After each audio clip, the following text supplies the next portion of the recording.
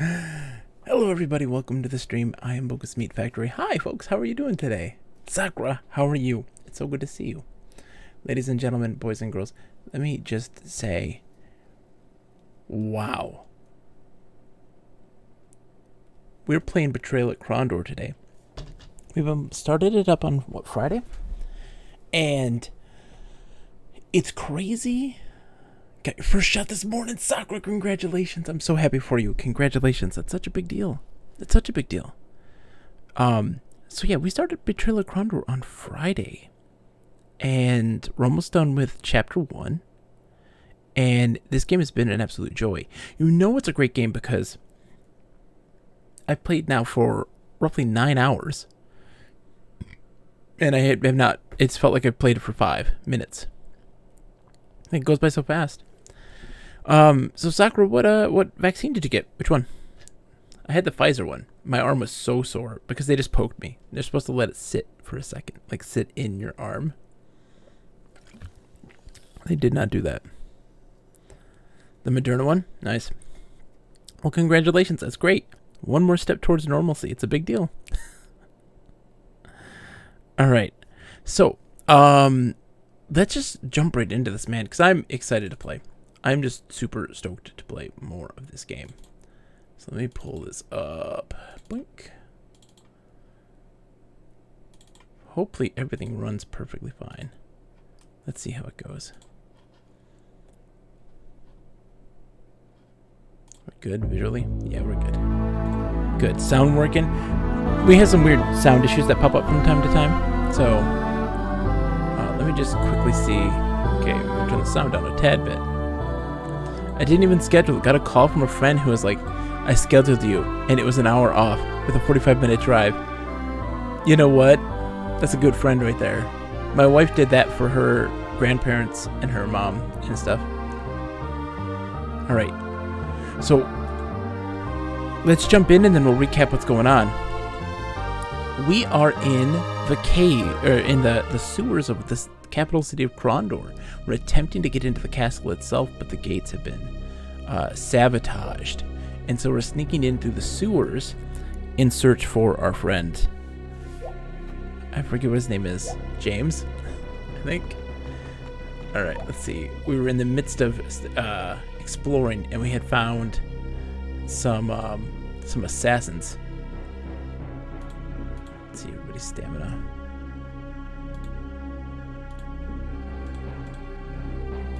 Plays Beastie Boys. It's a sabotage. Listen, all of y'all, it's a sabotage.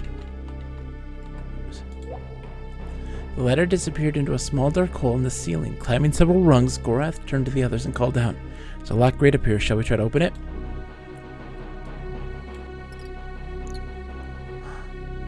Search for that pair of picklocks. Doesn't fit. Oh, snap. We lost I just want to try.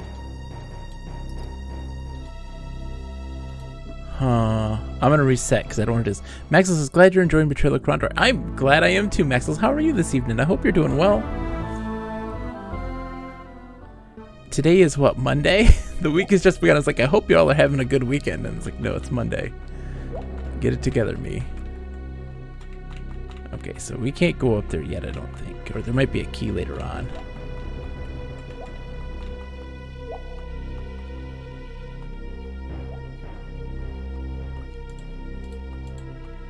Let's see, where are we at?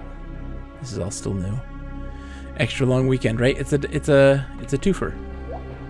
So buy one, get one free. Okay, so that's dead end.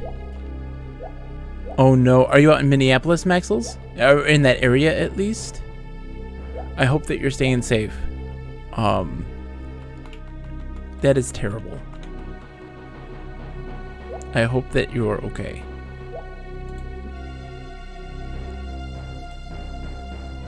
Yeah, you're in Minneapolis. I am so sorry, man, to have to go through all that stuff.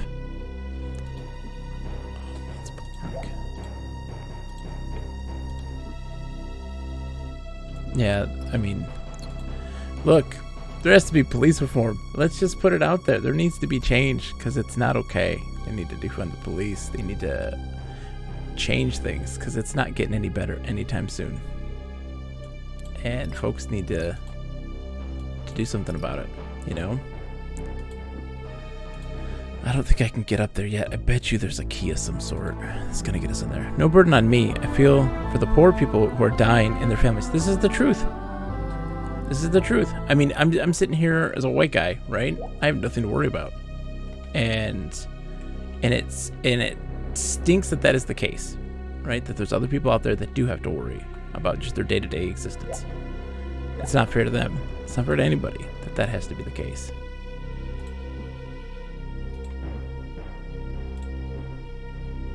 So anyways, I still hope that you and anyone you know out there is staying safe. More importantly.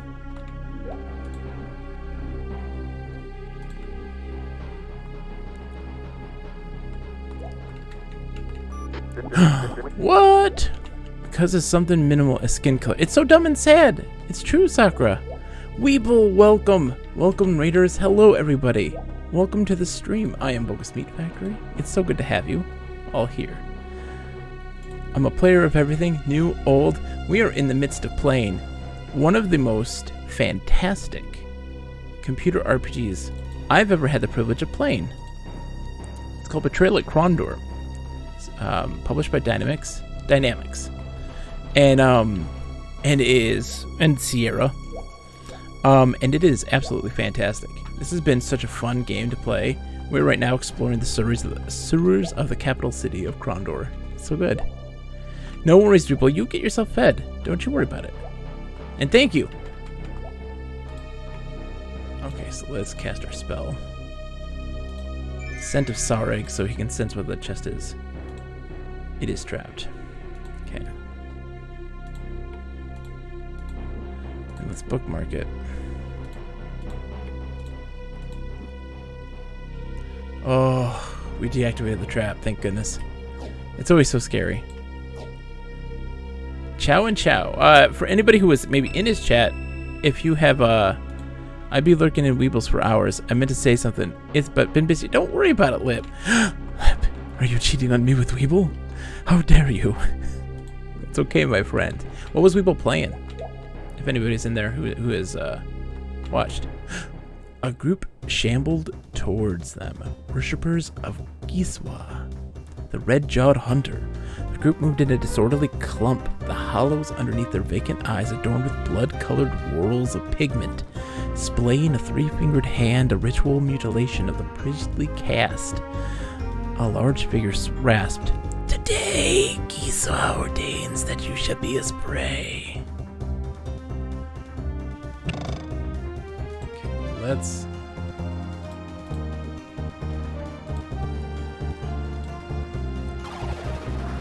that.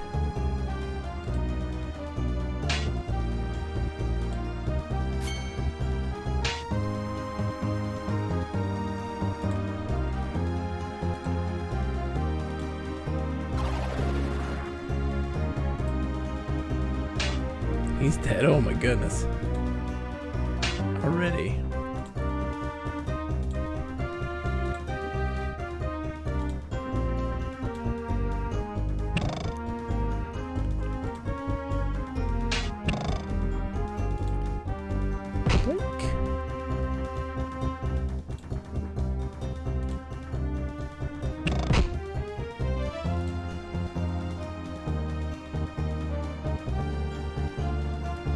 The game's story is so good that the author of the books which inspired it, Raymond Feist, wrote a novelization of it and credited the game's writers as co-authors. Rightfully so, man. It's so good. Oh! Sorry, Owen.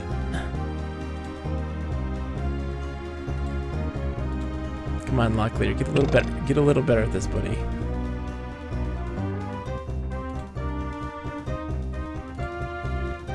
Gotta go in for the hits now. We just gotta knock him down. There we go. Locklear blinked. For a long moment he stared at his dead opponent, pulse pounding in his veins, as he waited for yet another to come on. Teeth bared or blade flashing, but instinctively he knew they had won this fight. They were safe for the moment.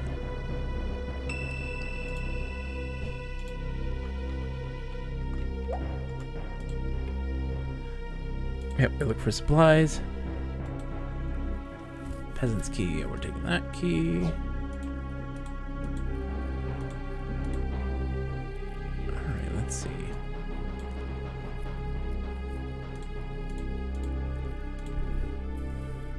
Okay. Whetstone. How's our armor doing? 95, 71, 87. Yeah, we're fine in that department. We don't need that stuff, I don't think. Take the gem.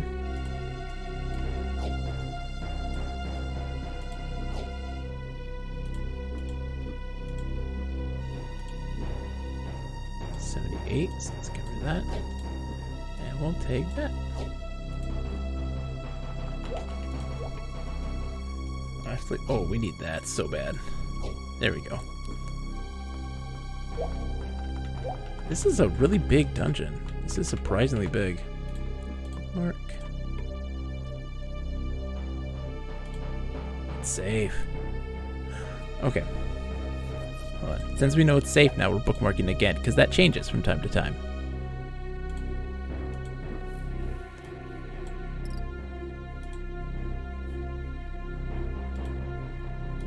Use the peasant's key. Nope. Oh, okay, we're save scumming here. We save scum in this world. We save scum. We want to make it work just right here. Let's see.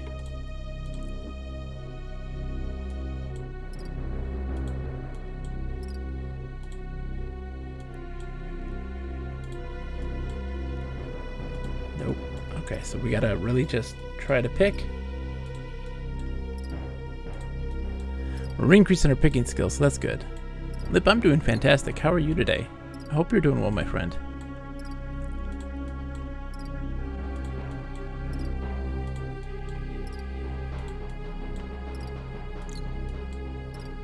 I can waste a couple picklax, we'll be alright. Because I bought a bunch, I think, from the thief kid.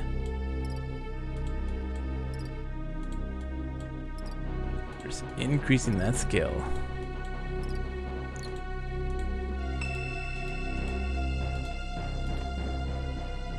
So what's his picklax right now? 37. Oops.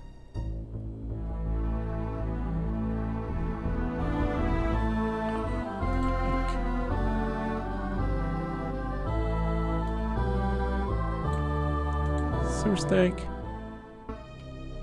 You're doing, Lip? That's okay, we'll take doing. We will take doing. I don't know if I'm supposed to open this yet. I don't think his lockpicking skill is going to be enough to do this. To be all honest. Because when we're at 37, we might come back. Maybe there'll be another point when we'll have a different party member or something that has the capabilities to deal with that.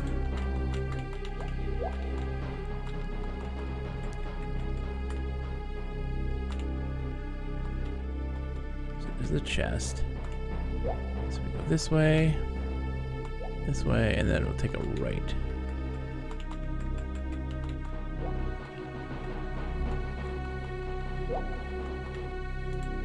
Where are we on the map? Okay, we haven't gone either of these directions yet.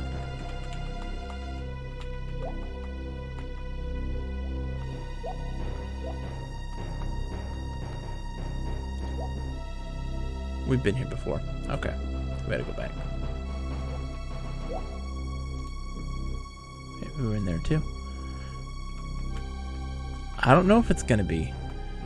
Because that's the thing, right? I feel like there are roles that could be filled.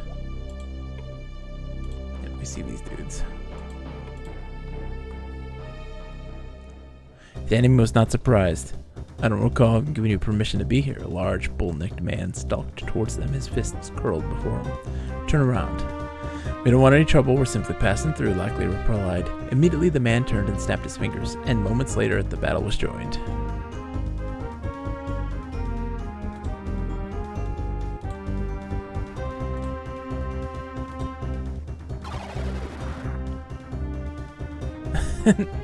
Hair rolls.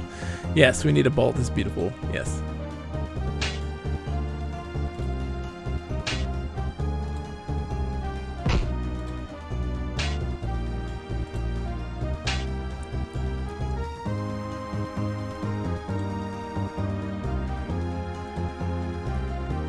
Roll for hair initiative.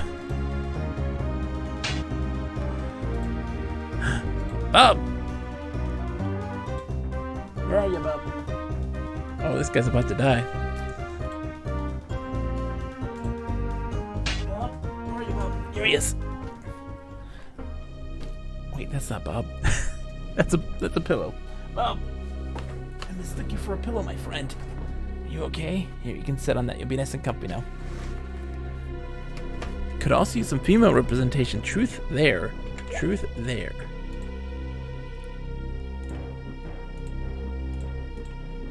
Alright. I think it's time to get rid of that one. What? There. Not there. Oh, okay. We dare not put any more in this body. Red! How are you, Red? It's good to see you, my friend. I hope you're doing well.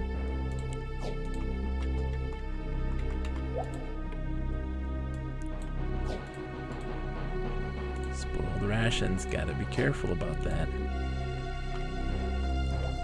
Part of the reason is breaking the stereotype of good hair only being for women, though. We need a woman with some terrible hair. Still expelling all this mess out of me. Oh, man. I'm sorry to hear, Red. I hope it's at least outside of the mucusy growdiness that you're at least feeling somewhat better.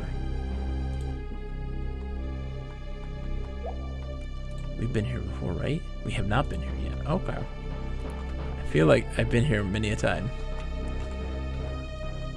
What is this? Bookmark? Locklear flailed his last impressions for those of a dark shaft and hard-packed earth rushing up to meet him. That's it? That's instant death? I'm glad I bookmarked. Oh, man. I don't know. I don't have any comprehension of good hair. I just don't have it in me. Just trying to open these and see if any of these keys fit. They don't. I really don't think we're supposed to go into these. So let's restore. If I step in and out... Oh! Chicken in the air fryer. Very nice. Don't worry about it, Red. You're doing fantastic, my friend. You're doing fantastic. So let's see... Let's look at this map. Where haven't I been? Okay, so if we go right, we can go...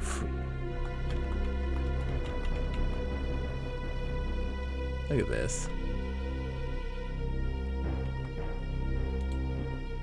We take another right. We haven't been this way yet. These are the labyrinthine, man, to say the least. Labyrinthine, to say the least.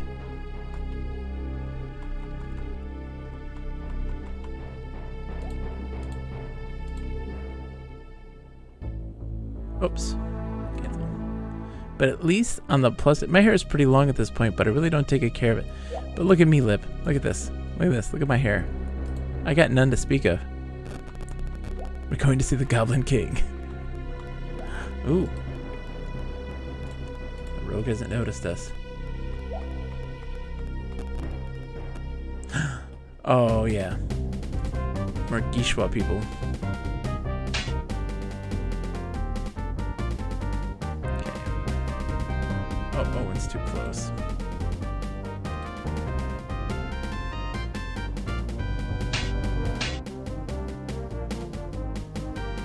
I'm stuck.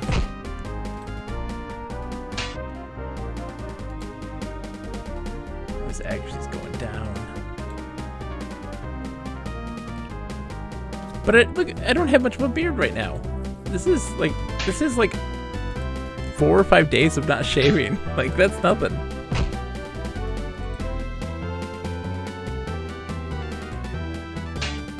Who's gonna get the first kill? Is it going to be Locklear or is it going to be Gorath?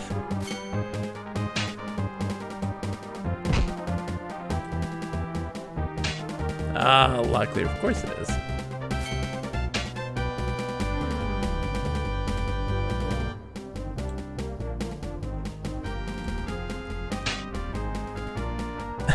My beard potential is much higher.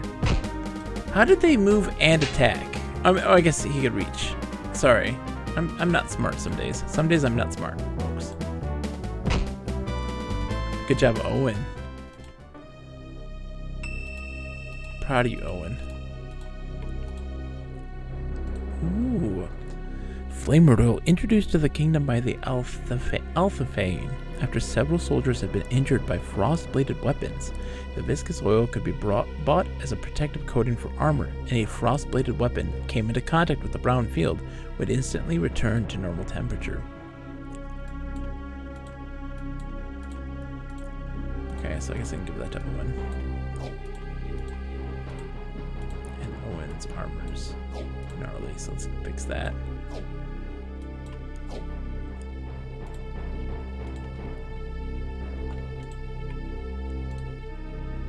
Oh, 10 rations. So fantastic. True Sight tea. The tea was darkish gray-black, brewed by the elves from roots unique to Elvendar. The concoction had a strong herbal aroma and was often sold as a highly priced spice, though Gorath valued more its fleeting tendency to sharpen sight, a quality which our archer friend had once demonstrated. Oops, can't hold up. 82%, right?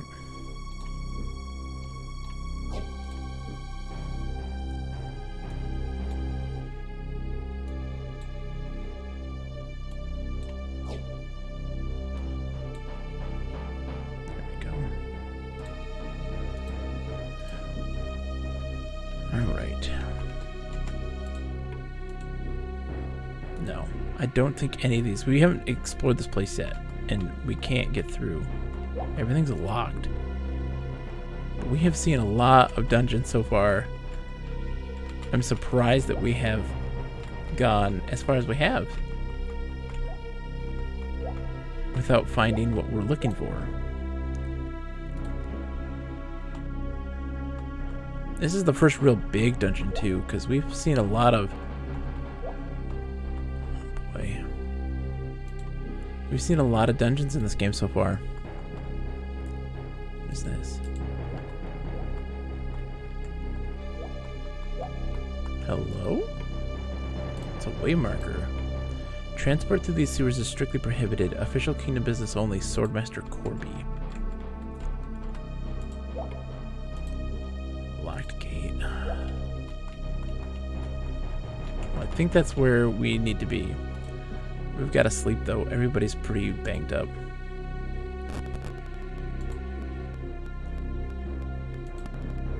We got more torches, thankfully.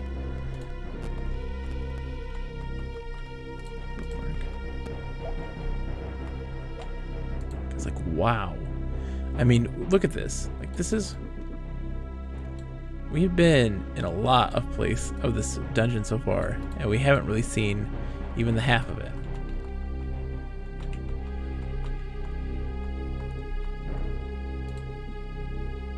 Okay, now we've been down this path before, so let's go back this way. We haven't been down this way, right? No.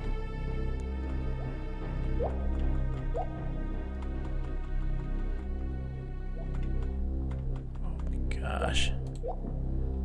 Oh, that's the other side of this. That tells us we're going to kind of go in the right direction then. If the dead end here, the pit is in the spot, so I'm guessing there's something going to be in this direction that we haven't been to yet. Oh, that's those guys. That's right. Those dudes there.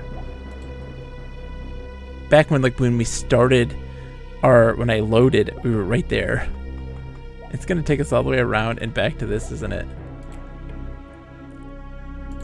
Box wasn't locked, that's good. More rope. Locked crate, we're not doing that yet. Someone whistled. Turning around, Lockleader felt a stone sink in his gullet. This is crazy. This is crazy, right? We were right here, and we have explored the entirety of this dungeon. And the one passage from where we restored that we didn't go down is where we went.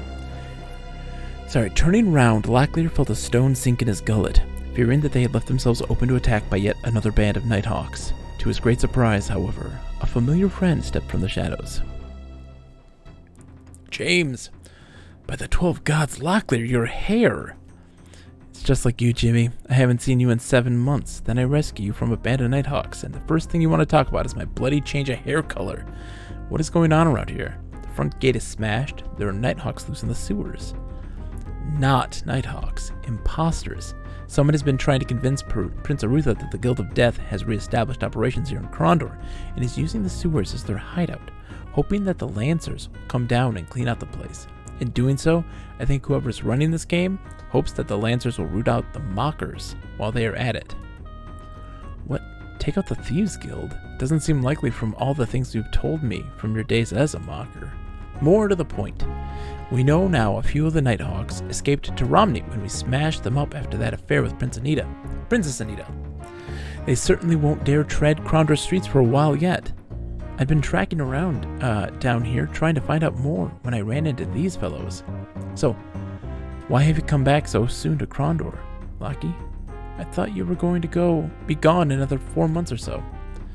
Got bad news from the Northlands. Looks like the Dark Brothers are stirring again. They raised Mermandamus battle standards over Sargoth. And there's a Mordell army gathering to attack the kingdom. This Mordell used to be one of their clan chieftains, something of a hero during the Rift War. Against the Serani, too. I thought Prince Arutha would be interested in talking to him. My wife's got pretty good potential. She's pretty good. It's that Eastern European descent. I don't like this, Lockie. The Mordell, Cern again in the north, and someone mimicking the Guild of Death. My bump of trouble says that things are going to get far worse before they get better. I assume since you're down here that you're trying to get into the palace the way I showed you a few years ago. Yes, I was thinking I would have to pry off the grate somehow, but if you have the key, it would save me a great deal of trouble. Still on me. It's all yours. I can find my own way into the palace. I'm going to creep around a while longer down here and see if I can unravel this particular mystery. Suit yourself. I, for one, am anxious to get out of this hole.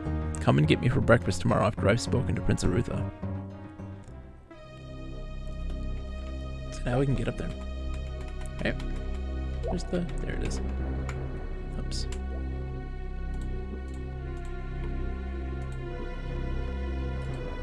Yep, Royal Key of Krondor. It doesn't fit.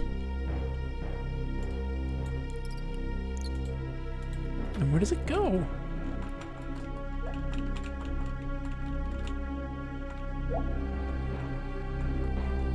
Oh no.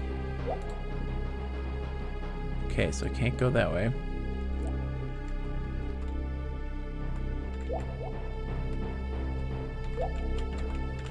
Where am I supposed to go then? Need to go up the ladder? Well, when you do, it's like, oh, it's locked. Shall we try to open it?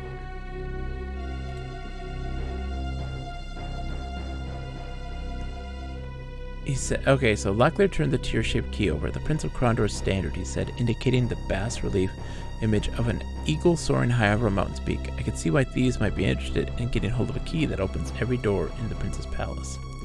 So I'm guessing there's a passage that has a grate that we can open. I just hadn't found it yet. Or that I had found it and just we couldn't access it yet. That's my guess.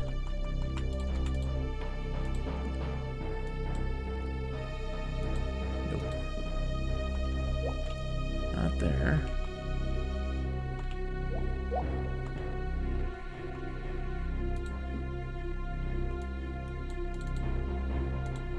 Running low on torches. Okay, we haven't gone this way yet, so this is all new. That's a dead end.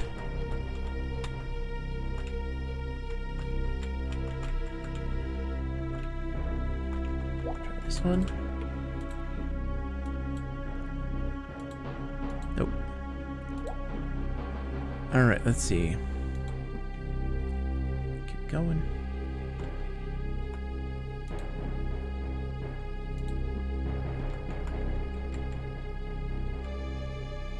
I could go sell my stuff real quick. Yeah, let's go sell our stuff. And also probably sleep too and get ourselves filled up. Alright, so sell.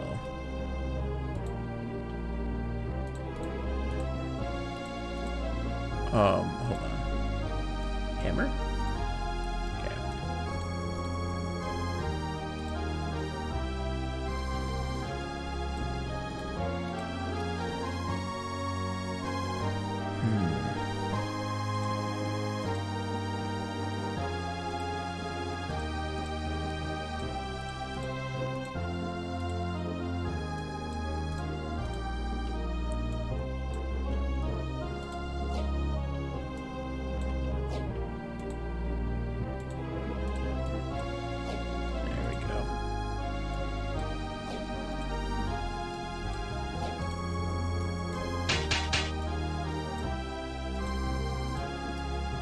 I have so many arrows, it's not even funny.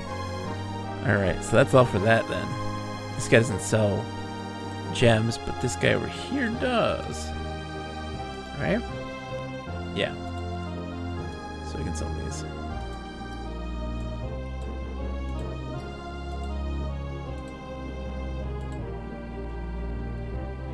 Our arrows will blot out the sun, then we will fight in the shade. Ah, the classic.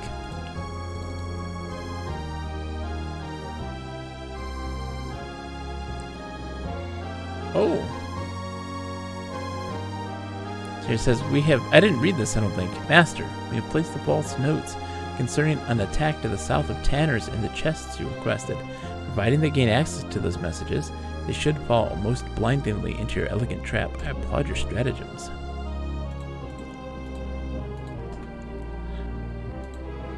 Alright. Let's go stay in the inn real quick.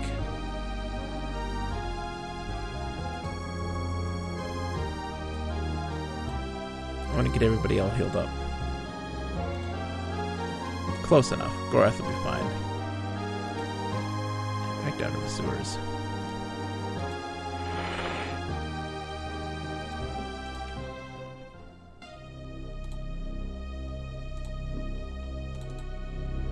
Okay.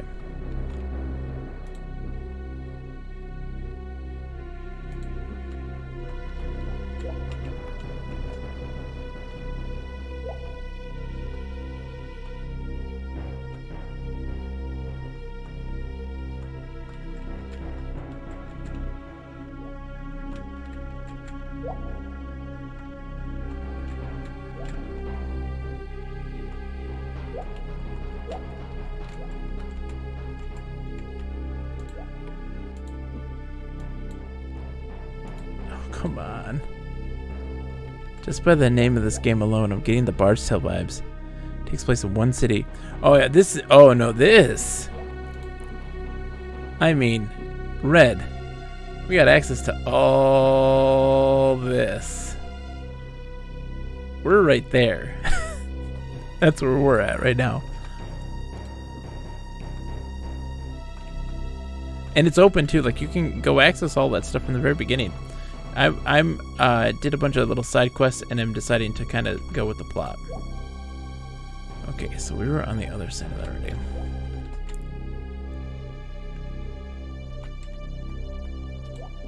That's okay, let's go this way.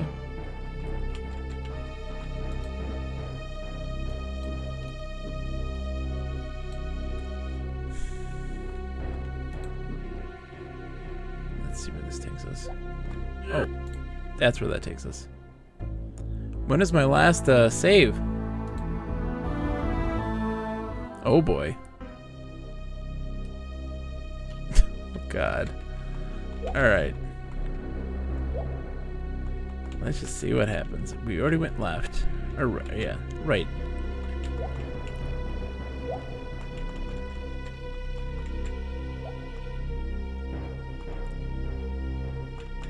Nope. Don't fall for it. Don't fall for it.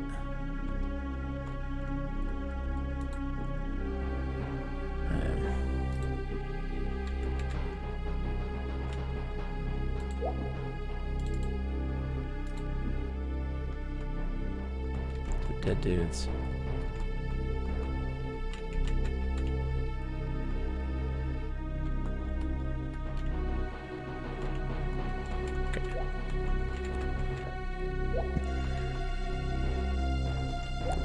out. Right? Is that the way out?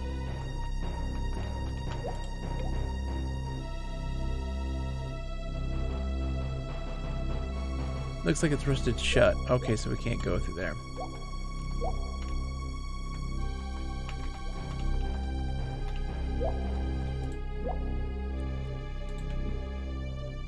Okay, so let's go this way. There's those dudes. We tried that ladder. Can't go across there.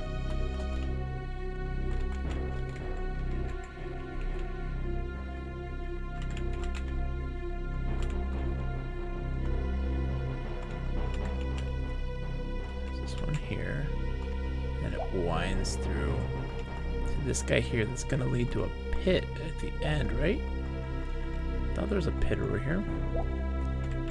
It's a dead end. Are you serious? Oh my gosh, our torches are going up fast too. That's inconvenient.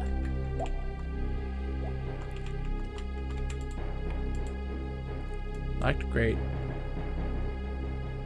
Doesn't fit.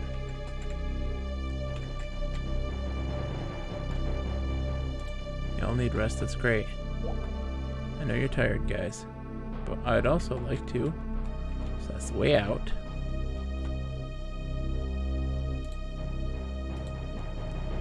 Alright, guys. Get some sleep then, I guess. There. Happy now?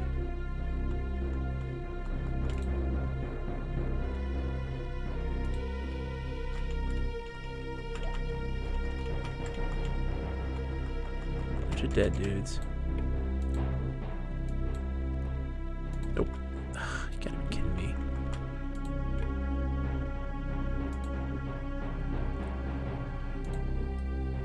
You know what? No. Oh, snap.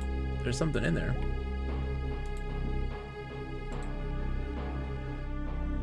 Huh. I didn't know that was... I never saw that one, I guess. Or maybe I couldn't undo it. Let me see. Did I kill somebody? Yeah. Okay, never mind. Let's load. That's the last bookmark then. Brutal. Brutal, man.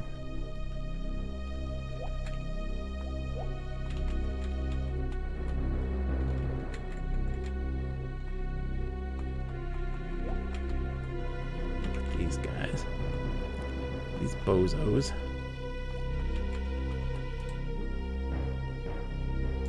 I wish I could see, like, just a little bit more. So what kind of at-will attack powers do these people have? I know, right? No, what happens, so, like, I mean, like with this guy here, he's our magic user, right? So he's got all these different runes that have different things inside of them. But he's able to, like, pull people, and, you know, stun people and, like, just move people around the environment and a whole bunch of crazy stuff. It's a lot of fun. Okay, we can't go that way. I'm doing great, Michael, by the way. How are you, my friend? This is an amazing PC RPG, by the way. This has been a ton of fun. An absolute blast.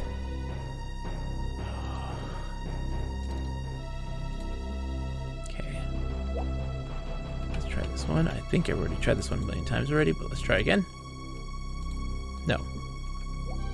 Armor craft, yes. So essentially what you can do, so everybody has their stats, and they go up by using them, of course. Not doing good. Hey, you know what?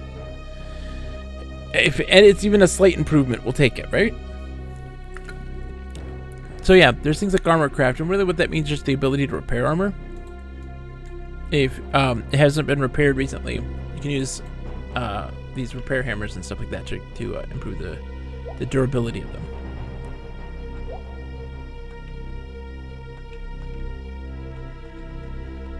Okay. Yep. Okay. So this is where the thing blew up. Let's use our Scent of Saurig to root out if it's trapped. Oh, crap! I didn't mean to push that. I was like, oh, we're fine. Traps are terrible. They're incredibly brutal.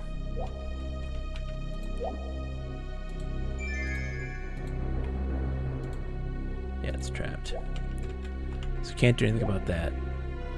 I don't want to deal with that just yet. We don't have enough skill in that department to be able to effectively disarm it.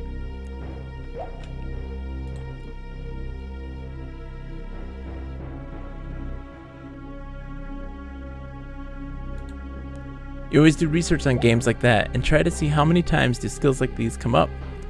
What was barding? It's like singing. So what happens is when you're in a tavern, there's a loop and you can try to play it. If you succeed, you get some money. If you fail, you get kicked out.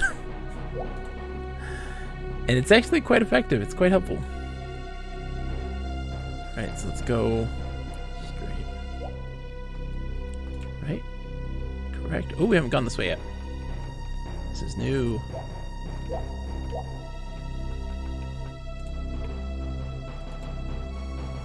Seashells. He doesn't know what to do with the 3 seashells? It's the little things. And this game does such a spectacular job at highlighting the little things in a game. It remembers events that you've done and kind of like recalls them to other people. And they just do a great job with it. All around, a super great job. Alright, I mean, I'm gonna go left after this. I don't think, let's try this. That's the chest. So we're gonna go left and then left again. Right? Correct.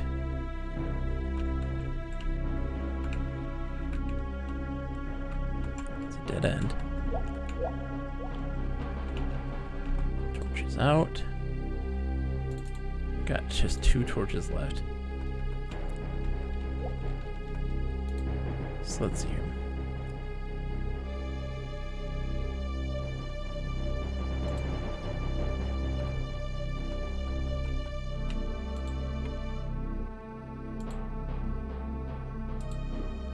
Okay, we emptied that one. Really quite an advanced feature. I mean, might not be hard to implement, but just the fact that they did something like that back in the mid-90s. Yeah, this was 93. It's pretty hefty. Yeah, you guys need rest, I know. But guess what, guys? We don't have many torches. I can't have you sleeping right now. This one I couldn't open earlier. Yeah, we need rest. I know you do. But look, guys. Oh, it's a dead end. Alright,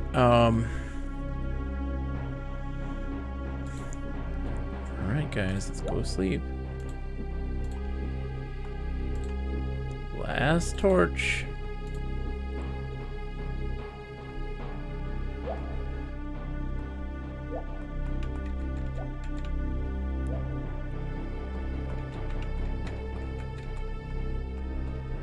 There's the bag we left. Alright, so let's go this way and go right and see if that leads anywhere. If that's a dead end.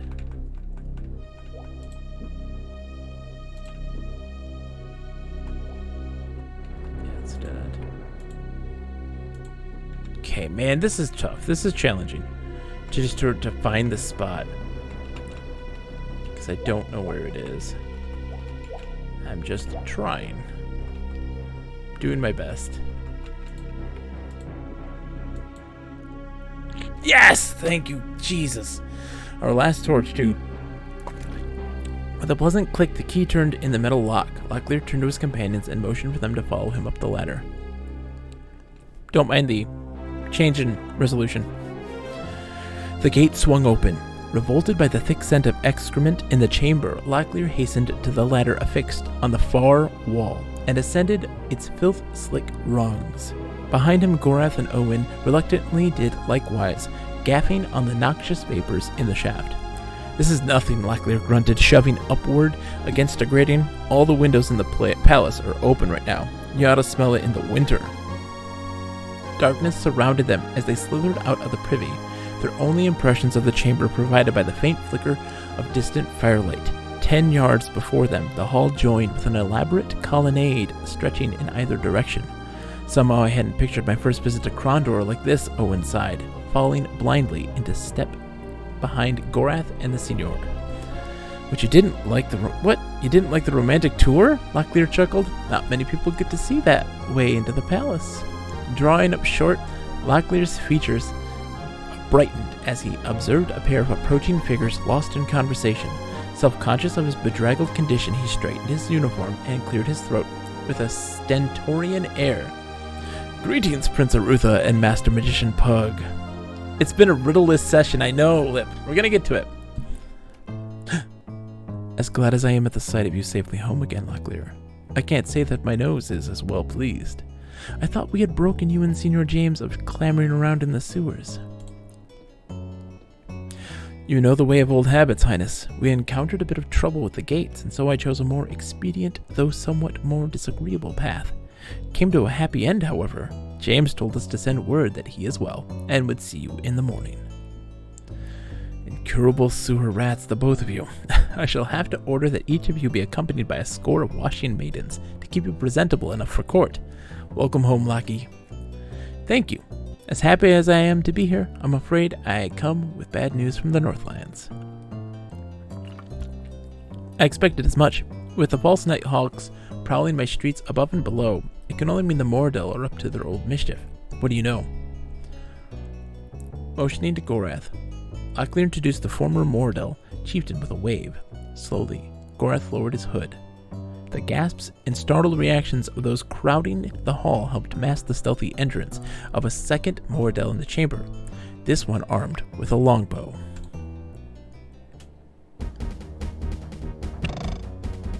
Assassin, get down! That's very cool. I dig it. Chapter 2. Shadow of the Nighthawks. A whisper led him through madness. He stumbled forward with unfamiliar feet, 10 times 2. He stumbled forward with unfamiliar feet 10 times too small to belong to a warrior. There were lights on the hills around him, fires, voices shouting through a downpour of sloshing hoofbeats.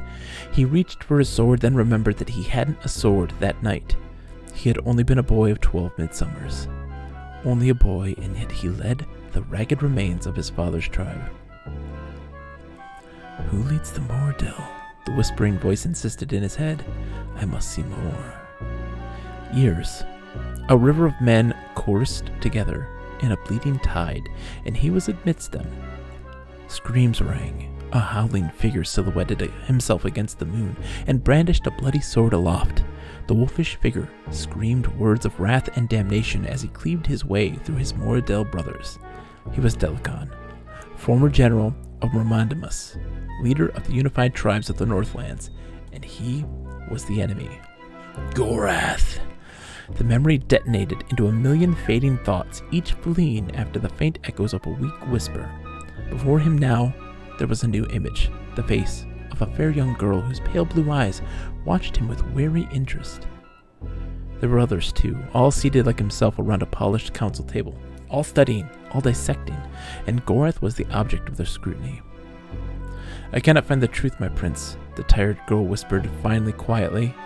His mind is chaotic. I find images that I cannot hold them long enough to understand. Narrowing his dark eyes, Prince Arutha glared at Gorath. He hides his thoughts? With Gorath as Moradel, Pug quickly interceded for his exhausted daughter. Even with Gamina's exceptional talent for sensing thoughts, his mind may have many innate psychic defenses. I may need to send for one of my advanced students. No need to disturb studies, Master Magician Pug. The Moradel speaks truly. Council members exchanged surprised glances, then turned their attention to the aged magician sitting next to Pug. Lowering his eyes, the man made a dismissive gesture. Forgive me, I do not mean to presume, but I've looked into his mind as well, Macaulay continued.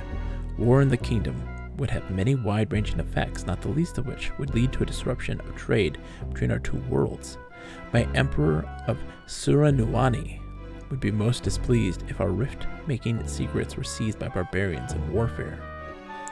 Gorath glowered at the Surani magician. Trading agreements notwithstanding, the Moradel watched your borders, Nighthawks. Spy on... Trading agreements notwithstanding, the more to watch your borders. Nighthawks spy on your imperial cousins, and before the snows there shall be an army come to the kingdom. Heed my words, Prince of Krondor. You must prepare your troops. Anger flashed in the thunderheads of Rutha's eyes as he rose to his feet.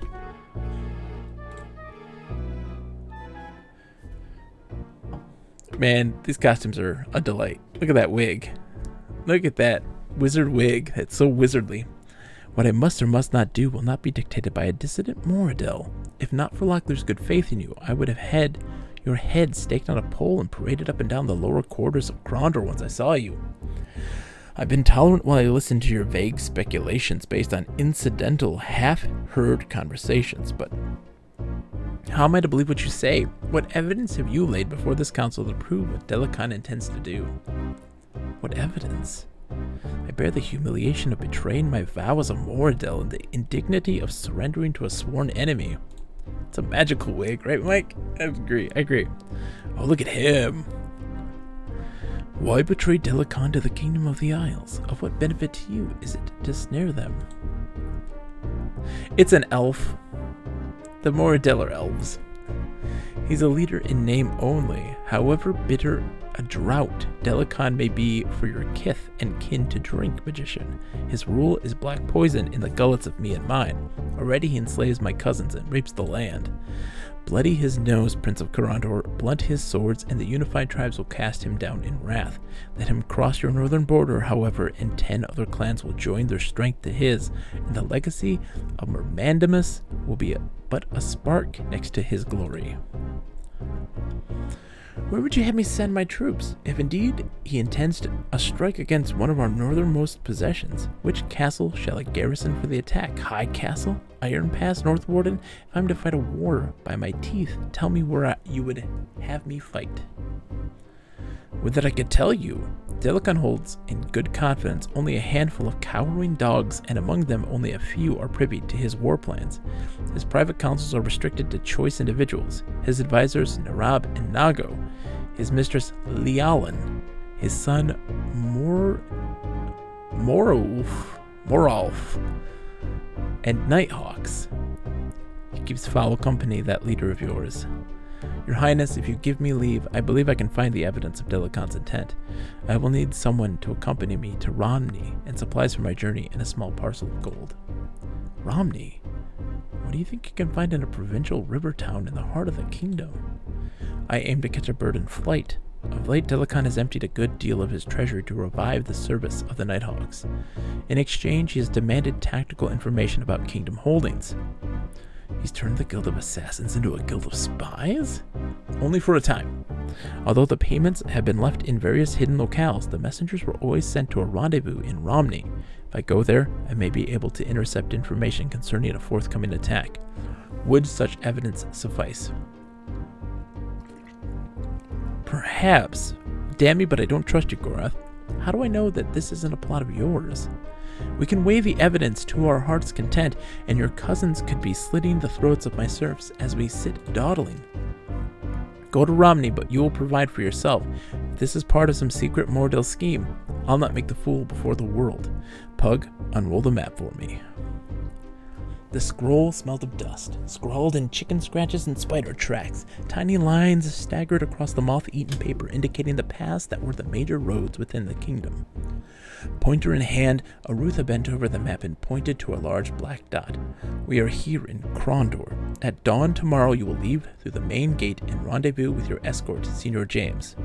I know you might have preferred Locklear's company, but he has business elsewhere. You'll head to Romney, providing one of Delacan's assassins doesn't slit your throat. First, you should reach the Ursine Ford within the month. In Romney, you will join a special detachment of King Liam's soldiers staying at the Black Sheep Tavern. They may be of service to you. Nodding, Gorath took in Arutha's advice, listening studiously as the prince reviewed the details. Hold on, let me take this in. Reach the Ursine Ford within the month. In Romney, you'll join a special... Okay, so we go to Romney and join the detachment. In evidence, I will act only when James has conveyed the information to me. Is that clear? Only when I receive James' word. Until then, I wait. Understood, Gorath replied. Good, Arutha replied, slapping the surface of the table with his palm. Looking around the council chamber, he noted the wearied expression of all who sat around the map. Why don't you let Gamina and Makala show you around Krondor? I have a few things I need to consider alone. Reading the offer as a polite dismissal, the worn council members began to file out the door, most glad to be on their feet again, following the grueling session. As Pug passed by, however, Arutha snagged his sleeve and drew him back to the table. If you don't mind, I would have your counsel, cousin Pug. Certainly, Pug replied, resuming his seat. I am all attention. As I see it, Delicon could have only two potential targets for attack into the kingdom, High Castle and North Warden. His fortress at Sargoth is 300 miles to the north, and I doubt he has the resources to defend a line that long. So an attack at North Warden seems unlikely. Leaving High Castle, which is a viable alternative, but neither target seems to have an obvious goal. I know you are no field strategist, and you hate to become involved in state matters, but I should like you to delay your return to your home at Stardock for a while. I feel ill at ease. You're not alone in that. I too have sensed something unusual in the air, but I won't ascribe it to anything as dire as magic. More likely we suffer from bad soup. Feelings aside, I will call up the militia reserves from Malik's Cross, Darkmoor, and Leighton, and join them to a detachment of the Krondorian Lancers just outside of the Dimwood. James will send word to me there. What of the garrison? It will remain in place. I've considered the option of a full push south, and it seems unlikely, but I'll give Delicon nothing. Our agreement remains. Now we wait God's help Gorath if he betrays us to the Mordell. Shadow of the Nighthawks. The majesty of the palace was impressive, drawing appreciative glances of astonishment from all as they wound through room after room of banquet halls, reception areas, and at last a colorfully decorated gymnasium before entering the throne chambers of the Prince of Krondor. I am glad to see you safe again in Krondor. Pleasure to see you again, James. Mine is the greater pleasure, my lady. Is Pug about? You just missed him. He and Makala went off to discuss magic someplace, and if I know my husband, that means I won't see him for a few days. Even on holiday, he can't seem to take his mind away from the art for long. In many words, he and the prince are much alike. Where is Arutha anyway? Out with his twins and the Princess Anita. It seems your famed luck is running thin today. Quite the contrary, for I still have your company, or may have a moment. As much time as you need, what may I do for you? So when do I get to meet this stunning daughter of yours? I've heard quite a bit about Gamina, but I've been too busy to make the time to meet her. I imagine you'll see her as soon as I do.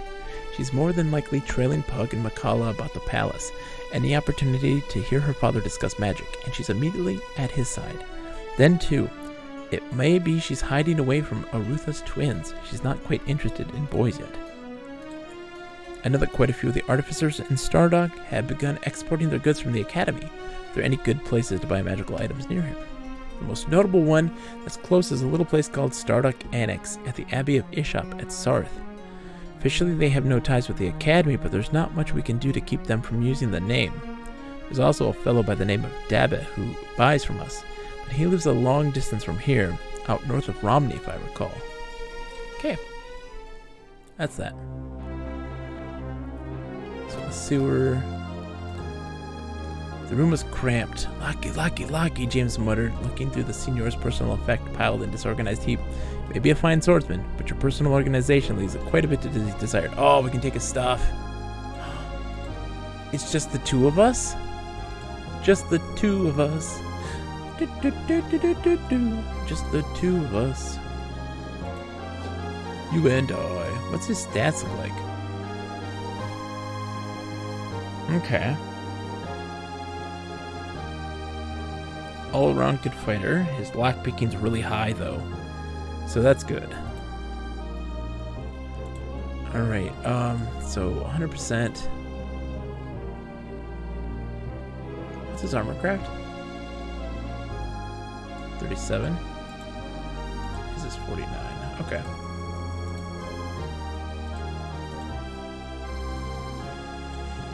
Does he have... Okay, he's got 100% on his arrows. Let's take this. These. That. Take that. Take that. Take the rations. So it's just the two of us going through this thing, man. That's gonna be wild. It's gonna be real tough. No joke.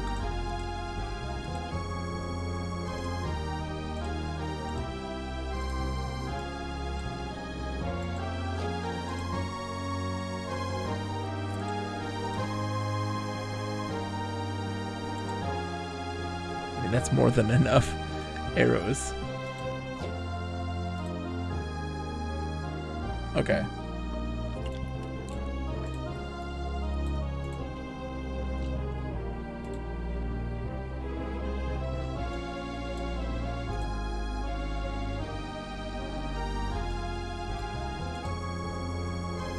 Okay, we gotta sell stuff.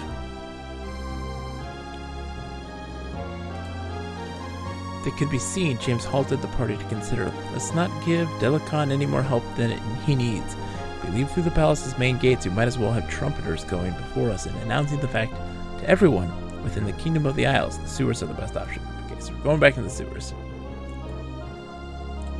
Yeah, we're going back in. But just the two of us. We don't have the help of, what's his name? Okay, he's got 20 torches. Thank God. Alright.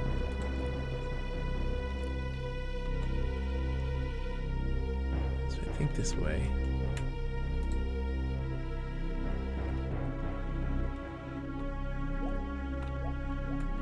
Oh no. Not this way.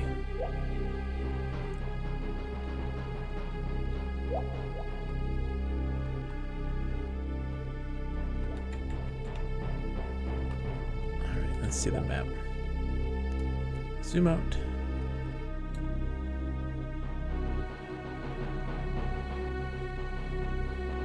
Alright, I think it's the other direction if we go left. So we gotta turn around.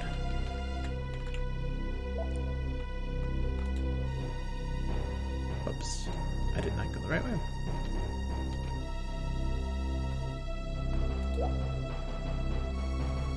So we gotta go left, yeah. Torches are a staple of dungeon crawling, but they're just so darn ineffective. Oil lamps are what a real adventurer needs. Yes, I know. If we don't have the right lighting, though, we're likely to be eaten by a grue. This predicament seems particularly cruel, consider whose fault it could be. Not a torch nor a match in your inventory.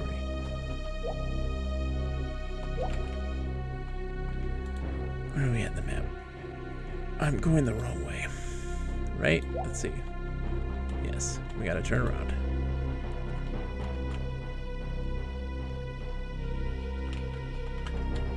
This way. And right. Left. Right. A shadow approaches from a murky corner of the room. The figure advances towards them. Gorath's pulse quickened for a moment, but he relaxed slightly as he saw they were not about to be attacked. Oh, thank God. It took you too long now. It took you too long enough. I was beginning to think the mockers had you bagged again. Senor James, is everything all right? Squire, suppose I ignore the fact that this trip is a state secret to which you are not supposed to be privy, and that we are hurrying out of the sewers instead of leaving by the main gate at the proper time. How did you find out we were coming? Well, after Senor Locklear dumped me off after we got here and told me I could go home, I got bored and decided to check out Krondor. Fortunately, there's nothing much interesting going on here, so I decided I would come back to the palace. I tried to pay Gorath an unexpected visit last night, but discovered that the guards had been doubled with orders, that no one could see it. I might have fallen for it if I hadn't heard someone snoring in his cell. Gorath doesn't snore, I take it. Not a sound. When I realized that something was in the air, I went to find Locklear and discovered that he was mysteriously absent, despite a tray of food delivered to his door just moments after I slipped away. Finally, I came down here and talked to Lim, who told me you had been down here earlier this morning. At that point, I realized that Rutha meant to slip Gorath out of Krondor for some reason. Are you sure you're not a thief by profession? You think unnervingly like a mocker, I used to know. So are we ready? We should probably get moving. Where are you going anyways? You cannot accompany us, Owen. Your mission is much too important. Quiet, Mordell. I'll handle this. But I could jeopardize your mission. Who knows who might take me captive between here and Tibern? If I go back to Krondor now, I might accidentally talk to someone. Besides, I'm from the eastern part of the kingdom. I know the area, and I might be able to help. For better or worse, you seem determined to hitch your fate to catastrophe. But if you want to get yourself killed at a tender young age, who am I to naysay it? I used to pull the same stunts when Arutha wished to pull out of Krondor. Alright then, Squire, you can come along, but these are the ground rules. 1, I'm in charge and you do whatever I say without question. 2, under no circumstances do you reveal anything about Gorath or our mission to anyone. If someone asks, we'll continue what Senior Locklear suggested. Gorath is an elf. Thirdly, and lastly, you don't wander off your own way. I don't care if you're watering the trees. You ask me first. Is all that clear? Absolutely. Whatever you say. Stop smiling. You're going to earn your keep. I know I'm going to regret this, but let's get moving. We have a long way to go and no time to get there. Oh man, I wouldn't regret having him in our team. He's the best. Look at him. He's so good. We have so much stuff to sell and we have such a full inventory. My goodness. Oh, thank God. Made it just in time. The basic light spell. Bah. Excuse me. Alright, let's sell our stuff. Oh. Okay. Selling. Selling.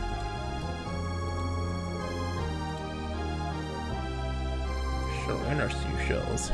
Infravision, dark vision. Oh man. That's what I love so much about the original EverQuest as a game. Because it really it used light, and very importantly, it used light. And so it always had relevance of having to prepare for adventures in the dark and such. And it was a great time. Loved it to death. Such a good game. My Twilight Cleric can not only see 300 feet in the dark, but can grant it to the entire party at will. That's very nice. Very nice. Alright. So...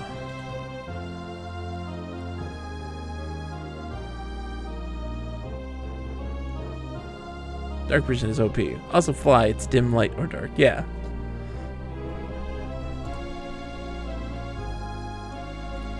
How many of these? I had 18 left. 12, 4.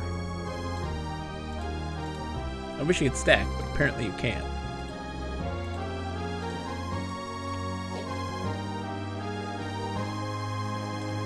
Okay. I mean, we gotta sell this. I have so much of it already.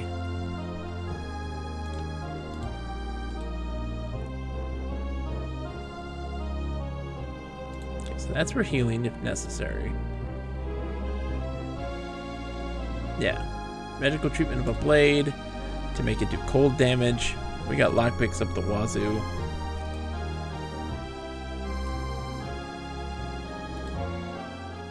Okay.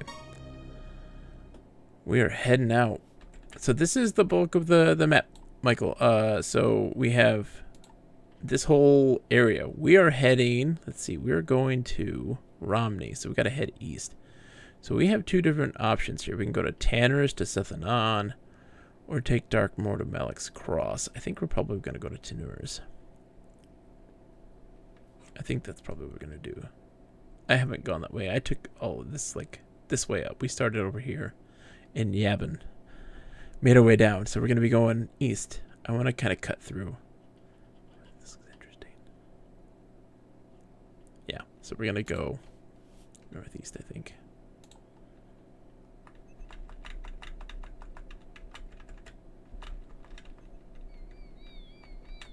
We're looking for chests, looking for enemies, looking for trouble.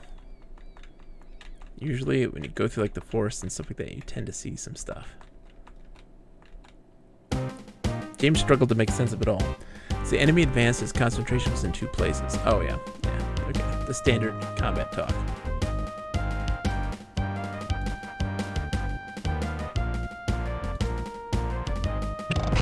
Ooh, he does so much damage with the crossbow. Alright. We are stunning people. That's his big job. Stunning people.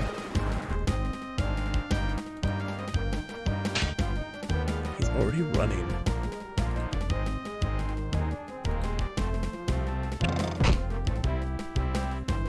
Alright.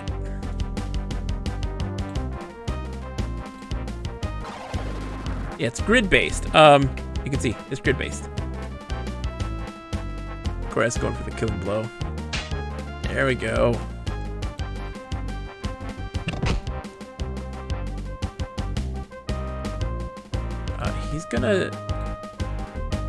He is going to look at the state of these people. He's gonna go over here and attack this dude.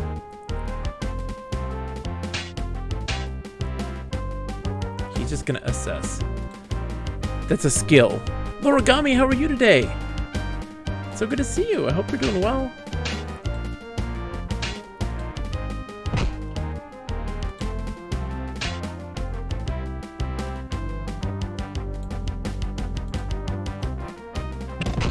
Yes! Finally catch Betrayal of Krondor. It's so good! It's such a good game. Alright. Search the bodies. What do you got? Restorative. More arrows. Ugh. I don't need the arrows. I have so many arrows, I don't know what to do with them all. So we're looking for any potions and such. We're going to leave pretty much our end rations, of course. Taking all the rations. Share with the party. Money.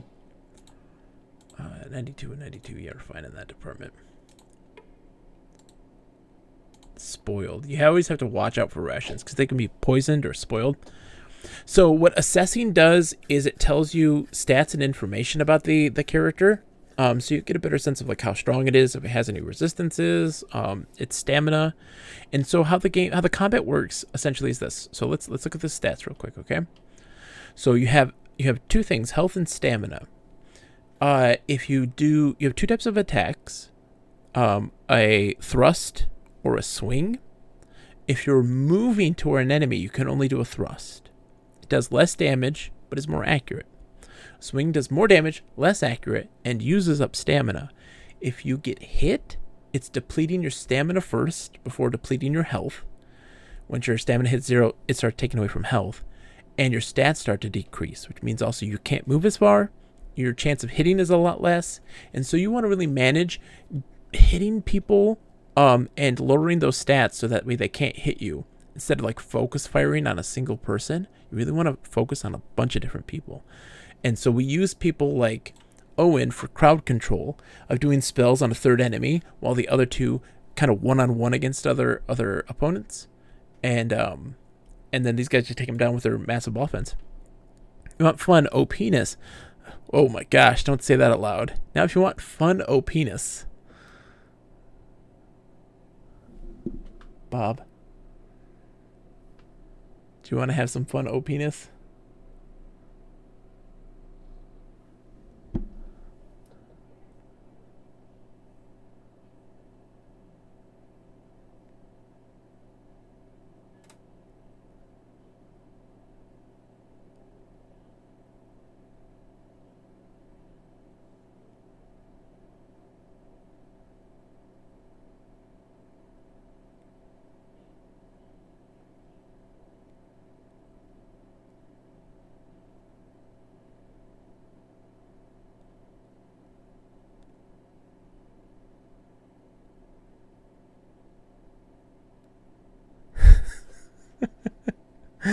Oh my goodness. I like that. Incentive for engaging with a big group.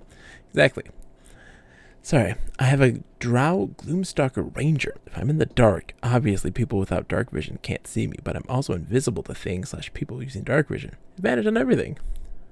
5e, the subclasses weren't specifically tied to gods, so you can use creative RP to justify it. Mine is a lizard folk servant of Tiamat. Nice. So yeah, they have a lot of good strategy in that regard for this. And I'm very much enjoying just how everything is working. It's a lot of fun. And everybody has their own little strengths to it. Alright, so we are going this way. But I'm looking for secrets. We are not staying strictly to the road. We want to find secrets.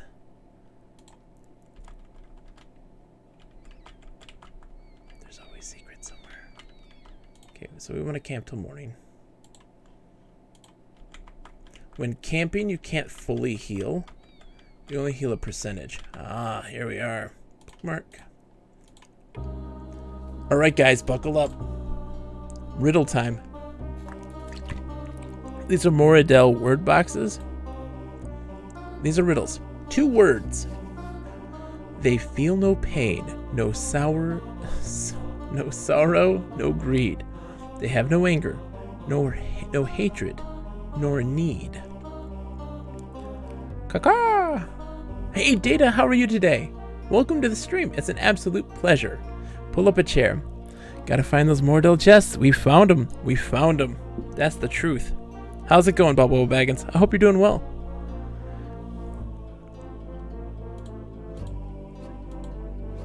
That says the dead.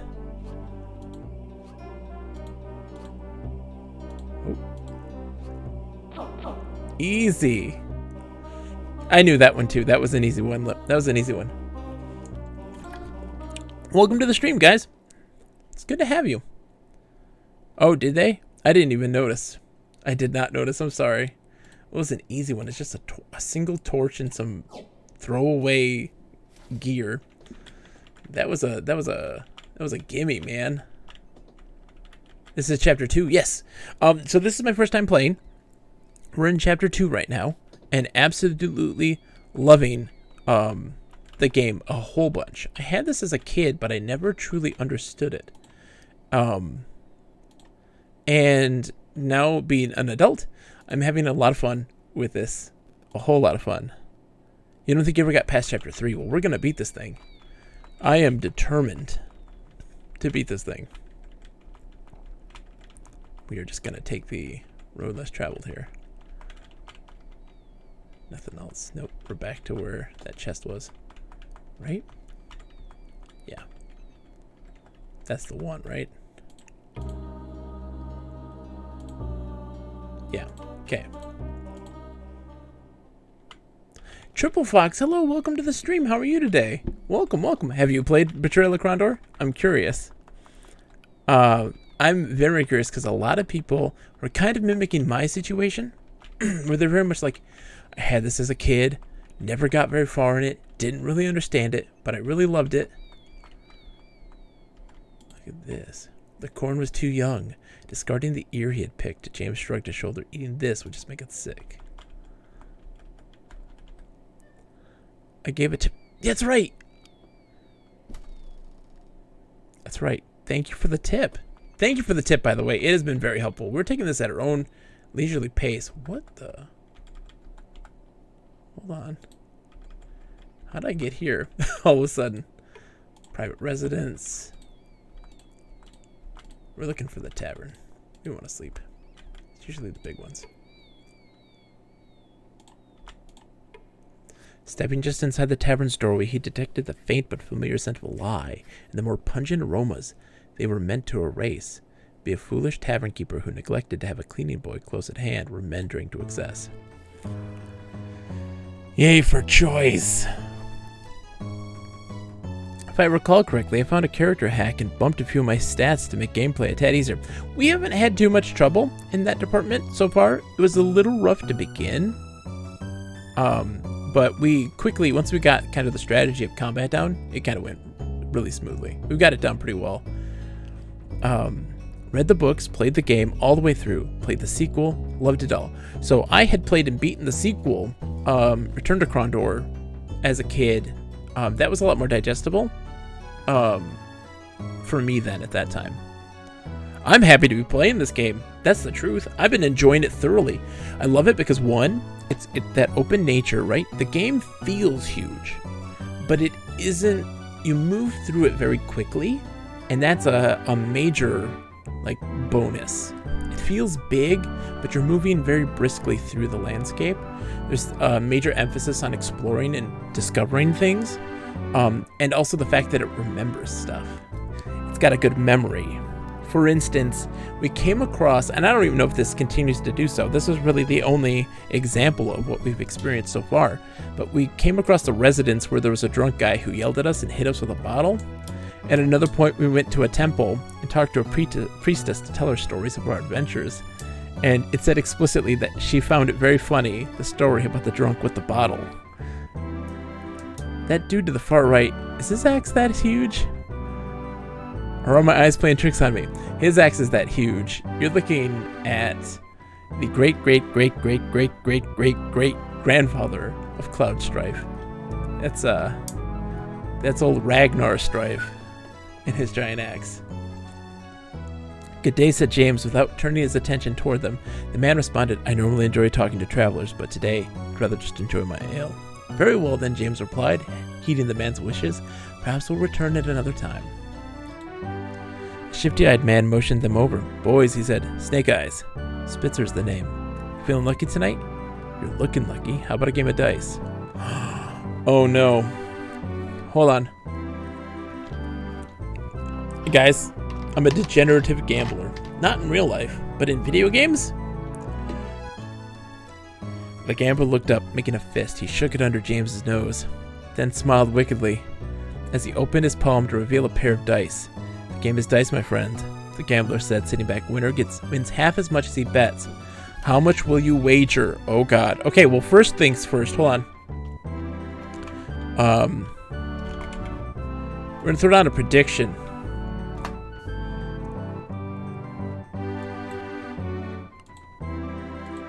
Alright, let's see. Name the prediction. Will I win?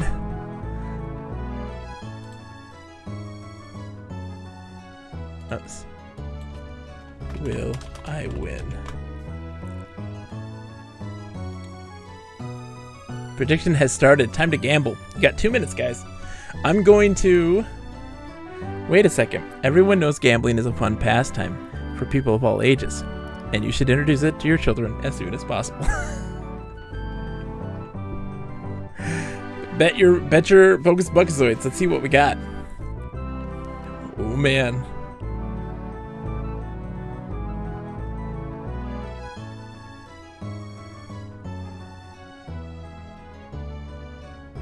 I'm Poland. I can't wager. Oh no, you can't, Michael? Why not? It doesn't have this option for you? Believe in yourself. Ask EA, 2K, and Activision. I know, right? It's fake! Believe in the heart of the cards. Whoa. Whoa. Who threw down... Hold on. Who threw down 50,000? Lip, is that you? Of course it's you, Lip. So everyone thinks I'm gonna win. Look, Triple Fox is gonna win a whole lot if I don't win. I did 100, just 100. Get ready to lose all your Buckazoids, man. I'm gonna bet 25 is what I'm gonna bet. I'm not gonna bet 50.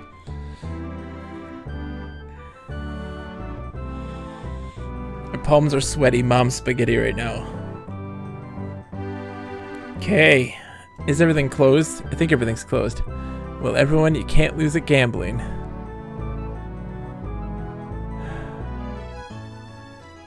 Closing my eyes.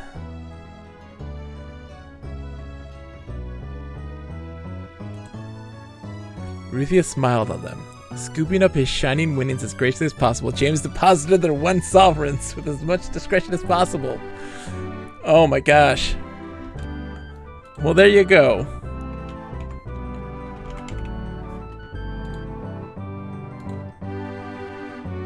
Alright, choose the outcome. Will I win? I did! You all got like 0.001. I won!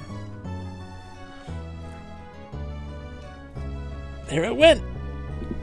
Triple Fox like, oh man, I lost by 10. Whoa, hold on. Okay. That guy doesn't want to talk. Alright, so there's the inn itself. No one has lost at gambling before. Alright, let's sleep until morning time. Rooms upstairs, have a good night. Yep, the romance of traveling. Yep, we're in a good mood. Sleep till full health. There we go. Now let's play. Ready? Let's see how we do. Gorath strummed the lute. Before you get started, I think you should know we've tapped out our entertainment fund, the tavern keeper said quietly. If you play here, it'll only be for your own amusement. Oh man, we can't play. Dang it. Alright, so let's save. Because things can happen in houses. No one's lived here in some time, he said, looking around the empty room. Okay. Private residence. Owen tried the door. Building appears to have been abandoned. They look locked up after themselves. Think we should take a shot at opening it up? Of course we should. The lock was simple. As the old saying goes, locks are for children and fools, James said after a few seconds. He flipped the pick locks into the air and caught them again. I am no fool. Seem to recall a game that penalizes you for saving/reloading the game before a gambling segment. Like, back to the beginning of the game for you. Well, I didn't save scum. I didn't. So I'm on a totally off topic. What'd you think of the Age of Empires 4 gameplay stuff? I didn't see it. I didn't look at it. Is there a bunch of stuff for it? The Horn of Algan Cocoon, reinforced at the bell and mouthpiece with brass collars. Gorath struggled to imagine the beast from which the horn had been harvested. While possible, it come from a mature dragon. No man alive would dare fight such a creature for so trivial a trophy. Puzzling, too, were the dog-shaped carved on the horn. What did those do? Oh, awesome. I will absolutely check it out. Okay, so this guy's got stuff. Galdus Thorn. It's a wooden key. The dwarves were amused that the Serrani traders used wood instead of metal to manufacture their goods. The dwarves' name for the Serrani keys stuck. Okay. That's a lot. Practice loot? In the hands of a jongleur, the lute was often a pleasure to him, but now that the instrument was in his hands, he wasn't certain it was a deadly weapon. Even if he learned to master it, his repertoire of songs was frightfully limited. Perusal? I love perusal. Perusal is a great word.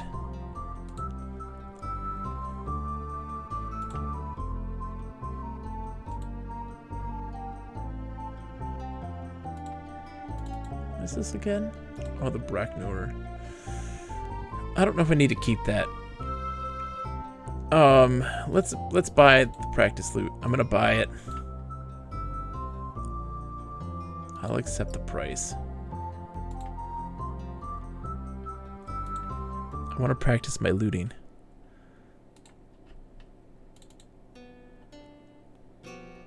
He could at least say he was learning, however, minutely, every time he played the single tune he knew.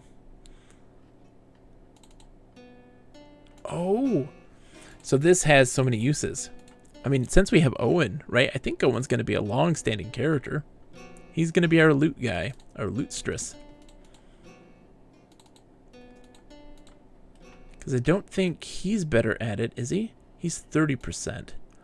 Yeah, and Owen is 46. So Owen is our bard. We're going to use this up. Carousing, rabble-rousing, a haberdashery, defenestration, insolence is a good one. I like that one. Insolence is a good one. We don't say insolence a lot. I may or may not have called my 3-year-old daughter an insolent whelp today. Because she was not taking a nap. It's like, you're being an insolent whelp.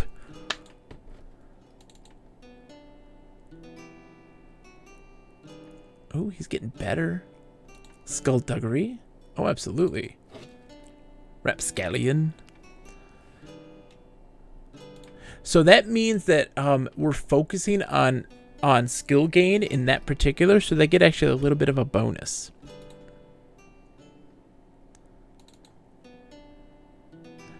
Obviously only in extemporaneous situations. Yeah, not in a genuine frustration as a genuine insult. In a very dramatic tone. Oh, you've been quite the insolent whelp.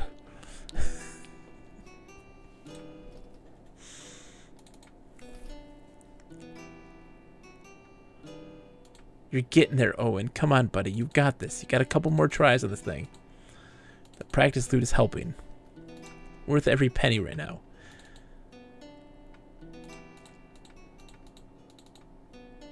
Dun, dun, dun, dun.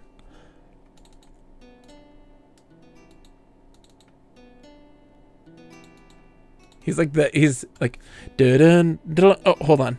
Let me try that again. Dun, dun, oh, hold on. Let me try that again. Dun, dun, dun, dun. So bad. I can't wait till he becomes a master bardsmith. You did good. I'm proud of you, man. The house was not in good repair. Dark green moss covered parts of the door, and was visible in several large patches on the front slats. James's attention returned to the door as it slowly swung open. A foul, musty smell filled the air as an elderly woman appeared in the doorway. She was dressed in a tattered shawl and wore a different shoe on each gnarled foot. Sakanako, how are you? I hope you're doing well, my friend. It's good to see you. You one of them shadow people? I hate them shadow people, she croaked. Her look of contempt suddenly turned to fear. They're everywhere, you know. Could be slipping in my door right now. The thought obviously terrified her, and without warning she disappeared into the house, slamming the door. Lizard man!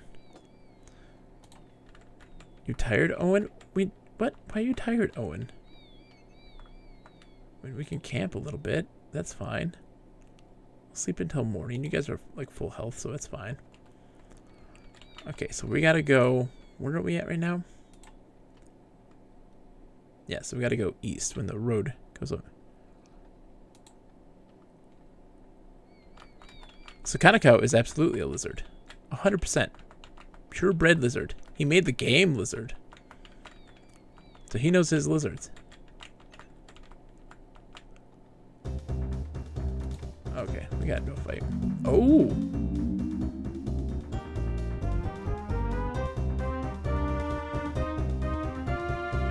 What is this? Oh my gosh.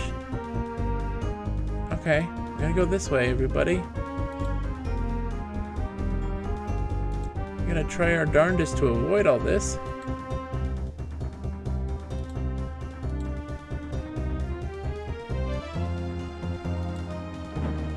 Oh, snap. Okay. I don't know if we can avoid that. An object will be pushed. Oh, I see.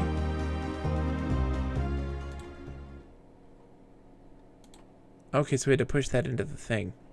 He got seriously hurt. We need to go back and heal. He's seriously hurt. I feel bad. Oh, it's not time yet. They're not open. He got seriously hurt. Alright, in.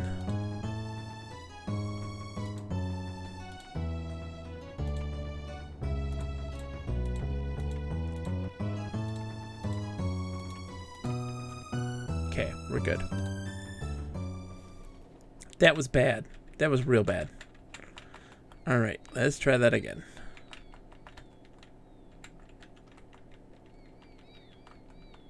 Ooh, there's a farmhouse. Hello. The small house, it turns out, was home to a slight, balding historian named Kellen, who talked of the ancient Valherve and the relatively recent cataclysm near Sethanon, as he got them some fresh water for their packs. The folks I've interviewed, the ones living near Sethanon, say they thought the world was coming to an end, like the fabric of heaven was being turned back upon itself, revealing another universe in the skies. And they all talked about the explosion and fearsome flying beasts circling in the sky. His voice trailed off. I think it may have something to do with the dragon lords who once roamed freely on this world. One day, I'm gonna figure it all out. James laughed. I'm sure you will, Kellen. Someday. Yep. And when you do, I'd like to read that book. In the meantime, thank you for the water. Goodbye. You're crazy. So yeah, Michael, that was a trap. And so they have traps that pop up from time to time that you have to evade. And requires a puzzle or solving of a puzzle. Alright, so we need to take the right path.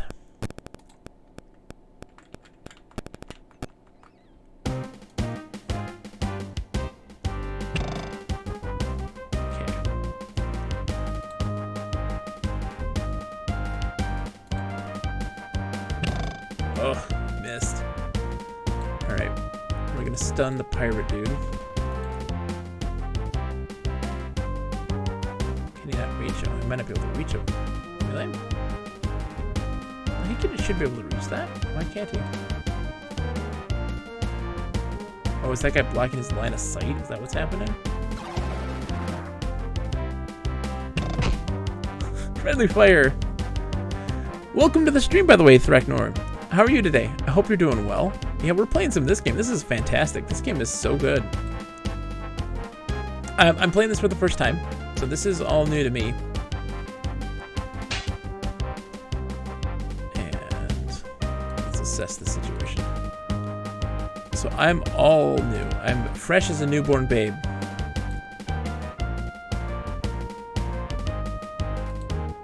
Oh yeah, his accuracy is not nearly as good. We'll whack him. Oh no. Gorath, get in there. Get those hits, man.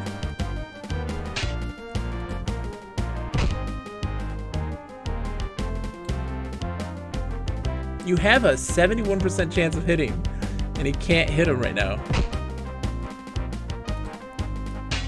There we go.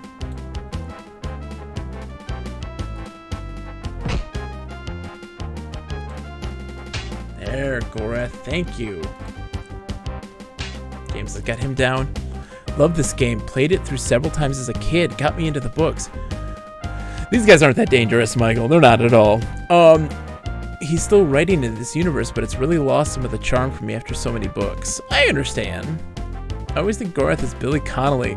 So kind of how I get that very much. 99% hit means misses 50% of the time. That's how I feel right now.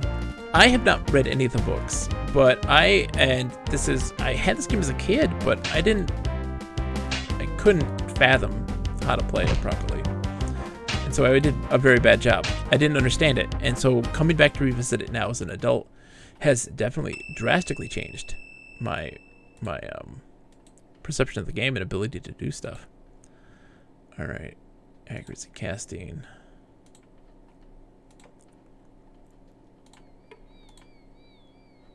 Ooh, what are you? Sarig's Bane, a yellow-colored ointment. The Sarig's Bane was stored in an odd-looking container, a simple cork cap suspended from the mouth of a glass tube, large bulb made from stitched sheep gut. Commonly, it was applied to armor to counteract the effects of enchanted blades. All right, we'll take that. Yeah, I'm enjoying this thoroughly, monumentally, because this is there's so much going on, and it's been an absolute joy. All right, so what do they got? 96%. I'll take that. Thank you very much. And we're good there. Oh, thank you very much.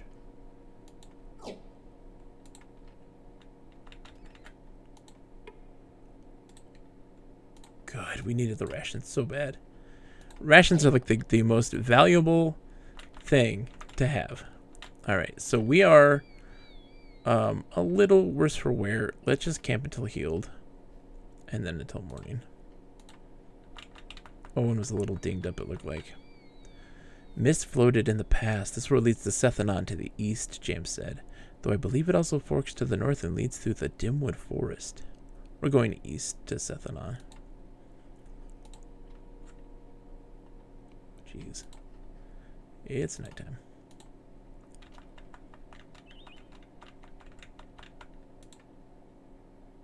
Let's see where it sent us. Yeah, so at that movement, right, and it's like, hey, do you want to go that way or this way? And like they load these into zones because it's not a truly seamless place.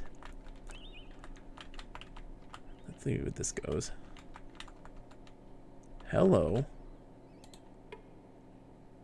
Yep, there's a big camp here.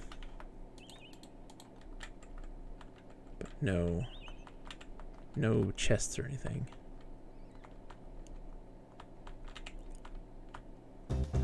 Preoccupation to dull the senses. Yep, we gotta attack again. Oh, it's a trap. Okay.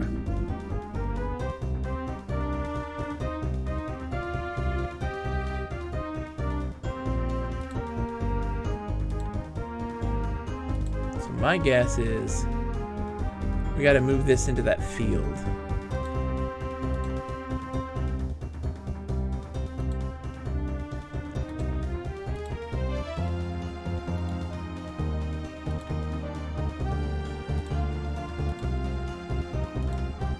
So yeah, those are traps. They all have different... Yep, there we go. Let's see if that worked. I'm gonna not send Owen though. Owen, you stay there, buddy. It didn't. Oh my gosh. Okay. Is he down? No, he's not down. Okay. So I gotta figure out what that puzzle is then. We gotta camp until healed, and that's a big setback. But at least he didn't die, so I'm happy about that. He's the best meat shield. I'm not gonna argue with that one. I don't disagree, I don't think. But I was surprised it did that much damage. Ambush, oh my gosh. Okay.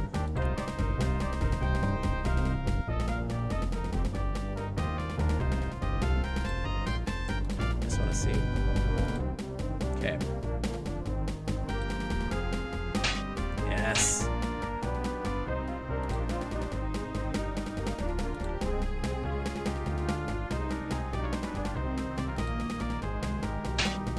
Down. That's what I like to see.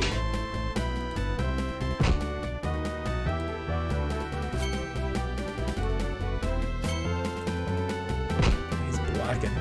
Oh my gosh, they're doing so much damage. It was such a tight spot, you know? Why is that other guy moving?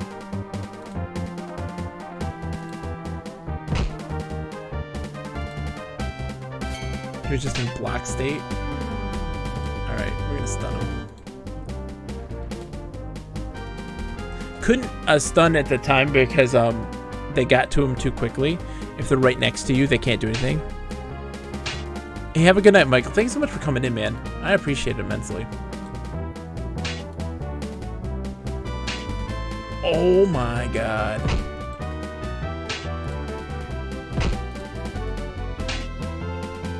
Okay. No one gets left behind.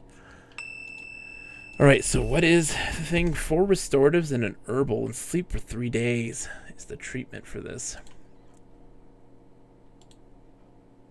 So 3 restoratives.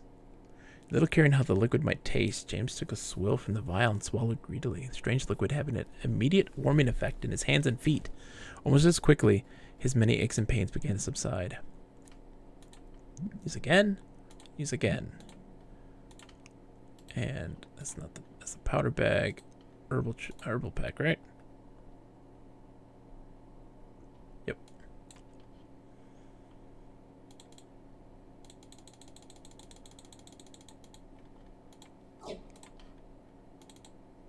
Fearing that an infection might be loose in his system, James attended to his various nicks and cuts with the contents of the herbal pack. Okay, let's grab their stuff here. Oh, keys. That's a lot for the key.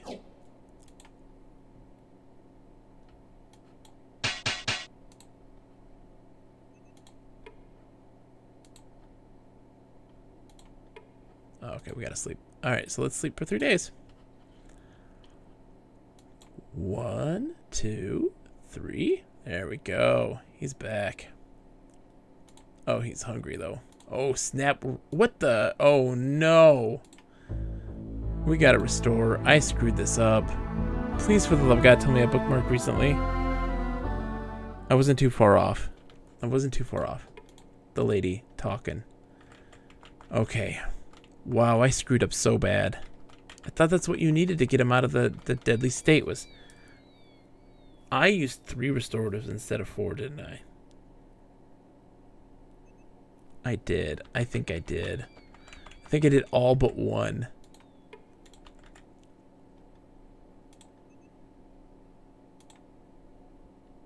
Oh, I'm going the wrong way. There's Eggley. Let's go visit Eggley while we're here, I guess. I haven't been here yet. Game is such a delight, Thraknor. It absolutely is. I mean, I've talked about it a million times. I just feel like it's very speedy. You move through this world very quickly, but it still feels very big. It's very well written. The story is very entertaining and engaging. The characters are great. Is anyone living in Eggley right now? Ooh, we got gravestones, though. Let's go grave digging. Olive Amberton, rest easy, my darling. Yep, just a body. Barlow Flynn, may the death goddess treat him well. Just a body. We're grave diggers. Ooh, 100% sword. I don't need it, though, but let's get it. Let's see if I can carry it. Maybe we can sell it.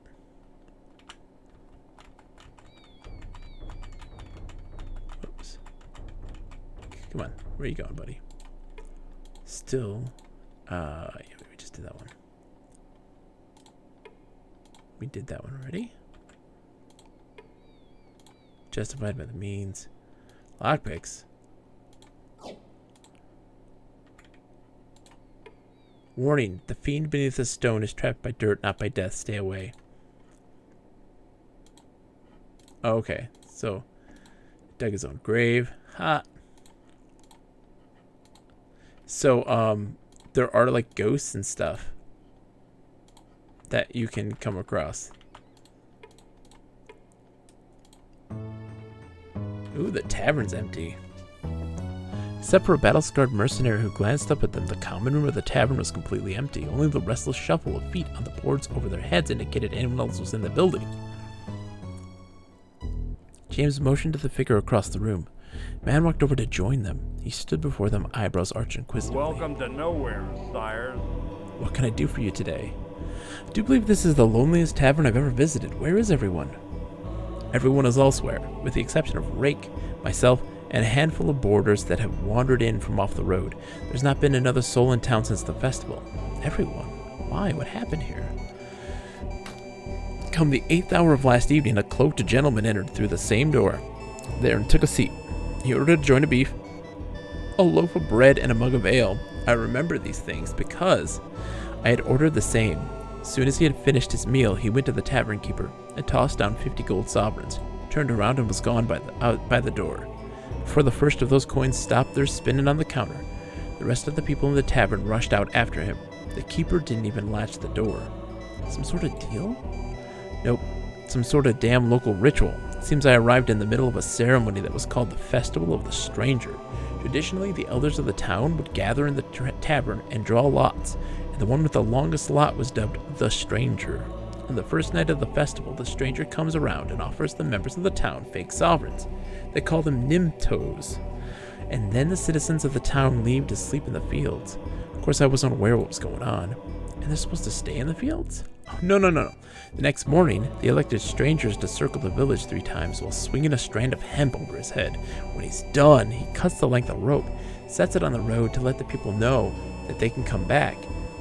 They then know that Killian is looking with good fortune on their township, and that she won't strike their fields dead. If the strand is not placed, however, it means that she is displeased, and any citizen that attempts to return to town will be struck dead. Was the stranger killed by Killian? No, not Killian, by a man named the Collector, to whom he owed money, who didn't know about the town's tradition. It didn't matter to the citizens of Eggley, though. They still chose to see it as a sign from Killian. They haven't returned since. Think the place is cursed and won't return until the curse is lifted.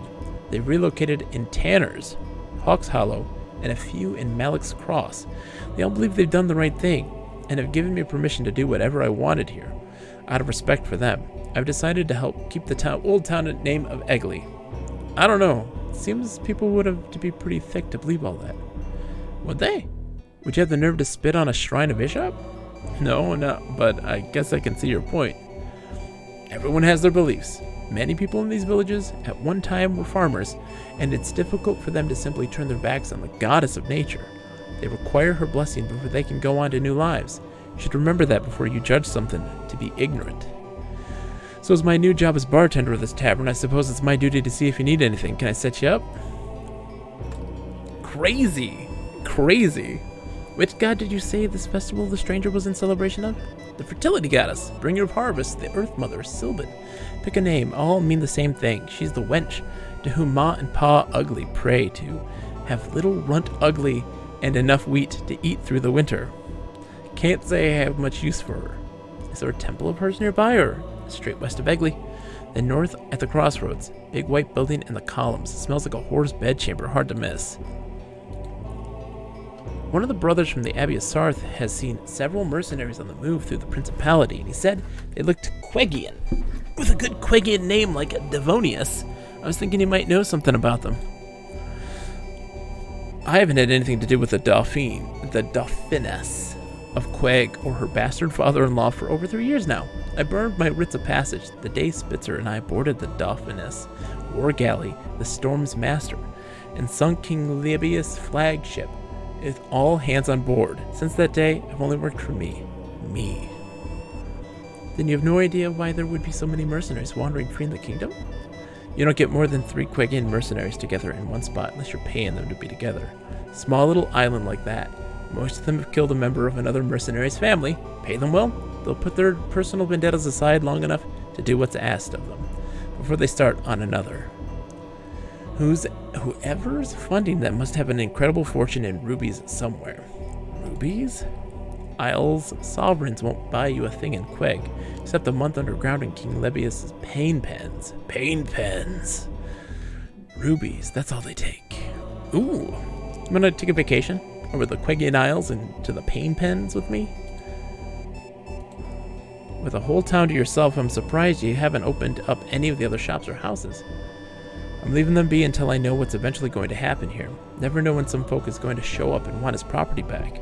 I don't want to be the idiot holding the bag. If most of the folks were smart, they probably locked their houses. And I'm not much of a lockpick. Know anyone who is? Strange character named Abuk. I ran across him when I was working for the Dauphiness Cassandra of Queg. We discovered him once when we boarded a Keshian vessel. After he helped open a few choice chests of mercantile, we chained him up in the belly of the ship so we could make a present of him to Cassandra. But when we docked in Palanque, all we found in the hold of the ship was a note saying he could be found in Silden if ever we needed his services. Silden. Lockpicking. If I'm in Silden, I'll get a lockpick. You mentioned someone named Spitzer who boarded the Storm's Master with you. Was he a friend of yours? Is he still around? Well, you know, to be passing through, you ask a lot of questions. Just curious. I was wondering if maybe he would know anything about the Quegians. He's got more reason to be afraid of King Lebus than I do. He'd avoid Quegians like the plague. Now, if you want to play dice with him, I'm sure he'd be plenty happy to talk to you. He was in Tanner's last I heard. Hey! We just came from there. Thank you for your hospitality. Remember that next time you talk to someone about Egley, time to start some new rumors. Interesting. Yeah, so we're not going up to the inn. So the whole place is gone. Okay. Yeah, let's pick this lock.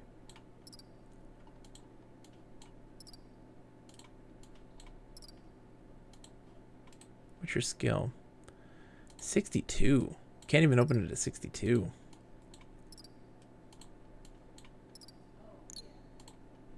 Let's bookmark it real quick.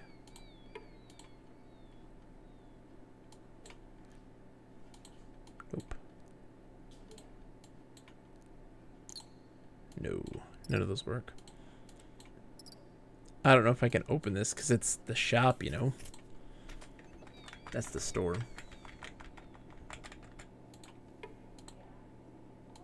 They left some stuff in their place. Oops.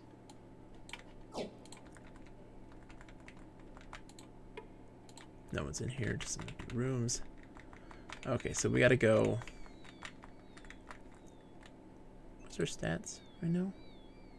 I think we're fully healed, right? Yeah, we're good.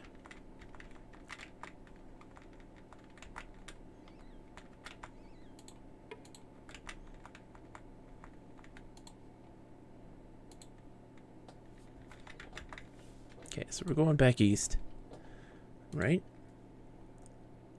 Yeah.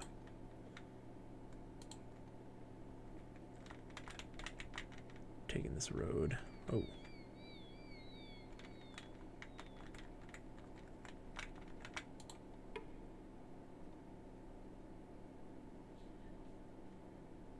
More than generous, okay.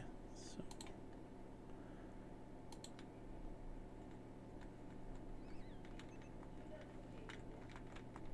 We want to be going northeast. Okay, they were watched.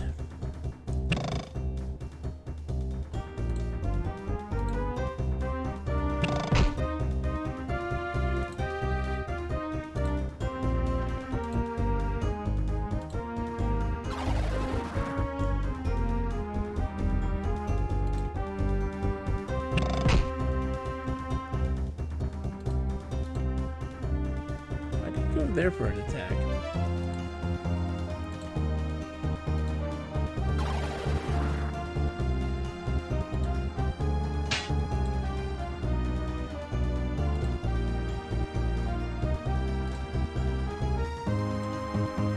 Please hit. Come on, man. You gotta hit.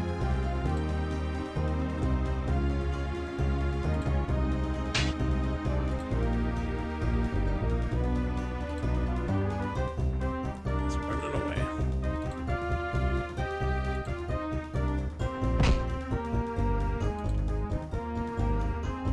There we go. Oh, we just barely made it. This way.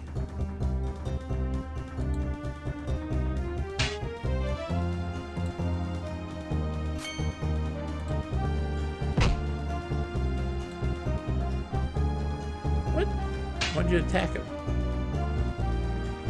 I'm feeling some odd stiffness or soreness. It's either the vaccine or I'm getting old. Flip a coin. It's a little bit of column A, it's a little bit of column B, right?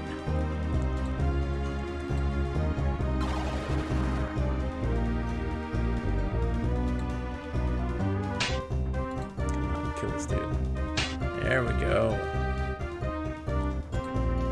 I'm gonna run this way. Oh, guess I'm investigating him.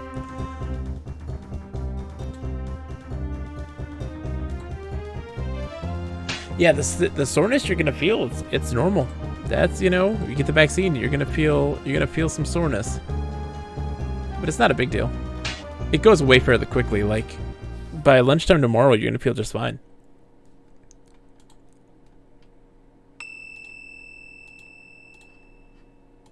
Okay, we'll take that. Take that. Guess I'll put that in there and take that.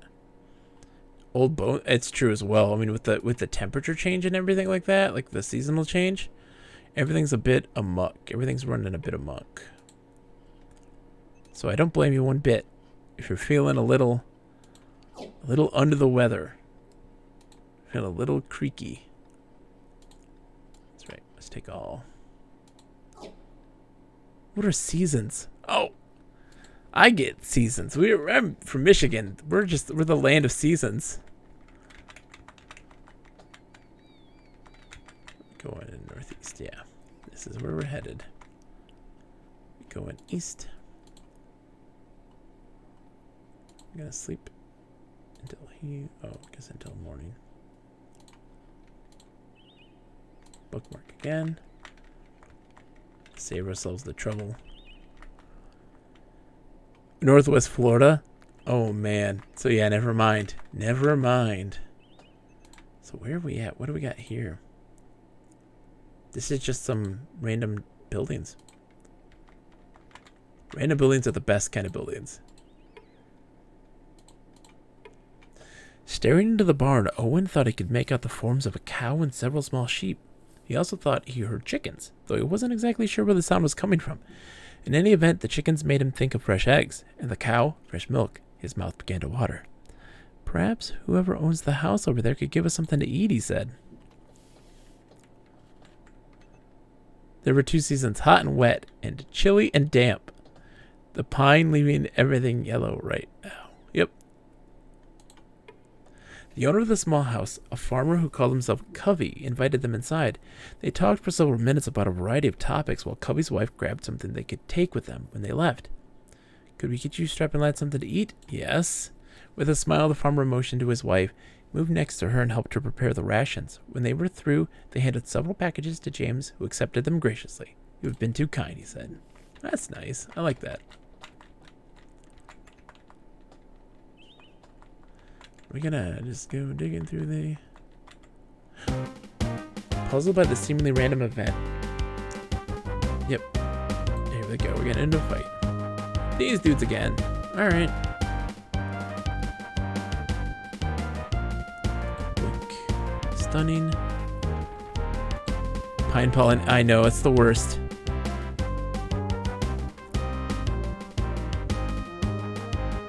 Alright.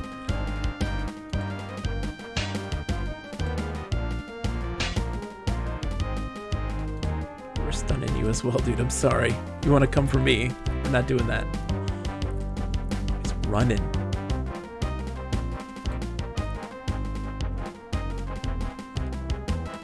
He's running.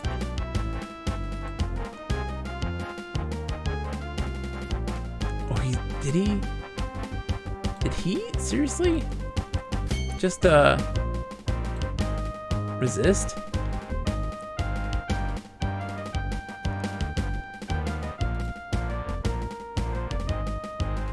Can't catch up to him.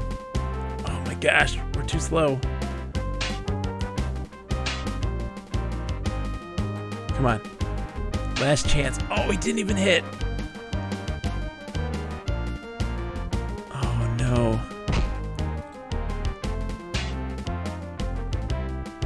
These guys are a bunch of cowards.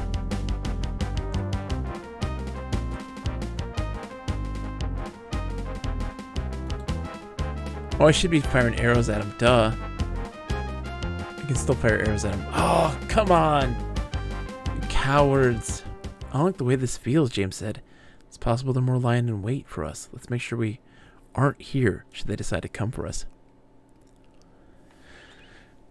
That's funny. Yeah, here in Michigan, man, our weather is a mess. It's, you know, a whole variety of things. Like right now, it's going to be like 30-some degrees tonight. James approached the wooden stump cautiously. Seeing that it was hollow, he looked inside. Got a shell! Woo! Shells.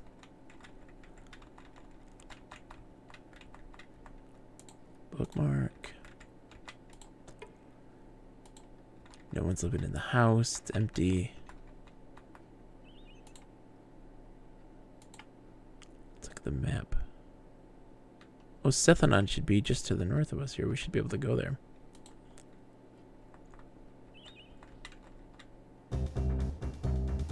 Yeah. What is this?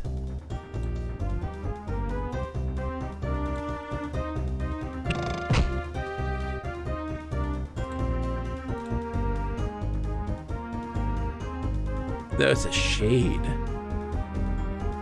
Oh my goodness. Let's fight it.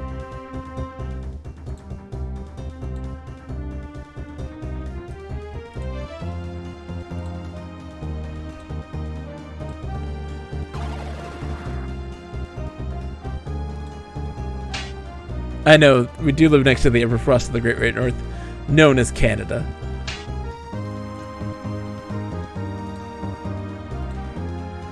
His defense is 37.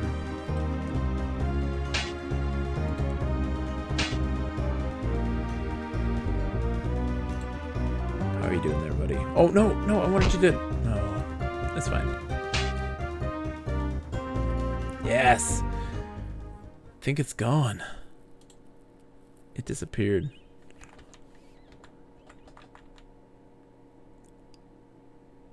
He turned. Gorath stopped and stared off into the distance. After several seconds of contemplation, he turned and began to speak. The hair on the back of my neck is telling me that something is out there. Something evil. If we don't turn back now, I would suggest that we at least proceed with great caution. Oh, it's this thing again. Wait, there's two of them now? Well, I'm glad I bookmarked. Alright. Ow.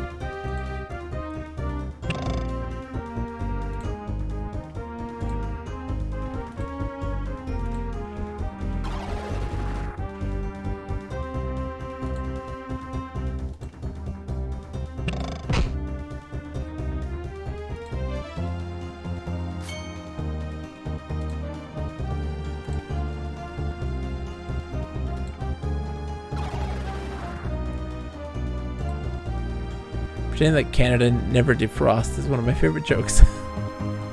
Oh yeah. Never gets old.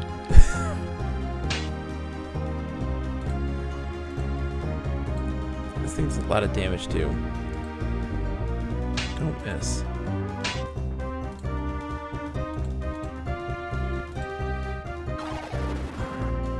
Canadian soil is permafrost, right? No! Cease this madness. Oh my gosh. I'm glad I saved before this, because we might be dead after this. Oh god. The damage. The damage. The double damage. This thing's taking so many hits. My actually is 26% right now. My god.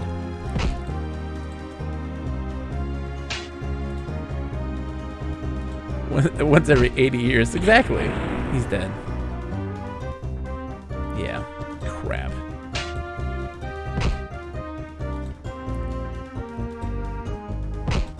We're gonna reset after this. And we can't escape right now because somebody's down. That was vile, man.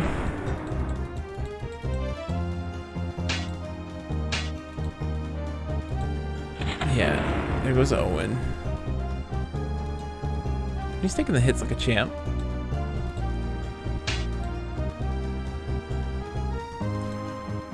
No one gets left behind.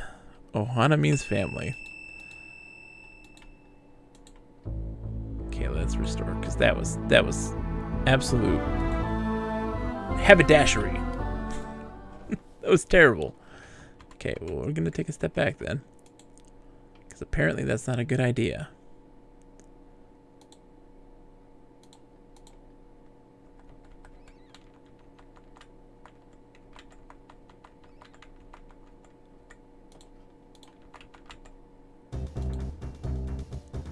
Oh my gosh. So, it's not a good idea to go to this place, then I'm guessing.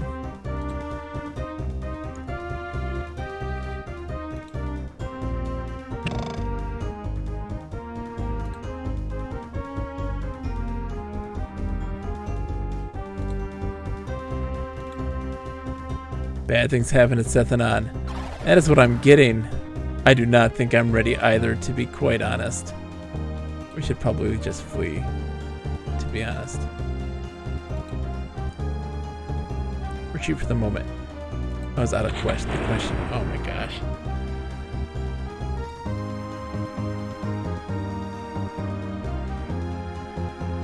Escape would be futile. There. Okay, so we'll load. That was terrible. Yeah. We actually have a pretty chilly night here tonight. Doesn't go below 30, but apparently we'll probably have some little flurries of snow. Yeah, it's been a wild time out here. So yeah, we're not going to that place. It's a silly place. But we'll go here though. Abandoned. Yep. Take that. Take all the money. Low is low 50s. Oh my gosh, that's shorts. Sign reads Nia's shop closed for now. That's a strange thing to put on a sign, said James with a puzzled look. Stepping just inside the tavern's doorway, he detected the faint but familiar sound of why. Yes. Let's see. Gambles. Oh, okay, hold on. Six-Toe Tavern. James motioned to the figure across the room. Oh my gosh. It was in the 80s today. Very pleasant, actually. Get the hoodie and pants. Go for the 50s? I'll say 50s plus humidity's way different than 50s in super dry land. Humid, windy 50s. It's layers for sure. No way. No way. Man, that's shorts. Come on now. Come on now. If the sun is shining, it's doubly so. Hello there, Mayabai. I can't open up the shop. I don't care how much you have to offer or who you are. I can't go in there again. I was offering, miss, to buy you a drink. Oh, sorry. I was thinking you were stopping in to buy something from my goods store across the road. Since my father's death, I've had the run of these two places. The tavern here and the goods store across the way. You know, I've had folks in there for a week by last count, all offering money for a sword made by a hermit up north. Fool that I am, I sent the word out. But that was before things started happening in my store. Since closed up things for a bit. Closed your store? Why? What sort of things were going on in there? 50s in Colorado where I am is definitely shorts weather. 50s when I visit my parents in Louisiana eats into my bones. Michigan's humid. It's not dry. Not humid like Louisiana humid. You'll think I'm foolish. I think I'm foolish. Tell me and I'll listen. If I laugh once, even once, you may upend a cask of ale over my head. It's like, is that Roberta Williams? You'll pay for the cask if I do, all right then. I'll tell you. In the past few weeks, I've seen a man prowling about my shop. That's easy enough. Between companions and myself, we can get rid of the prowler by dinner time tomorrow. Can you now? You run through ghosts as easy as that? Polaics, poltergeists in your spare time? Polaics of poltergeists in your spare time. Ghosts? A prowler of yours is a ghost? Told you that you wouldn't believe me. I'll put it to you though. If you can find a way to put the ghost in my shop to rest, then I'll reopen their shop, give you the gallon grief maker that I bought from the hermit. Simple as that. That offer's nearly as attractive as the woman delivering it. Thank you, fair lady.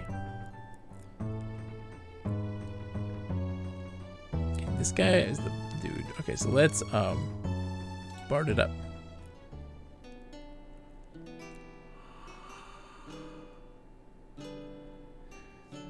Not bad. Owen played, losing himself in the flow of the music. He occasionally mangled a note or two, but on the whole did justice to the Kingdom Mine, the only tune he knew by heart. That was nice, the tavern keeper said with a smile, handing Owen 27 sovereigns and 5 royals. I like it. Jimmy the Hand. Alright. Excuse me. I'm very gaseous. Got the hiccups. Alright, let's go kill ourselves a ghost. Hold on. That is definitely does something. It's blessed, so let's just equip that. Let's equip that blessed sword. Wait. Is there a way to get in? Or just wait till night?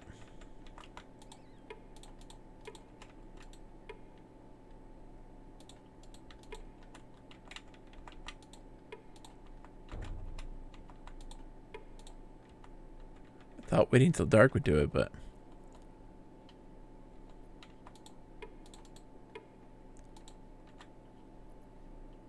Huh. There's a poltergeist there, but I would like to take care of it for you.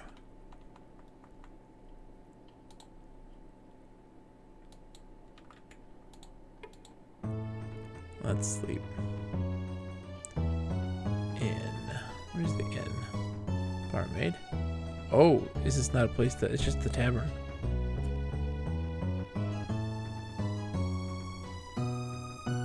Okay, so you can't rest the night here, it looks like.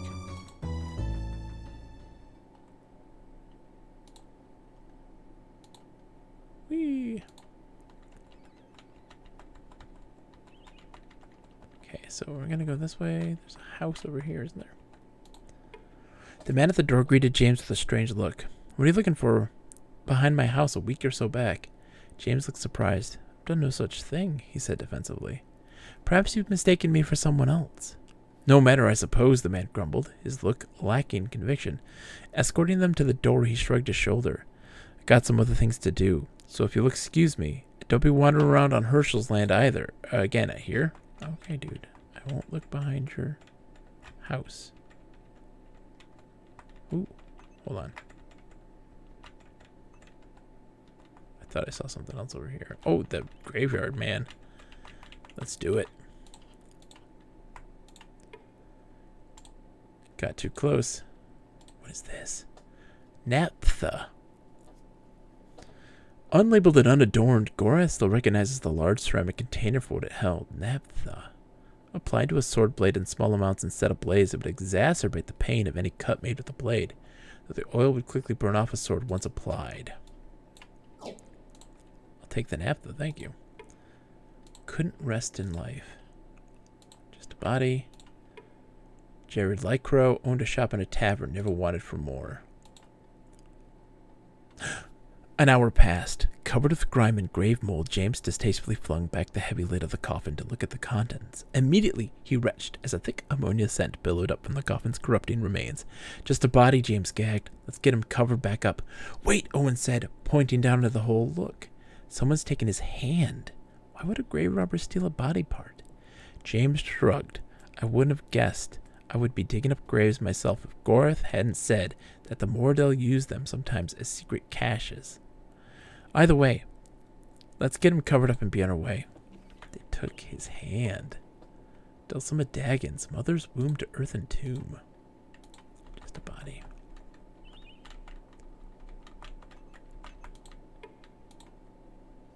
Already saw that. Okay, so.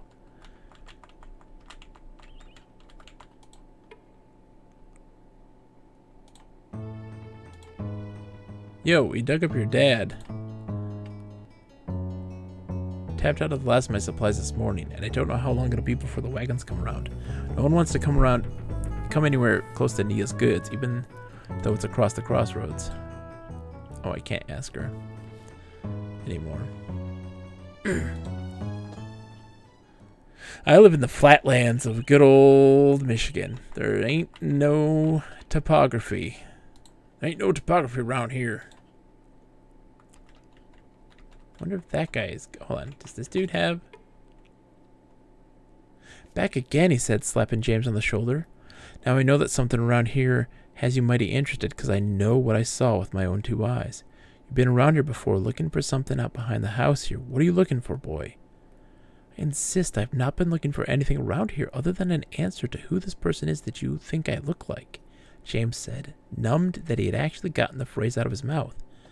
Running a hand across his bald pate, the man made an indeterminate sound. Don't know, don't care. Now just leave me be, okay? Not wanting to start an argument with a stranger, James allowed, okay. Huh. I wonder what that's all about. Really? Interesting.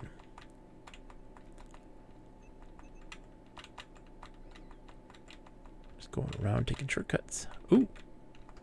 Stuff here. Wait, we are going back the way we came? Or is this new? We're not going back the way we came. We haven't gone to Layton before. Snow. The barn door was locked. Sneaking around to the other side, James spied a flagstone boulder resting against the outside of the back wall. With Gorath's help, he pushed the stone to the side, revealing some broken planks and a hole just large enough for him to slip through.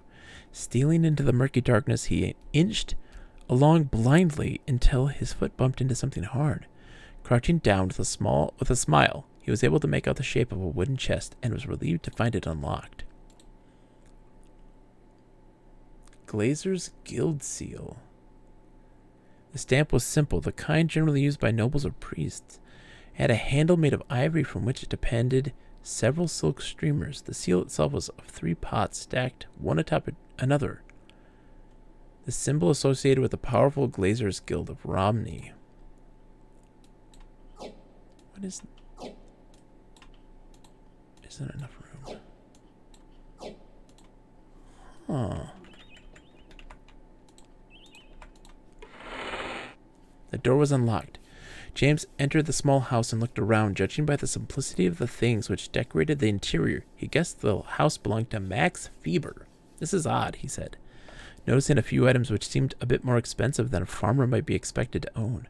Alerted by the incongruity, something told him to investigate the farmer's belongings further. Burial cloth. Turning over the coarsely woven cloth in his hands, he examined the blotches of yellow mold that seemed remarkably like a human face. It's probably the linen that had been a burial shroud. The face imprinted upon it is the unknown man's flesh had dissolved into molding corruption. And a shovel.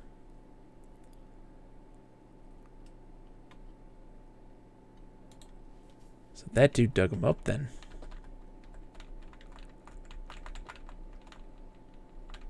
The plot thickens. Floor is low enough that you can reasonably dig to water level with a shovel in the afternoon. That's nuts. That is nuts. Alright, we're going back to the town because we got some new information I think is pertinent. James motioned to the figure woman across the room. The woman nodded and made her way across. Yep. No, we have all the tools. What? Oh, hold on. Yep. Okay. Insist.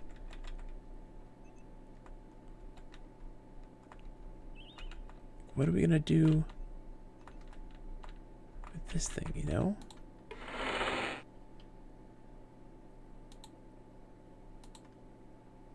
Should I take the shovel? I guess I could take the shovel and just give it to Owen.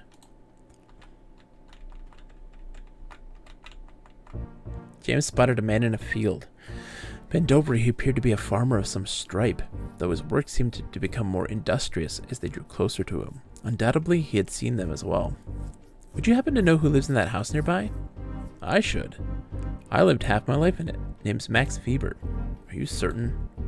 Are you funny in the head, lad? Of course I am. How could I not be? Do you often make it a habit to go digging in graveyards? What do you mean? I mean, the three of us found a burial cloth, and we think you have something to do with all this evil that is going on around here. You've been desecrating graves, haven't you? You broke into my house? I'll tell the constable for this. If he were still living in town, I might feel threatened, but I rather imagine you've already managed to scare him off. Now talk, or I'm going to have a cozy little chat with a friend of mine named Nivek, Prince of Rutha's tax collector. Nice fellow. I think the two of you will get along marvelously. One grave, okay? One grave only I dug up. I don't remember the fellow's name now, but he used to own the Six Toe Tavern before Nia took over the shop. I thought that maybe I could scare her into moving out and selling to me, but she's too darn stubborn. What did you do with the corpse?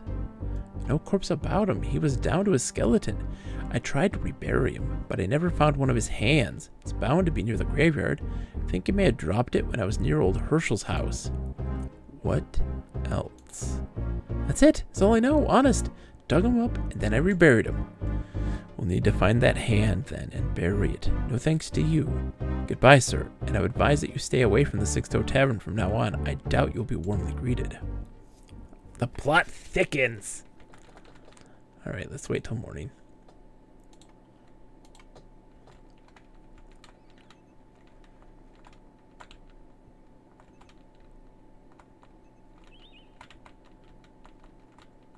Okay, dude. Tell me about this person.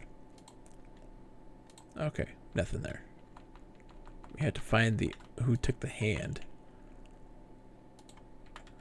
Okay. Occupants left. Graveyard.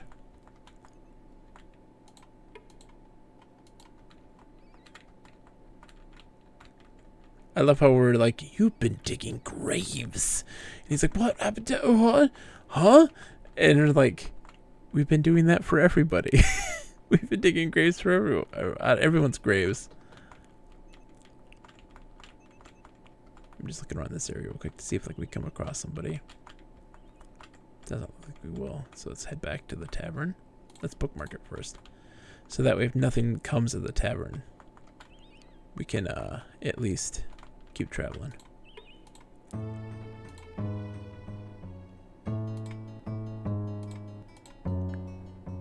Okay. So somebody's got a hand. Now we gotta find it. That's the question. We gotta find out who's got this hand.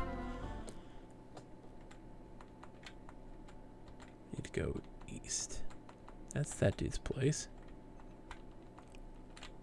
Yep.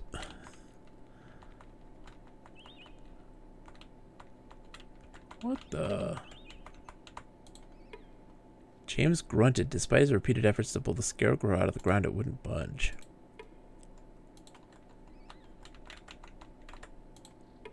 The house was dark. I don't like the look of this, Gorath said, assessing the situation. My gut tells me that as soon as we knock on that door, someone or something is going to be all over us like a stink on a troll. What do you mean? Gorath?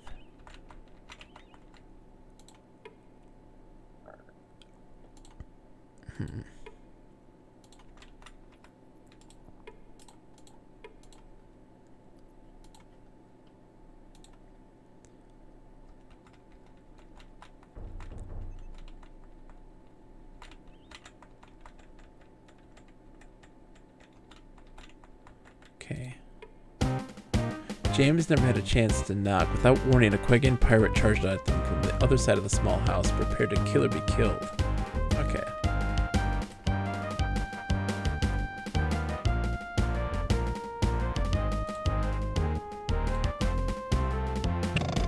Oh. Terrible.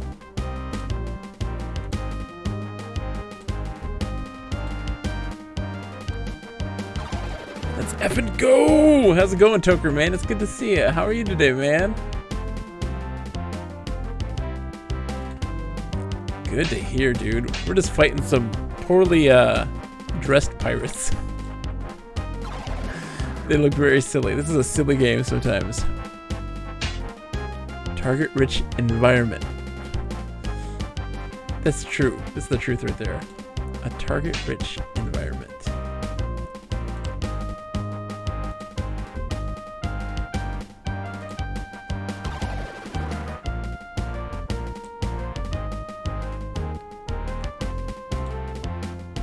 Please die.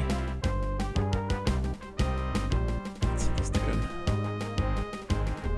It's not what I wanted to do. There we go. Yes.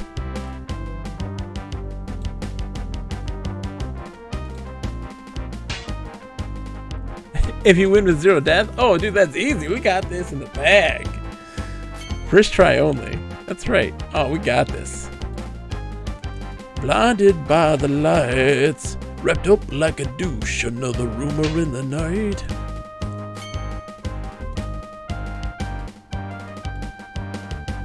Couple ammo. Oh man.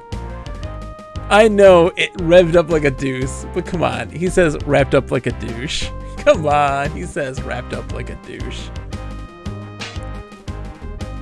Wrapped up like a douche, another rumor in the night. Oh, don't escape. Yes! It totally sounds like it, dude. It totally sounds like it. The party's abilities have increased. Alright, let's see. Dude, Toker, a man of his word. A man of his word. Thank you for the bits, my friend. Thank you so much. It's too kind. It's too kind. All right, so let's see what we got. What are we dealing with here? I want that back. Sean Connery could say deuce more convincingly, not as douche. A douche. Revved up like a douche. All right. I've got my hands full of stuff. I have so much stuff. Like, what is this stuff? Like, what is the Glazer Seal for? I don't know. I want to just get rid of that shovel. And the burial cloths for something, right? I've got to start, like, using stuff. So that's got 3 left. That's got 1. Yeah, let's give that to him so it stacks. Or it doesn't stack. Are you kidding me? All right. My inventory is as full as possible. This is a mess. An absolute mess. So what does this stuff do? Yeah, focuses. Okay. I don't know if I need this anymore. I'm pretty sure I don't.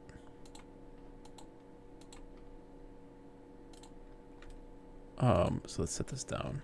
We'll go in here, throw this in the bag. Man, let me tell you, this game has been an absolute blast. I've been having so much fun. Enjoying this thoroughly. It's very, very good. Highly recommend for people who enjoy computer RPGs. Oops. Take that. Alright, so I have so many whetstones.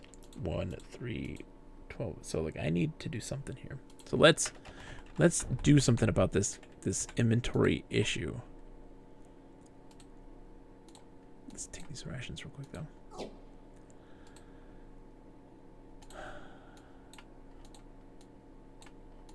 Doesn't somebody have them? He has them. Okay. So let's put this in a bag. Put this in a bag. And put this in a bag. And put this in a bag. And this in the bag. Let's give him this sword. Use the one on. Oops. Switch it. This sword.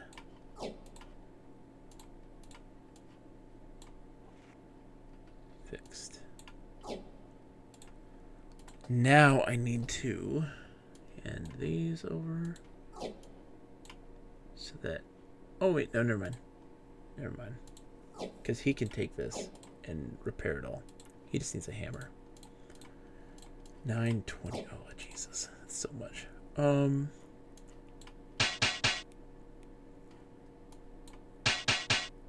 So 86.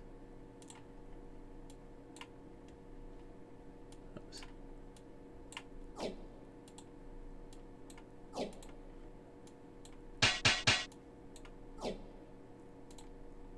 Okay. Oh my gosh, there's just so much stuff. I don't even know. Alright, so we gotta go into the bag now. Take this stuff back.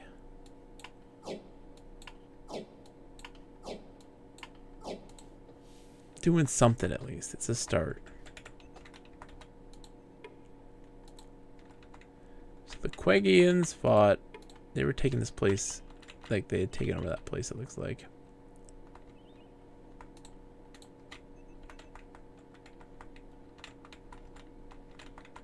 Camp. Ooh, chest. Nothing in the chest. Empty chest.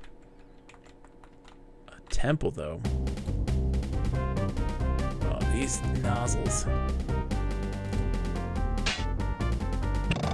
Ha! Friendly fire.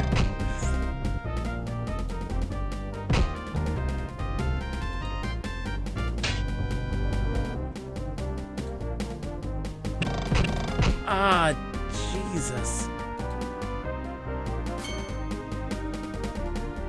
Run, kid.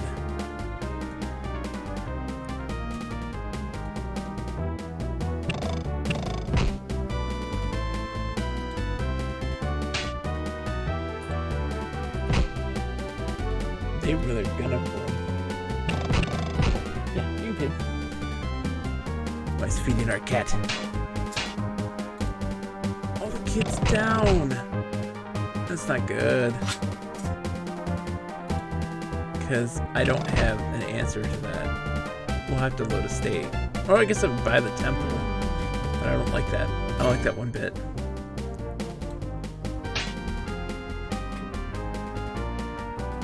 And they're all running away. It drives me nuts. These guys are just coming in for a couple hits and then going away. Take down Owen and leave. Can't hit him with the broadside of a barn.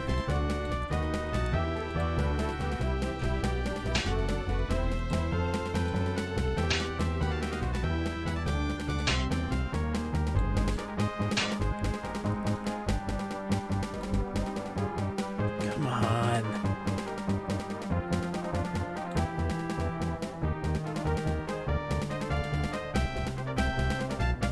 Can't even hit him. Oh, I gotta pick. There you go. You can't reach him?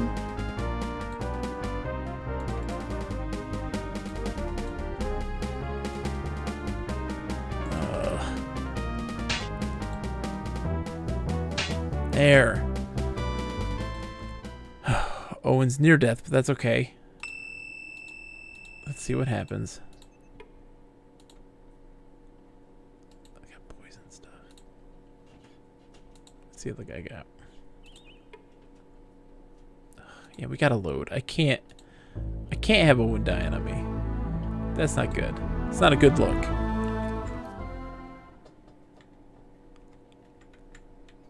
So where were we? Oh, that's right. We're going east.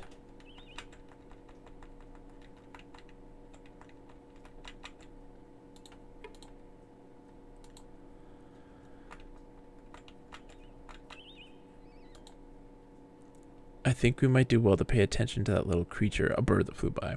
Whatever startled it might be close at hand. If we continue in the direction we're currently headed, I suggest we do so with great caution. He's like, don't go this way. You're gonna die.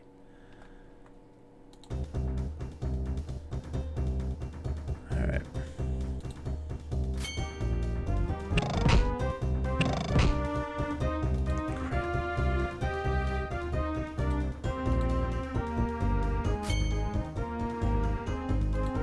Yeah, they're totally cutting us off from being able to use magic.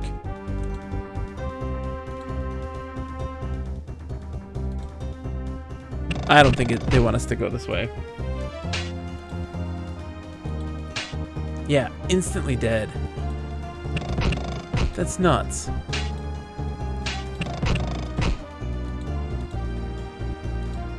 Was I not healed at that point? I might have not have been healed.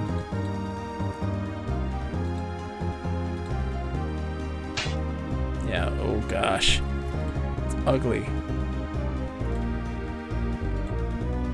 Yeah, we're gonna die. Because, James is low on his stamina right now.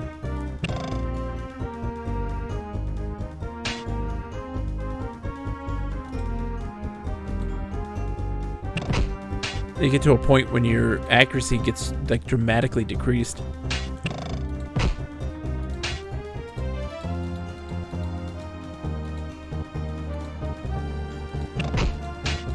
See, that's them saying don't go this way. Okay. We'll listen to them. It's a way to keep us on track of the task at hand.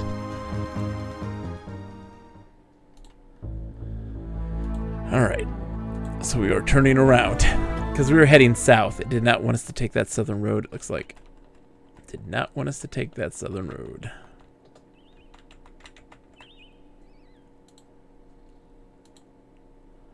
What do you mean? Pay attention to that bird. We have to go this way, don't we?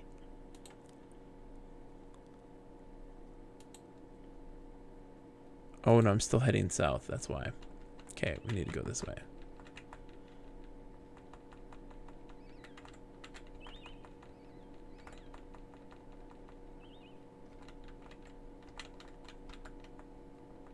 Anything over here? Usually there's something with that little path. Oh yeah, he was really hurt, that's why. Both Orin and Gorath were hurt. We probably could have taken those guys if we were fully healed then.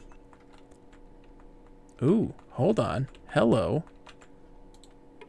Drawing some water from the small well, they drank greedily, then stopped out. Only long enough to fill their pouches. They packed up and prepared to leave. Gorath was about to knock on the front door when he heard a strange roaring sound coming from inside the house. It lasted for several seconds, stopped, then it began again. What in the name of Ishop? Gorath stood with his ear cocked to the door. Suddenly, realization dawned, and with a smile he turned to leave. Owen gave him a puzzled look. We're leaving. We're leaving? It sounds like a wild beast in there. Perhaps we could see if there's anyone inside in need of assistance. I'm afraid even if you were a master magician like Pug, you couldn't cure a snore like that. Come on, let's allow him to sleep.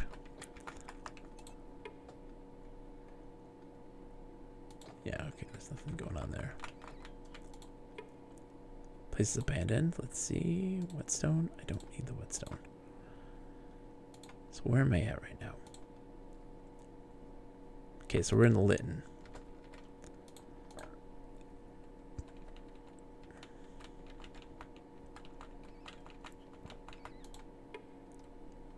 Nothing of interest. The door opened with a creak. "Good day," said a lady of about 25. "What brings you kind gentlemen to Layton?" Layton. I say Lytton because I've played Police Quest too much. James glanced at Gorath, then replied, matter-of-factly, just passing through. "Could we trouble you for something to drink, perhaps?" "You'll find a well beside the road near the center of town," she said. Realizing that she was probably a bit leery about talking to a strange man, James thanked her for information and said goodbye.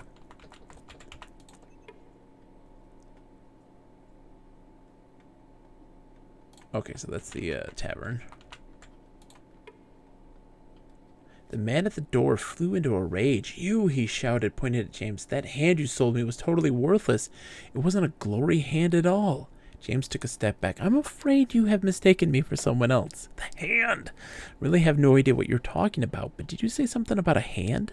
We'll buy it back from you." "I tossed that worthless thing into the dried-up well at Layton. 150 sovereigns, that's how much I paid for it. You telling me you'll give me my money back if I retrieve it for you?" "Yes." James nodded. The man looked at him suspiciously, threatened to have them strung up if they weren't around, when he returned, then left. Several hours later, he returned with a small burlap bag, placed it on the table with a thunk. He turned to James. "Here's your hand. Now give me back my gold." "I didn't take your gold, so let's call this a sale, shall we?" said James. "Call it whatever you like. Where's my bloody money?" the man bellowed. James retrieved the money from his pouch and dropped it on the table. The man scooped it up greedily and demanded they stay until he had a chance to count it all. Well, we got the hand back. That's a plus. Empty shop with some gold in it. Okay.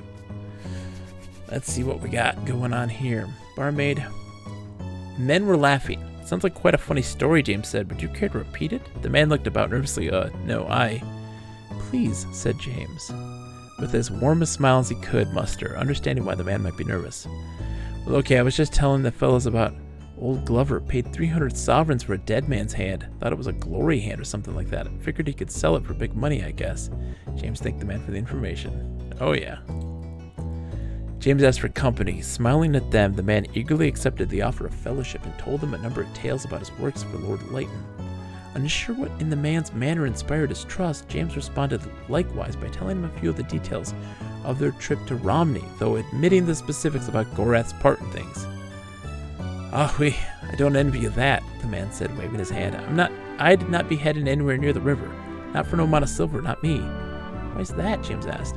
"Awful troubles there. The Guild of the Romney and the River Pullers Guild are as good as at war. If you ask me, some bloke down Silden Way is trying to stir up things. I've heard he's even got a few sneaks what are posing as members of other guilds, even carrying forged guild seals. Saw a group of them with Max Feber, that greedy bastard out west of here." When the man excused himself to go answer nature's call, James pondered for a moment the things he had learned. While it seemed wildly improbable that the events that were going on around them were somehow connected, he had seen the plots of Mermandamus previous to the last uprising. Those circumstances had left him jaded, made him nothing the more comfortable that he was now escorting a former ally of that Moradel monster. Learning so much. Alright. Let's go to the inn. Yeah, we'll stay the night. And everybody to sleep. One more night. Okay.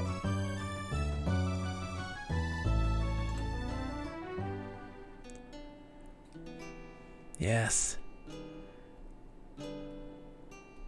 Okay, well, he didn't do so well there. We made some money, though. We'll take it. We got the hand back, though. I'm stoked about the hand. Okay, so this other big building we haven't gone into right here. James knocked, and almost immediately there was the sound of a frantic moving inside the house. Then silence. He knocked again. Nothing. Hello? Silence. Is anybody there? We're weary travelers and seek only a moment of your time and perhaps a drink of water. James waited patiently for a moment, then said sternly, "Look, we know you're in there. We heard you moving about." Finally, with the door still closed, the man replied weakly, "We know who you really are. We'll have the rest of the taxes as soon as we get the money." No amount of arguing or explaining convinced the man of the truth. The door remained closed. What? Let's head back. We gotta head back now. Standing in front of the intricately carved door, Owen stepped forward. These are magic symbols, said the magician. Carved, no doubt, by magic means. Nope, just a regular hunting knife. The figure of a small elderly man followed the disembodied voice around the edge of the house. I was out back tending to some chores. You're right about the symbols being magic, though. Carved them there myself. Name's Flower Wiggin. Thrilled to be in the presence of another magician, Owen smiled and said, It would have been easier to do it magically, Flower. I suspect you're right about that, but I'm not a magician. That was my brother who had the gift. Died a couple years back. The old man stared solemnly at the door for a moment, then suddenly cheerfully said, Left behind a magic well. His legacy. It's guarded by a pretty nasty spell. Give you a good jolt unless I turn it off. You head on over to the well, and I'll give you a drink. It'll fix you right up and set you back only 25 sovereigns. Huh. Magic well. Who'd have thunk? Alright, let's look at this map. Where am I right now? Okay, that's going to take us to Melek's Cross. We need to... Where were we? Where was the hand? It was... The hand story is north, I guess, then. Northwest. I'm guessing.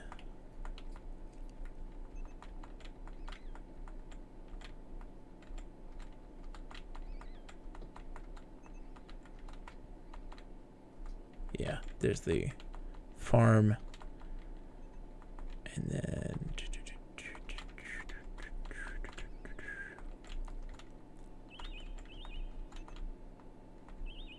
There's this place. Perfect. Now, do I talk to her first?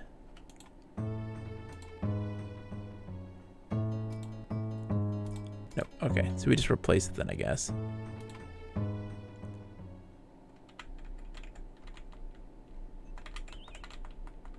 Oops, where'd the... They're there.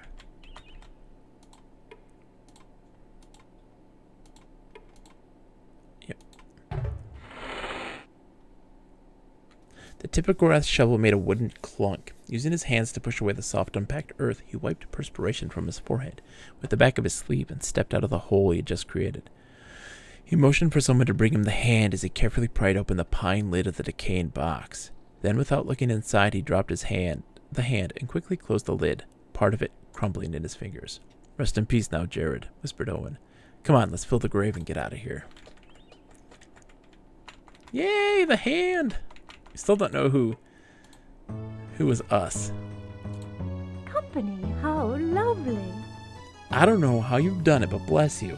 Not heard a knock or a bump coming from my shop for hours. First time in weeks. After I do a little dusting, I should be able to reopen it for business. And seeing that you've held up your end of the bargain, I'll hold up mine. As requested, you can have the Golan Grief Maker I told you about. Thank you again. Please come by the shop across the street anytime. Thank you, fine lady. It was our pleasure to serve you. Okay.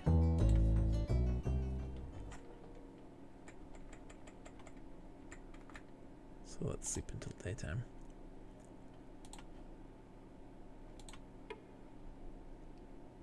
James waited by the door. Less than a minute later, he hurried over from the sixth toe with a large set of keys, jangling on a brass ring in her hand. I'll have that door open for you in a jiffy, she said. She began to search for the proper key. Here we go. She inserted the key into the lock, jiggled it a few times until it clicked. Pushed the door open.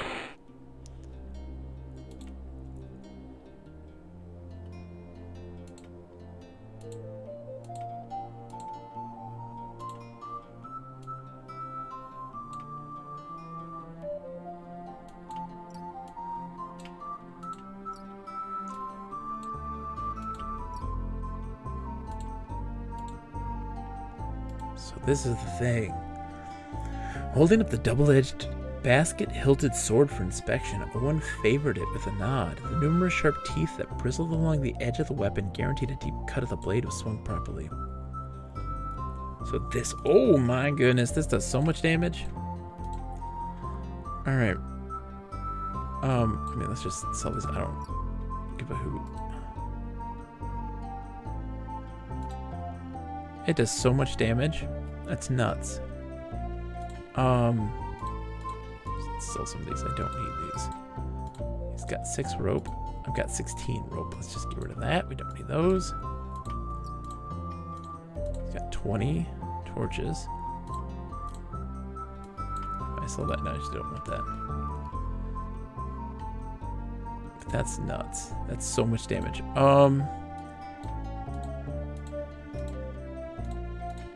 Sell some of these. I don't need them. I don't. I really don't.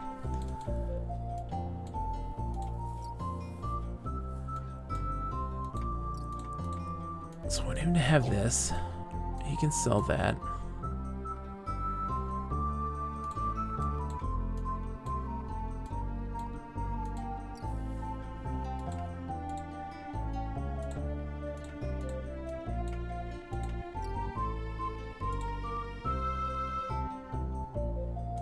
What is it got?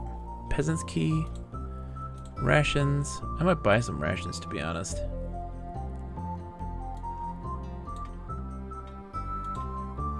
Share with the party.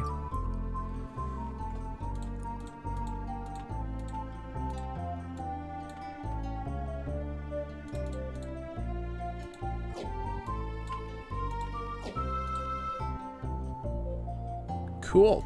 We got an awesome sword now. It does a crap ton of damage.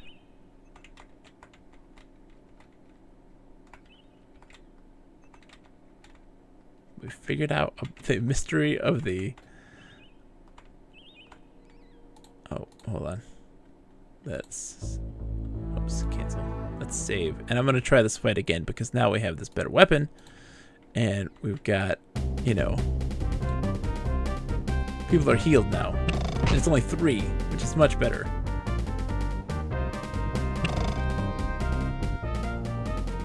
Crap.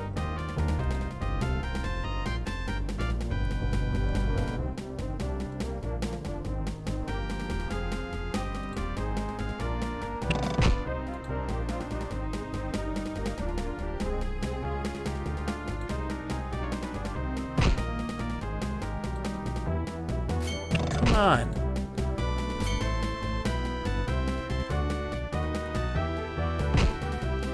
%73% hit. You gotta hit at 73%, man. There we go, 62 damage. Holy crap. That is a metric ton.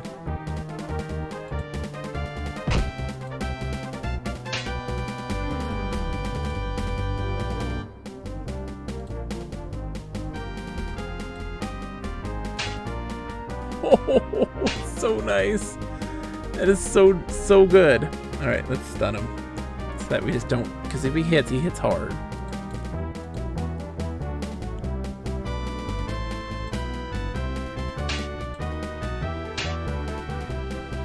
Oh, that is so good. That's like the greatest sword ever. I think does so much damage. Okay. Rations, we will take those. Share with the party. Take that. That's helpful. It's a double body. Money. Torches. Not much. They didn't have much on them this time. Where was that temple, though?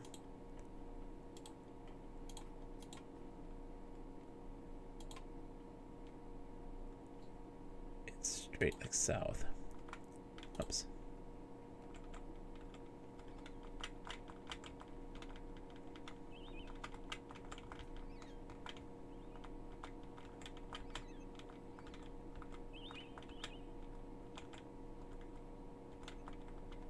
I thought it was. Where's that temple at? That's where I want to go. I want to go to that temple.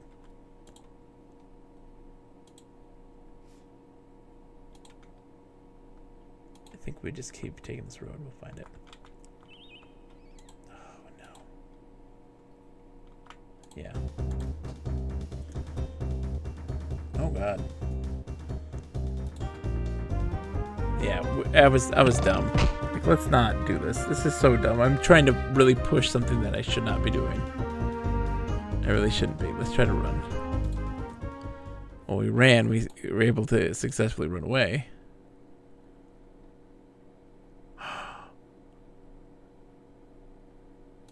He's poisoned. Oh, snap. Okay. How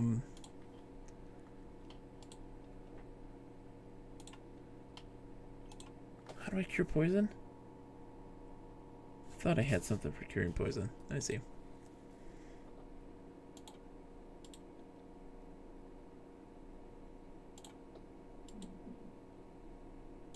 Sword play.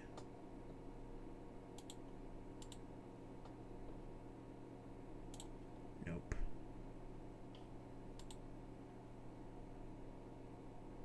Increases the rate at which we heal. Well, let's just see if we can find this place. No. Okay. Bad idea. Yeah, we're just running. So we gotta load. Because yeah. Don't want to be poisoned. That's bad. Of course he gets poisoned. But I saved it fairly recently, so it's not like we lost anything. We didn't. We got the hand stuff. We got his new weapon, right? So we're just gonna keep going east.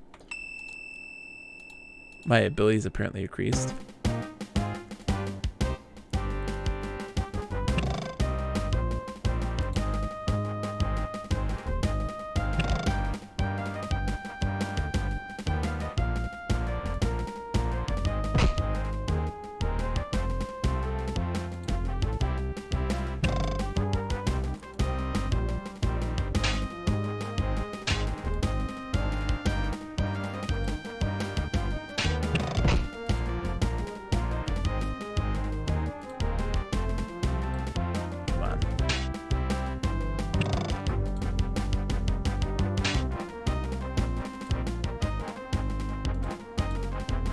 Come on, there we go.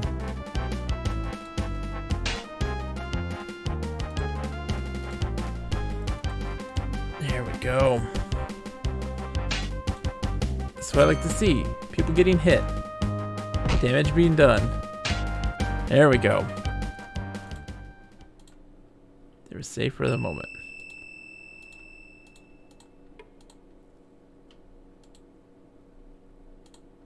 Rations. Share the party. Right. Is everybody sick? Is nobody sick? Like, let's see. Everybody's normal. We're fine.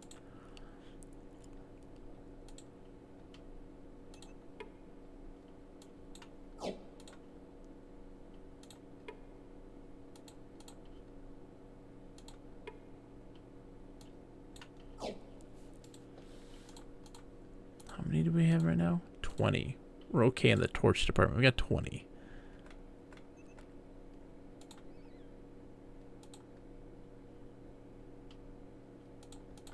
Yeah, we're gonna go to Layton.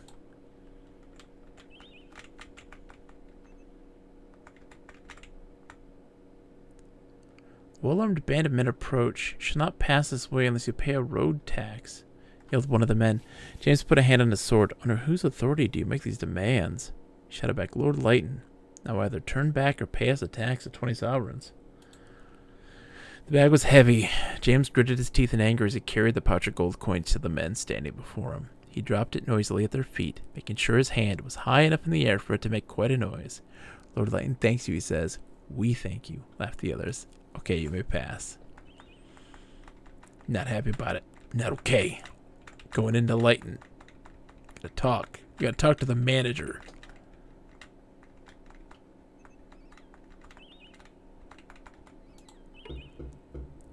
A servant met them at the door. She ushered them inside and led them to a partitioned corner of the room. Pulling back the curtain, she revealed a gangly man with a white beard and snow-gray hair who introduced himself as Lord Layton. Please forgive my humble accommodations, he sighed. My financial situation has been compromised by the death of my lord, Earl Presser of Romney. Suddenly he brightened. Perhaps you fine gentlemen would be willing to assist me in a small matter. What would we do to help you? Asked James. The Lord sighed again. I was to equip 6 knights and send them to Romney for my former lord, but his holdings were bestowed on his half-brother following his death, and he wishes me to deliver 12 fully equipped knights to Malek's Cross. If you could bring me 6 suits of kingdom armor in good condition, I'd be able to get rid of those annoying tax collectors who have been traveling the roads, terrorizing people and extorting money. Wouldn't actually expect that you would have that sort of thing with you. You don't, do you? James made a face. This isn't exactly the sort of thing we would carry about with us as a rule. Of course not, Leighton replied, showing them to the door. But please, see what you can do. Kingdom armor? That's elven armor. And this is kingdom, right? Standard kingdom. I don't have the inventory space to carry that much armor. Hold on. I guess let's head back. Sleep until fully healed.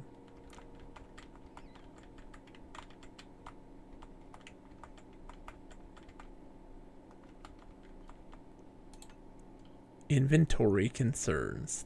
The ultimate inventory concerns. I'm going west right now. Because we had lots of bodies. At some point. Where did all the dead bodies? We killed so many people.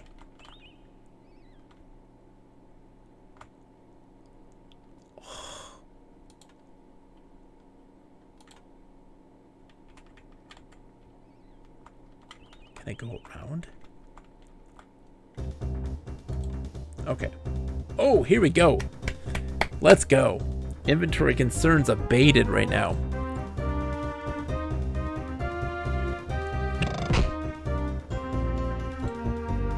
Inventory concerns abated. Let's watch this, man. We're just gonna start one-shotting people.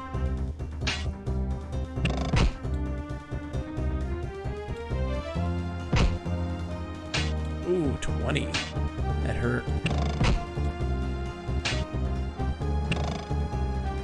Oh, we gotta stop that dude from running.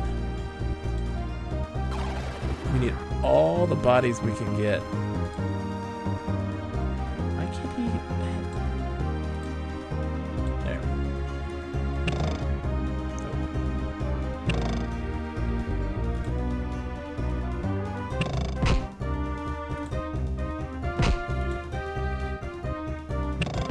Oh, come on.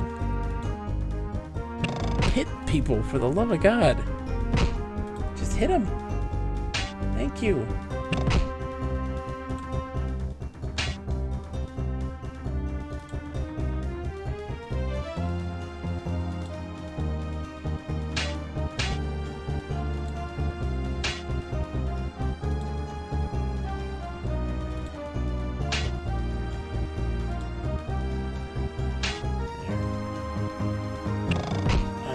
Son of a... Owen is hurting right now. He is hurting. Gotta stun him. This should fix our inventory concerns, though.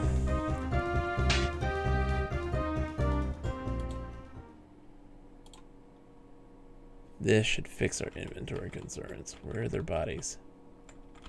There's no bodies. I'm sorry. We did a lot for no bodies.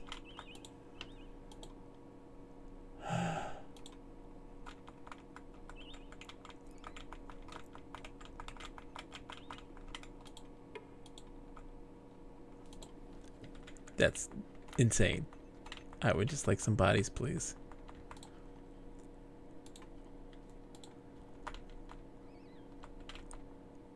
Okay.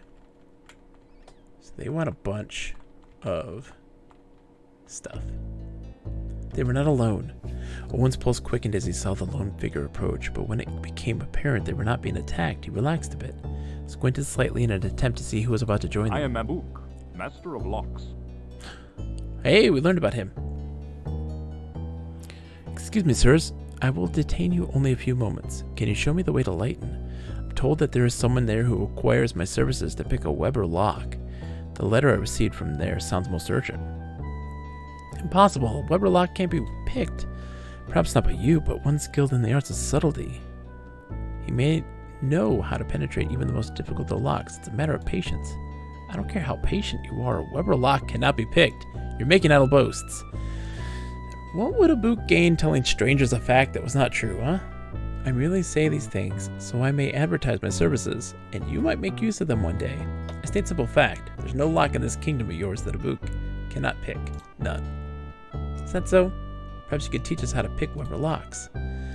It'd take more time than I think you would care to spend. I spent 5 years at the foot of my master Califad, in the shadow of Mount Ashunta, learning the art. but I could perhaps improve whatever skill you may already possess. Hero-wise, I should not cheat myself in this fashion. 80 sovereigns, but I cannot raise my price any higher. Alright, let's do it. You must open yourself to new things. This is the first learning.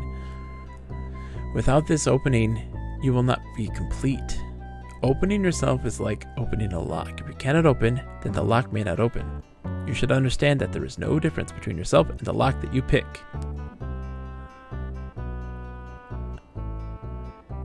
That guy is a terrible liar, like famously bad at it. Is he, Lib? These things I will demonstrate with the test lock that I carry with me. Now I want you to observe.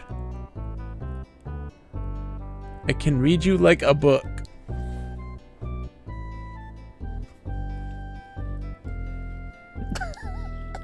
No, Lib. No. No. No. That should be lower. Cashian double. Wait a minute. How did you do that? I couldn't see. Do that again. That is it. You received your first lesson, Dark Eyes. That was too fast. I couldn't catch what you were doing. In time, you shall realize what was done. In your mind, the events will unlock, and thus your hands will unlock as well. I must go. Goodbye. Wait. Lockpick skill has increased.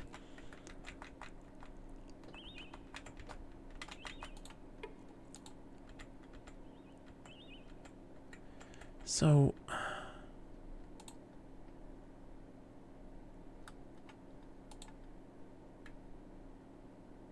Silden's there in the south, so let's go that way and check out Silden. We haven't gone here yet.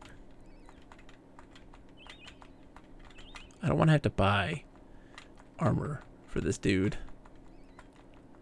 Don't want to have to buy armor for him.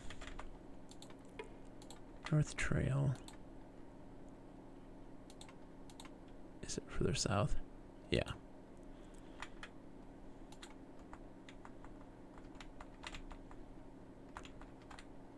Ooh, hello.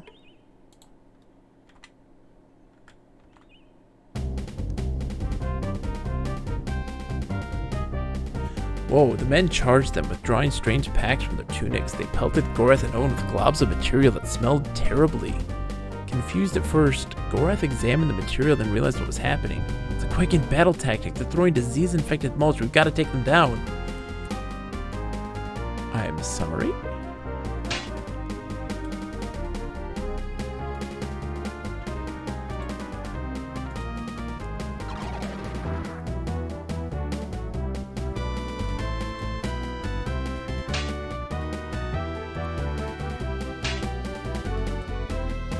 I did not mean to do that.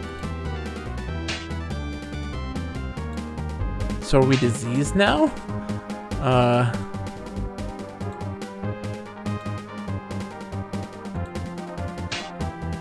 Are we diseased now?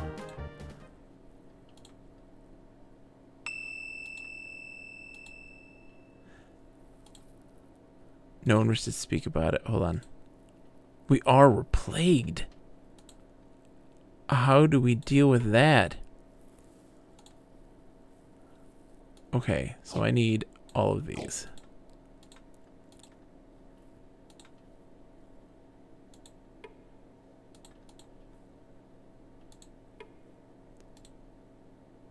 Rations are not plagued, thankfully.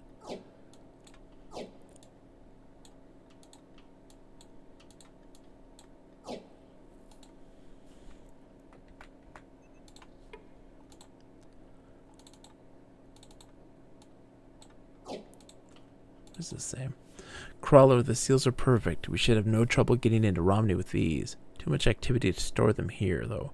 Move the whole lot to a barn outside Light and paid a gold grubbing farmer to watch over them. Hey, we got those. Oh my gosh. It was coming apart, judging from the hay which spilled from the figure's shirt. The scarecrow had been assembled in a hurry by a desperate farmer. What's that all about? James smelled fish. Looks like this road will take us into the town of Silden. Yeah, let's do that. Soaked for ages in the rank perfume of fish scales and sea salt, the wharves of Silden seemed more likely a home for a race of fishmen than the leather-skinned sailors who trod its wooden-planked docks. Traditionally the home of the less reputable, it was known for its shady transactions with the slavers of the Great Kesh. James tried the lock. He moved closer to examine the brass-plated lock, but a group of sailors wandered by and made him wary. No sense risking a night in the lock of let's leave.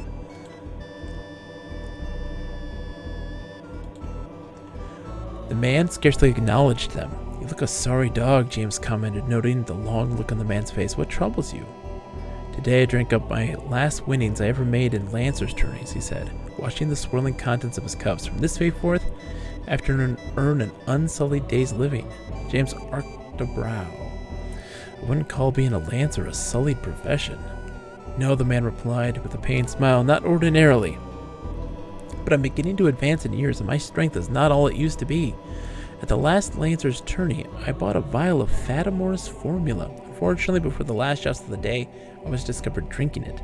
My lord rescinded my bond, and the master of ceremonies forbid me ever attending another tourney, so I may never again seek another noble employer."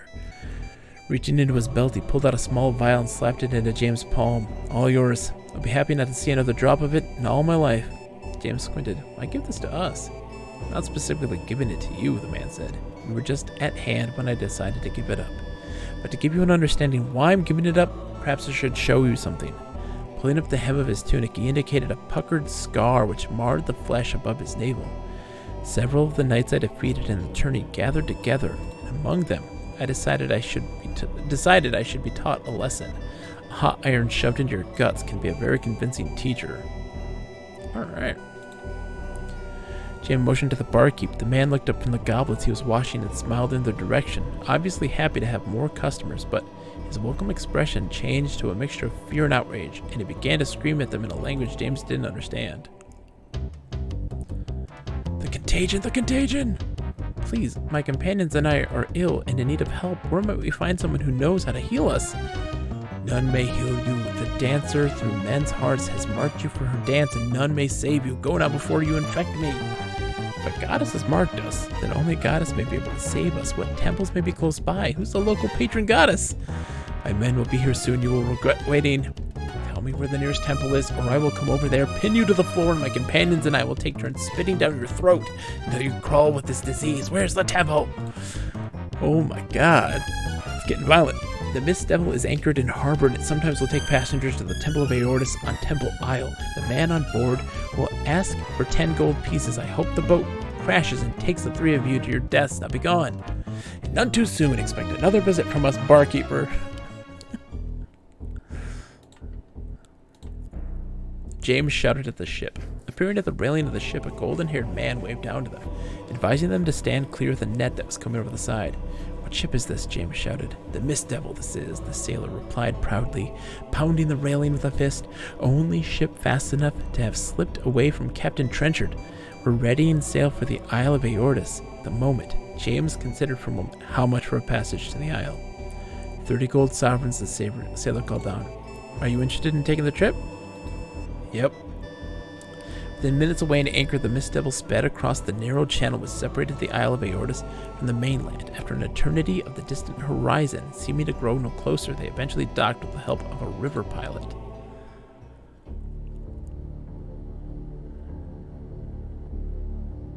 Mysterious as the terns and plovers who made their homes in the stony cliffs of the island, the Temple of Aortus' origins were clouded in myth.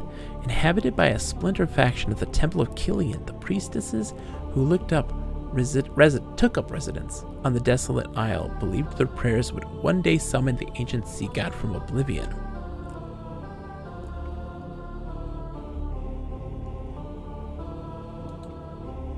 The wall looked strangely barren, as if a space had been prepared for a decoration, but not been crafted yet, so we can't teleport here. Let's see. Yeah, this is all the same still. Here, the priest shook his head. "I'm only just now training to be a healer," he said, directing his gaze at the floor. "Until I've learned more, you'll need to have High Priestess Bela attend to any healing you require." James motioned to the figure across the room. The woman nodded. They made her way across the wooden floor until she was standing before them. Aortis waits. Speak your business. Whoa, that lady is flaunting stuff. Among you, there are injured that need looking after. The ship should return here soon. I would advise you seek help as soon as possible. That's why we've come. The shipmaster in Silton said we could find a healer on this island who could help us. You've been misinformed. I'm not a priestess of Sung, and Aortis concerns himself solely with the denizens of his kingdom of the sea. He may act only on their behalf. Thus is his purpose as designed by the will of Bishop, the one above all. When I was young, I was fortunate enough to have learned something about how the temples all worked. I thought I remembered that a god can sometimes be compelled outside his purpose in return for a duty of obeisance. That is true, but Aortis is but a shadow of what he once was. Upon a time before the Valheru warred with the gods of Midkemia, his influence was as the depth and breadth of the seas and all that moved across them. When at last he vanished, Killian assumed control of his realm. But here, some essence of what he was still survives. We cannot communicate with a god that is lost. But if we were to act on his behalf, do you think he would grant us favor? I cannot know. If there were more than an essence of him in this place, perhaps we could commune with him and learn his thoughts, but we of the Order of Aortis are the servants of a vanished god. We see his will only in very small ways. Perhaps we're here to serve that will. What can we do to help you? I can see no harm in your request, but I can guarantee you no measure of success or failure in your efforts. It can depend only on what the omens may tell me. Perhaps Aortis will stir from his slumber to grant this favor. Until then, the Mist Devil will bring you no longer to this isle. Could you at least give us an idea of where to start? Maybe able to read the god's will in the falling of a sparrow, but some of us are not half so clever. Hey, have a good night, Lorigami. Thank you so much for hanging out. I really appreciate it. Rest well. Of late, we've had many tell us the Rizalki, who sometimes linger near the rivers, have become disturbed. You may find them all and lay them to rest. It might serve your purpose. I will warn you, however, that many of these sisters of Eliam are wily and will find ways to hide their presence. Many do not wish to be sent into the halls of Lim's Cragma. You will need to be clever to find them. This is my advice. As they filed out of the inner sanctum, Bela suddenly dropped to her knees behind them. They rushed to her side, but she had already gained her feet as they reached her. I'm sorry, she said breathlessly. Aortis' touch is sometimes overwhelming, though I cannot understand the meaning of it. Something in you has aroused his interest, and he has smiled on you this day. Good luck to you.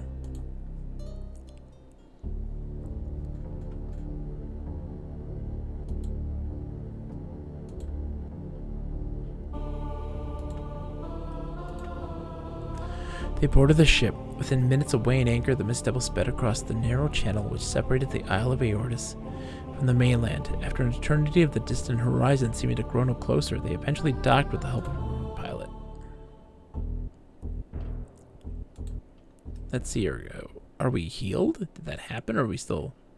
We are. Okay. I like this. Oops.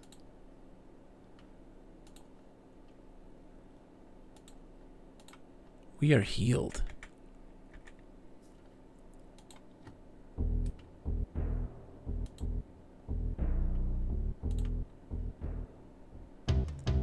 James motioned to the figure across the room. The man walked over to join them. You'll bring ill luck on all our heads. I do not wish your business. Why do you wish us gone? If you're here, you've crossed paths with those who work for the Crawler. All who cross him die. You wouldn't happen to mean some men who were waiting outside of town, would you? I'll say nothing more to you. I'm content as a living man. I can understand your fears. I'll ask no more questions of you for now. Okay. Oh, hold on.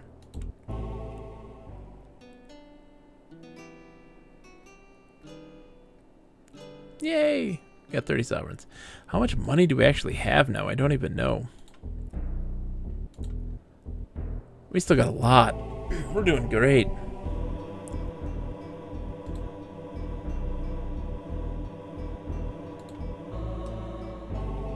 Let's see. Magical scrolls. Flame cast, we got that already. Skyfire, I don't think we have Skyfire.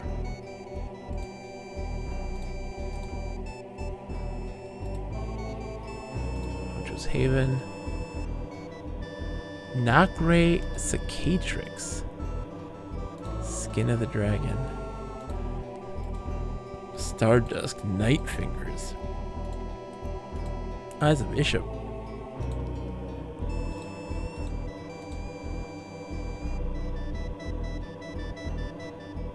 Okay, so we need to go visit that one guy again and see if we can sell or give him those. Oh, Gorak's tired. You tired, Gorak? Let's sleep to your shield, buddy. You're doing okay? Yeah, I want to head back to that dude's house, which is just west. Okay, we just keep staying west.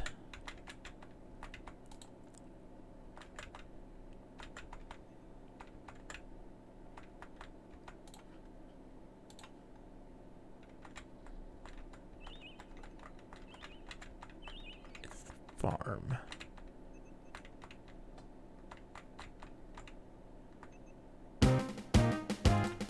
Trouble? Oh no. Okay, you're staying there. You're not moving a muscle. Neither are you. You are, though. You stay there. Same thing here.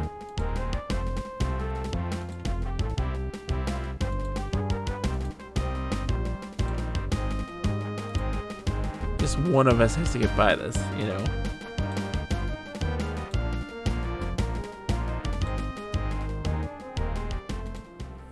Okay. The traps aren't so bad. As long as you have the grids, it makes it a lot easier. Ooh. We got a box. We got riddles. Power enough to smash ships and crush roofs, yet it still must fear the sun.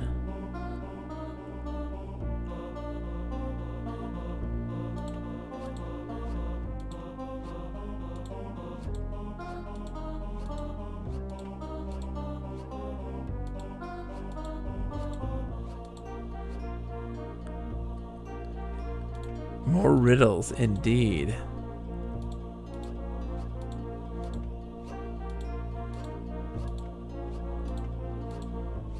Okay, so let's write this down. This should be easy. This should be easy. So we got WTSI.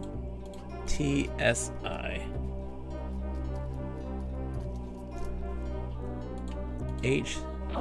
Oh, ice. Boom, I nailed it. Whoops. Should be easy, right? And easy it was.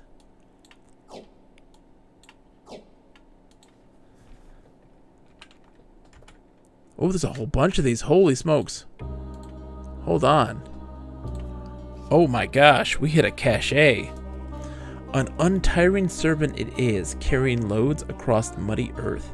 But one thing that cannot be forced is a return to the place of its birth. I ain't got no time for a 38% crossbow. No, ain't got no time for that.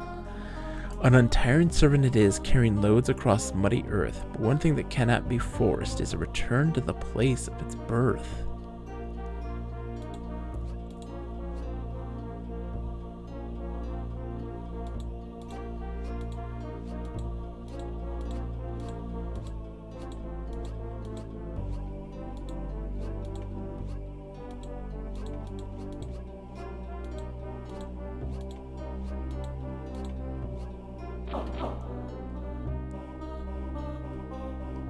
I am on fire right now. I knew it was river. I was thinking water, and then it came up as river, so I was like, that's the one. No room. Of course you don't. Okay. An untiring oh, we did that already. We did that one already. I got it. I got it. Too late. Too late, Bubble Baggins. I got it. River indeed. Okay, so there's a third chest here. With sharp-edged wit and pointed poise, it can settle disputes without a noise.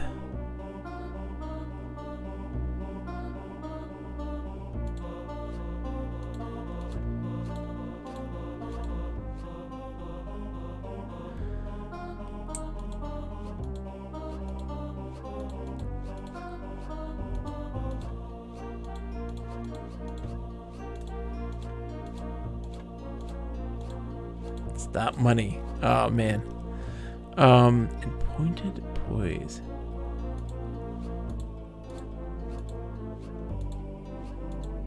Sword.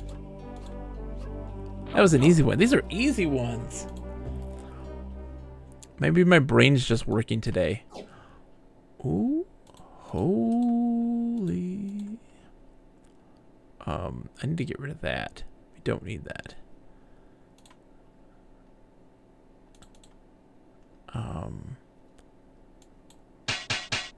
Hold on.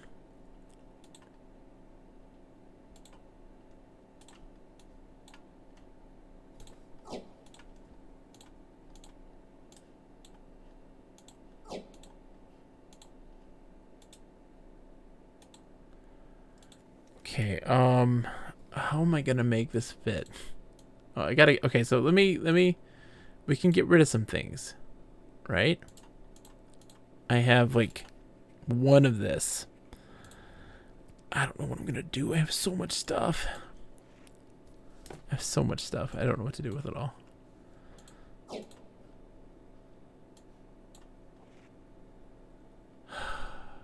Okay. Hold on.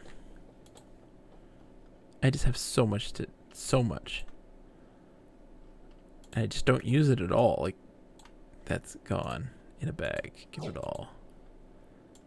Give it all. Put that in the bag too. We don't need that. Okay, so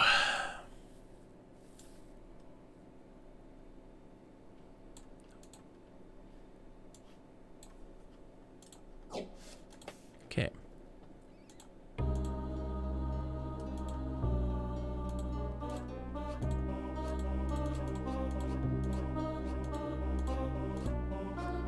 Okay, so let's see what we got. So take that.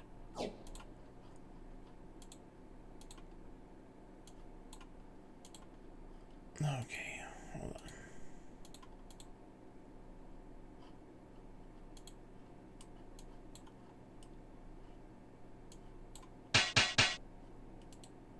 What does this have here? So it's got a blessing type number 2.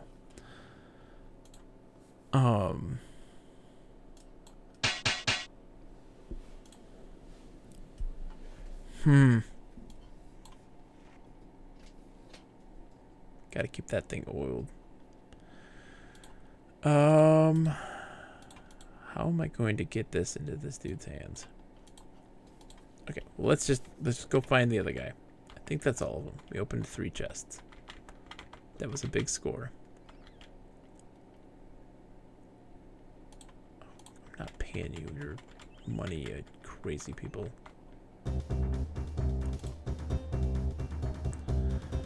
If memory serves, you can leave things in the lock chest and come back for them later. Ooh, okay. That's a good thought.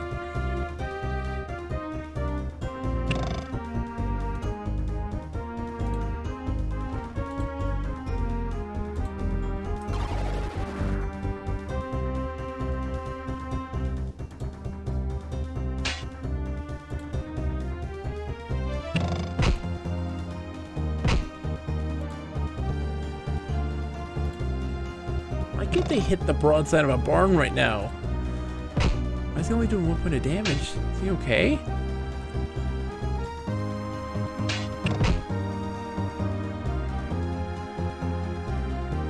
His strength is 14 right now. Is there a reason for this? I think his health's really low. It's not, yeah, his health's low, that's why.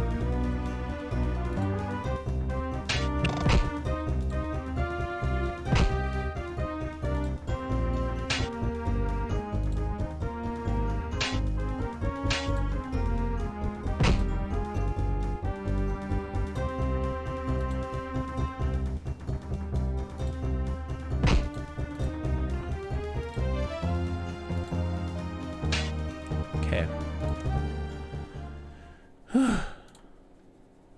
Oh, okay, so when it's an ambush, you don't get their loot.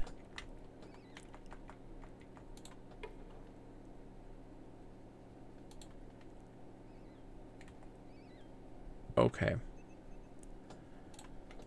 So we are gonna have to. Okay, so hold on. 1, 2, 3, 4, 5. I need one more piece of standard armor. I'd leave them unarmored though. So I will go back into here, then I guess I'll open this up and... This is ice, I think, right? No.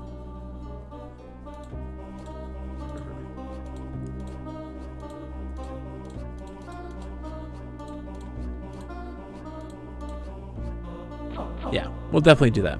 Thank you, Bubba. That is helpful. That is very helpful. Alright, so we need to put all this garbage in there.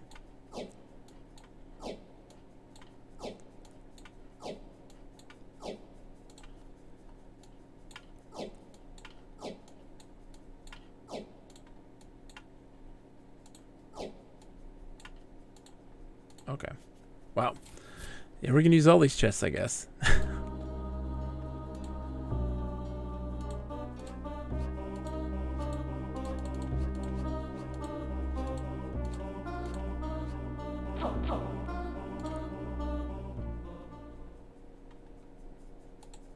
Maybe that's why they're here.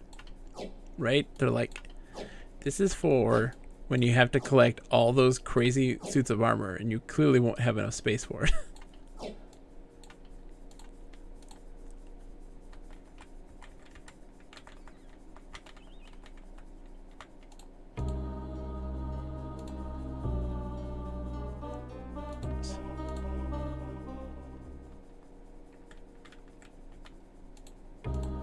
This should be ice, right? Yeah, ice. Okay.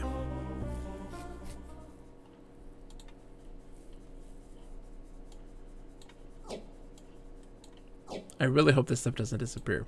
I really hope it doesn't. I'd be so sad.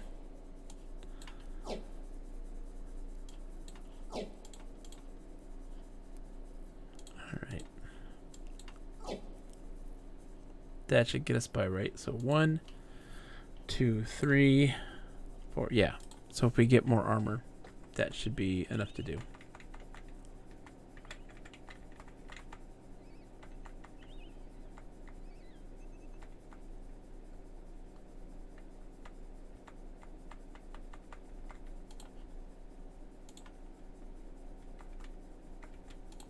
Sleep till healed.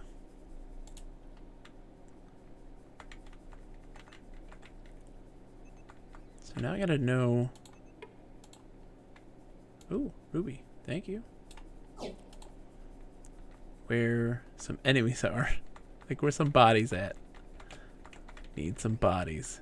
Maybe I'll have to go buy some armor from the shop. Maybe they'll just do that.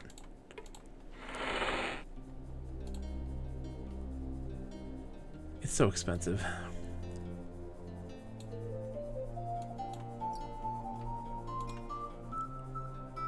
But I can switch it. So 1, 2, 3. Hold on.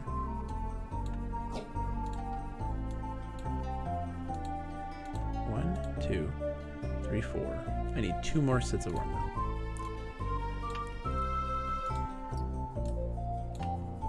Alright. That should be it. Right? It said 6, I think, right?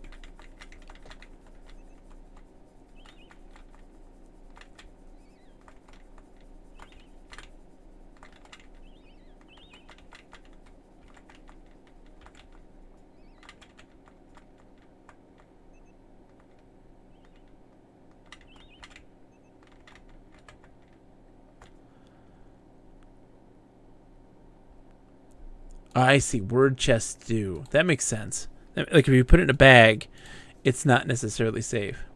But if you use a word chest, it is. That's interesting. I just gotta find his house again. Where did it go? Did I pass it? I think I did. No, here it is. Whew, I was like, oh god. Yes. James nodded in reply, but before he could say more, Lord Lighton was on his feet. Wonderful, exclaimed the Lord with a huge smile. I don't know how you did it, but all I can say is thank you. Glad we could help, James said nobly. The Lord began to rummage through some of his belongings in a cedar chest in the corner of his house. Let's see, what do I have here that I could offer as a reward? That won't be necessary. Nonsense, he snapped. I want to help out. Here we go. These things aren't much, but you may find them useful. Placed a virtue key and a parchment note on the table. They thanked the man, took the items from the table, and placed them in their packs. Of the fairy chests we have cataloged so far, Lord Light...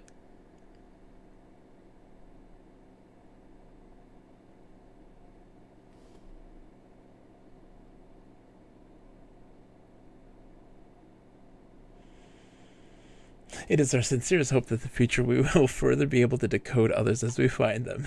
I shall send more. Okay. Wait. No.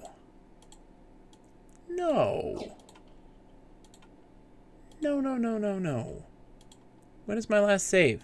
I think I saved before that.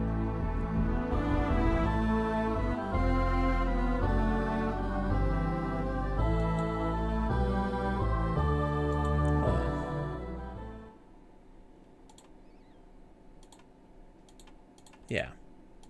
No, no, no. Mm-mm. Mm-mm. Hold on. Hold on. Hold the phone. Yeah. Putting that on. Okay.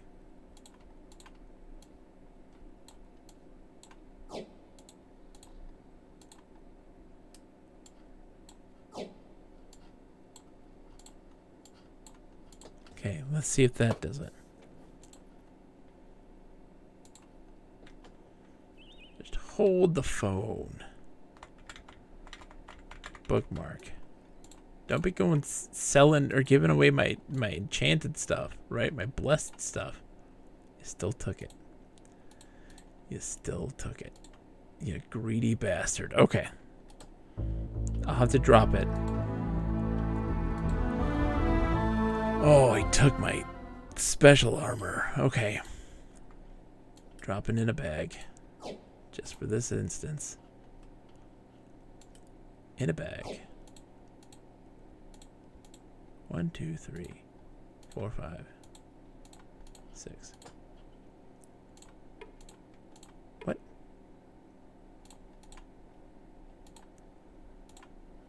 Is that one not enough? I don't think he thinks that's enough. Let's fix it.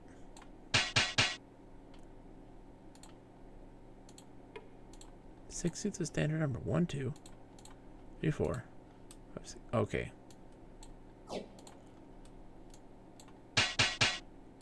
Better? Yes. That's why. He didn't like the quality of those ones.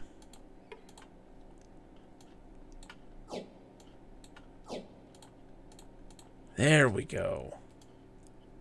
Don't need the stupid note. Not necessary. Got rubies up the yin yang. Okay. Let's open these chests back up and get our stuff.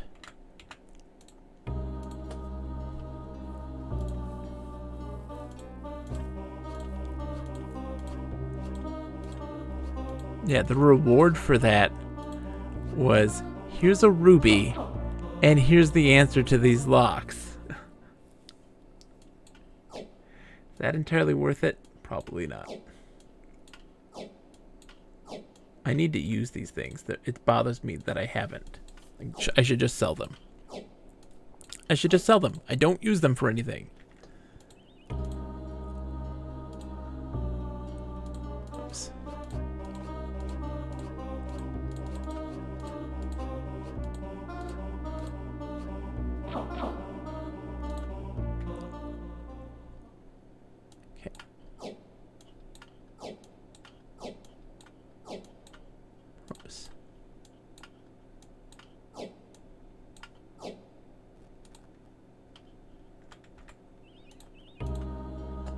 ice. Ice, baby. Yeah, easy.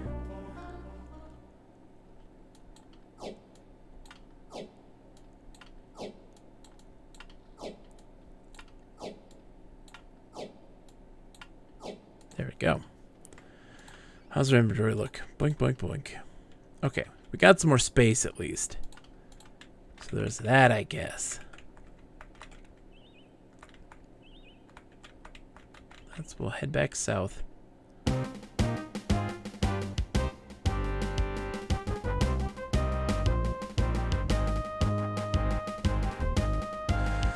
Ice ran the length of Owen's spine. Desperately, he tried to recall what little he knew of temple magic as the enemy advanced towards them. He regretted not having spent more time studying the text on the Mechemian goddess of Deathlimb's Kragma.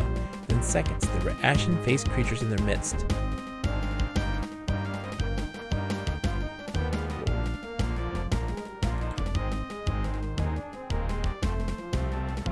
Oh my god.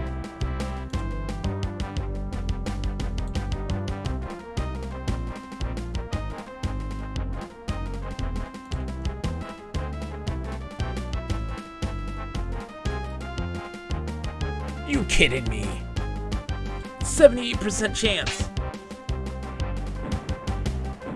He's dead. He's so dead.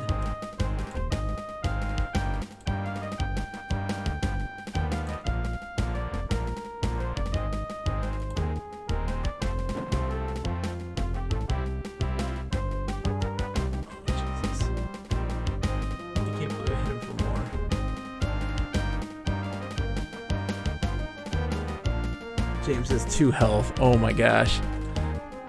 Just try to restore, buddy. It's gonna be okay. You just try to restore some health, okay? Oh god. Oh god. Of course it did that. Of course it did that.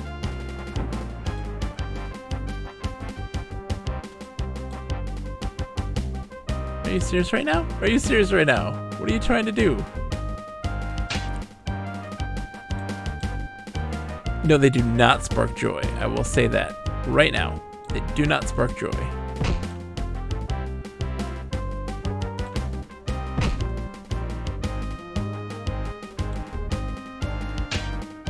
Chasing these stupid ghosts around.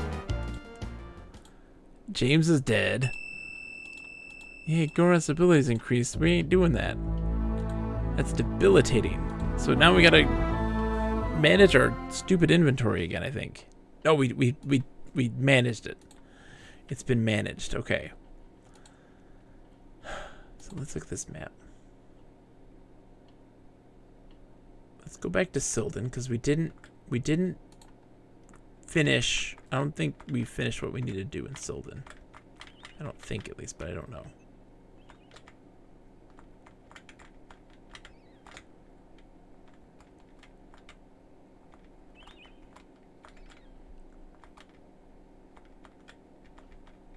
Chest.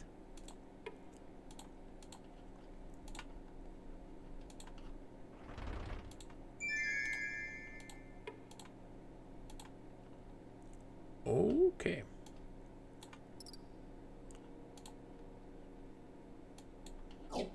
Not worth it. Welcome back, Sakura. Welcome back. Hope you're doing okay. We're going to the town.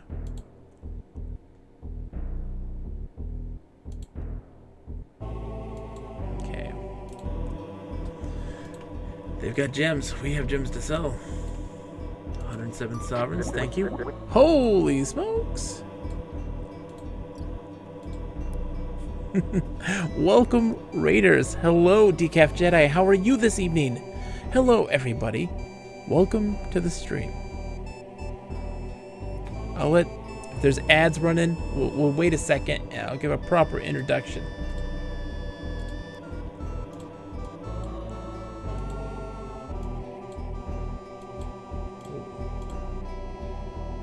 How much now?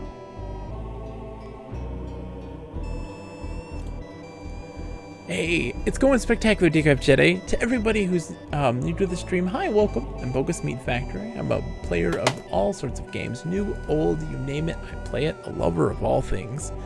It's an absolute pleasure to have you. Me and Bob here are playing Betrayal at Krondor. One of the most fantastic RPGs, PC RPGs of the early 90s. It is so much fun. It's been an absolute joy to experience, and it's been just so much fun. I'm just checking out the worth of all these things. It's the restoratives. I need that.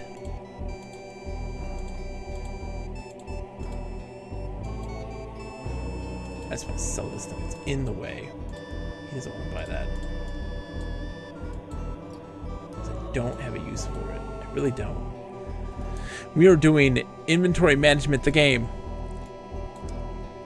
Whoa, 305 sovereigns for that. I don't know what that thing does. I gotta check it out. You're playing Evil... How is Evil Geniuses going? I haven't got a chance to check that one out. I've heard good things. Definitely something I want to see at some point.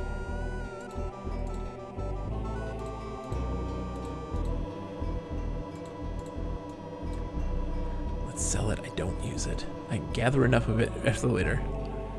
Complex but really charming. I like this. Complex but charming is good. Decline. That's how much for this? 33 sovereigns. That's that one. Don't need it. Have enough as it is. Modernization of the original. Excellent. That sounds great. That sounds right up my alley. So there's the boat. He doesn't want to talk to us. Everybody's glum, in a bad mood.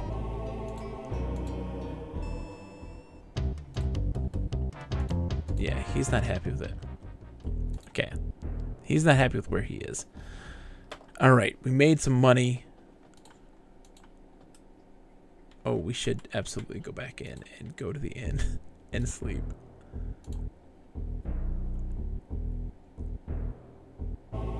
Okay. Romance of traveling.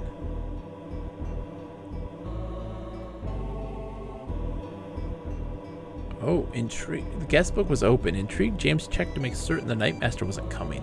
Scanned the pages. While there weren't any names familiar to him, he was puzzled by a red circle that had been drawn around their false traveling names. Okay. Interesting.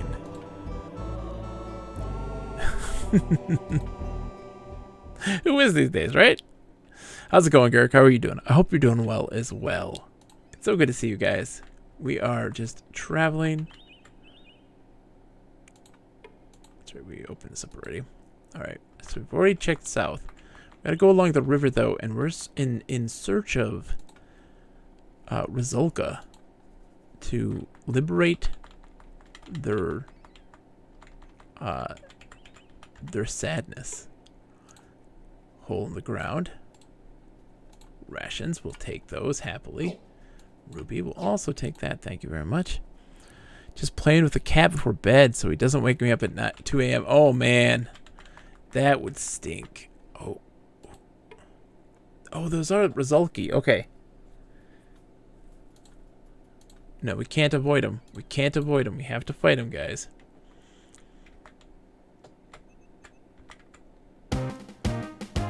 Okay.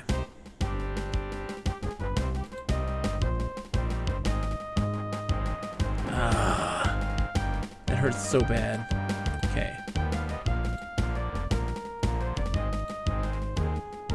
Stunning them.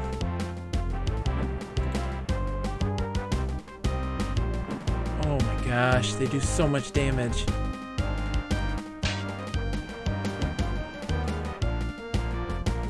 Alright, we gotta hit him where it hurts. We gotta do a flame cast. Oh. What's my odds? 61%. Let's do it.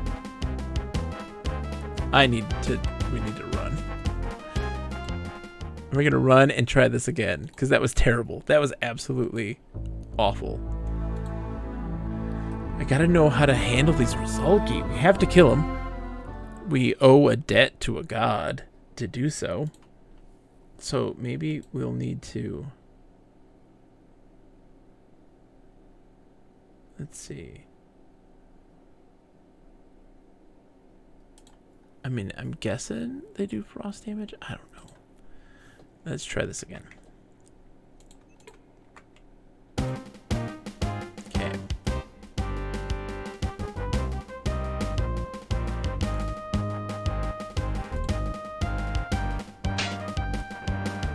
Ah, that hit hurts so bad. It hurts so bad. So we got Flame Cast. That's all I can really use in this instance. So we gotta use Flame Cast. It does so much damage. We have to hit. That's the thing. We have to hit. Yes.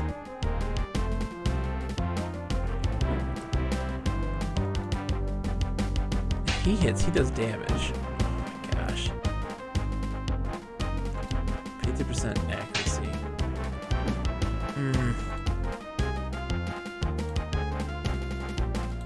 Let's do it again. That's a hit. Didn't hit James either, which is really nice. That's very nice. Yeah, we gotta lay these guys to rest.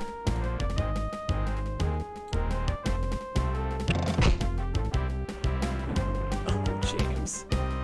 Don't die on me, dude. We gotta heal you. I'm using my buff items. Oh, the buff items. I see what you're saying. Yeah, I probably should. So if I do that, right? Okay, so all I can do is 14.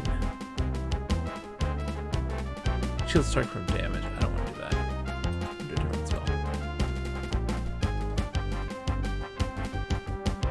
No. So like, so you just go in your inventory here. I see.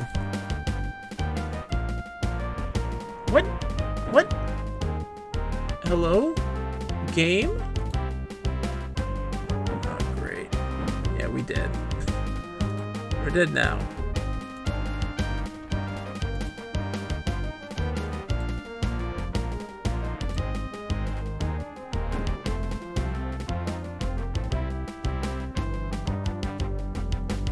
All of them last for hours. Okay, you can actually use it before combat. This is good to know. I did, because it makes it feel like it's going to be used up fairly quickly. So then we'll go into it with that then. That's fine. Yeah, we're all dead.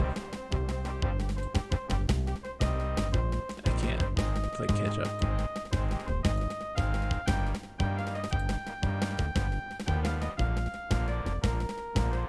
I'm just going to use it. I mean, like, I don't... No. You had like a 70-some% chance too, dude. They're running away. Yeah, he's dead. Okay. Try that again. Yeah, airball. All right. I sold all my buff items too. Not all of them, but... So this one... Or swordplay. Improve our swordplay. I don't need to improve my swordplay right now. What I need is... Protective coating... So that's a protective coating for... Can I use it for...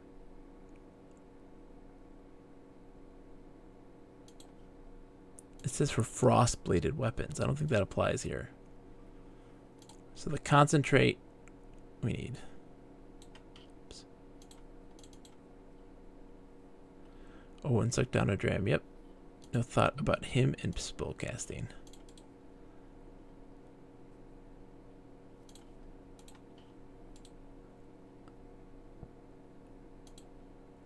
Increase our defense.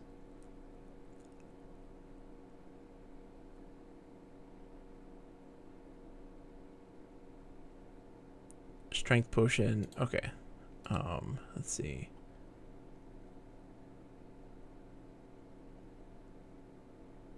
Sharpen sight. Okay, that's for increasing your archery skill. Alright, so we will... Hold on, this is... Yep, magical on weapons, so let's give that to the boy here.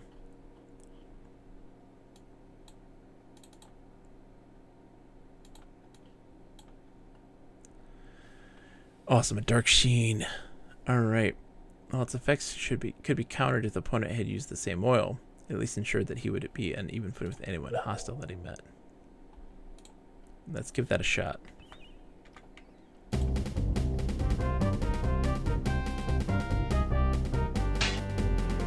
doesn't do any damage. It's nuts.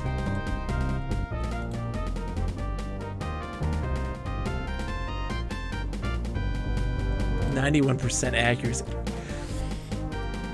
Oh, 91% accuracy. You gotta be kidding me.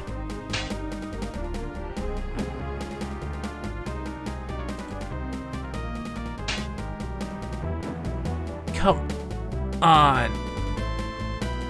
Oh.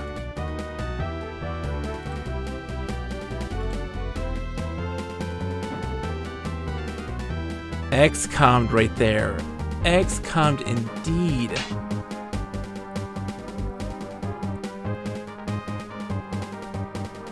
Yeah, run, you sons of...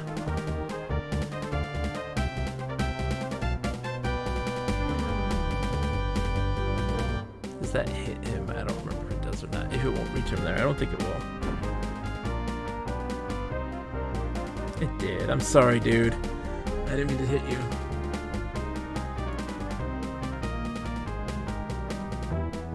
He's so hurt. I'm back.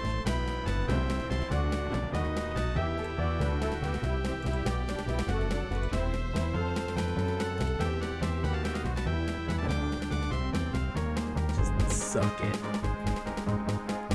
Oh, come on. Oh my gosh, he's almost dead. That's why.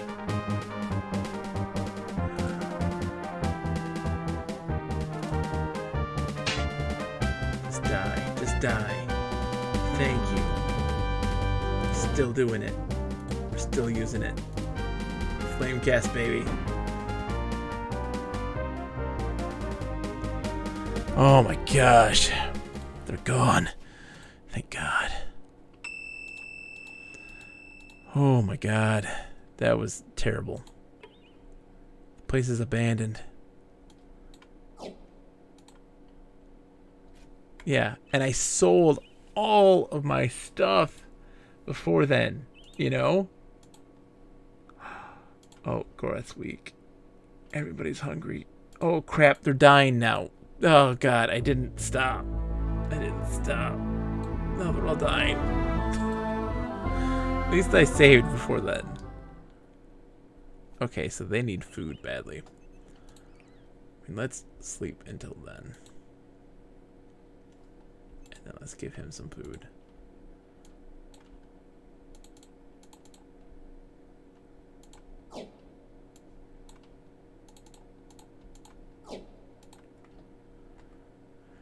Okay.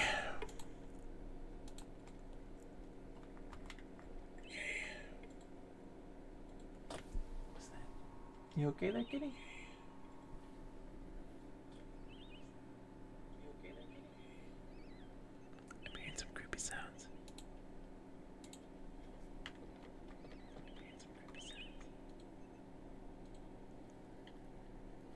I think my wife's trying to scare me. I'm hearing creepy sounds.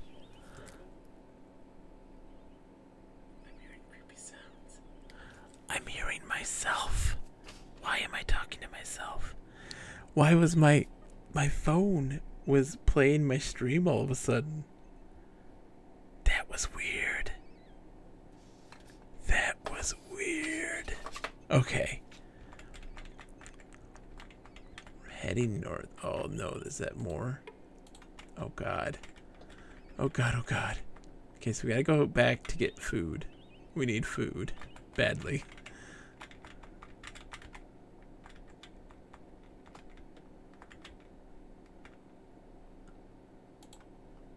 Let's buy food. Luckily, we have a lot of money now from all the stuff that we sold that we shouldn't have sold. Okay. Oh, they don't have any rations. Oh, we can buy them at the tavern.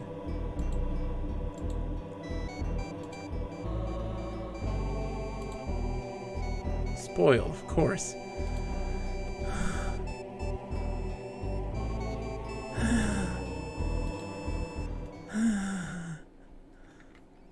Okay. No, we're fine. It's fine. It's fine. Shh. Shh. It's fine. It's fine now. It's fine. It's fine. Shh. Shh. Shh. Shh. It's fine. It's fine. Shh. We're just gonna starve to death. That's all. No big deal. No big deal. Shh. Shh. Shh. Shh. Shh. Shh. We're just gonna die. It's okay. Oh, there's no store here. That's right. There's no store here. Shh.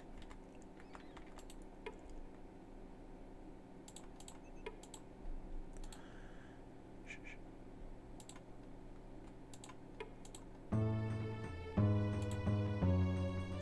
Oh, thank God. Okay. You can buy a day's rations there for 1 gold and 1 silver. Alright, let's buy that. Yep, everybody's getting 14 rations apiece here. No.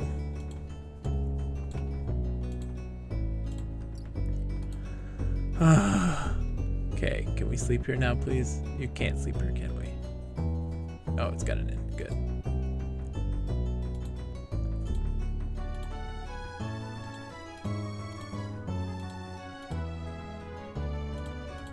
One more time.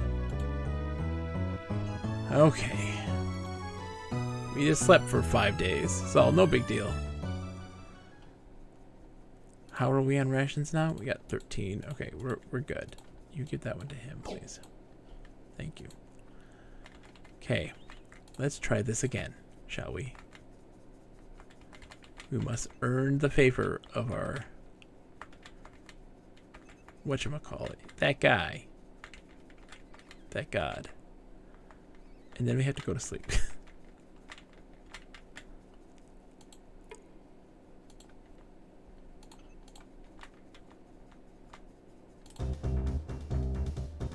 Okay. You know what? I'm gonna do this. And miss. Because I want him to do Flipcast. To really turn up the heat. As they say. Max damage. I like that. Yes, you guys all get together in one big... No! Dummy! I didn't want you to do that. I wanted you... You big dummy. Now you're just gonna get burned, okay? This is what happens.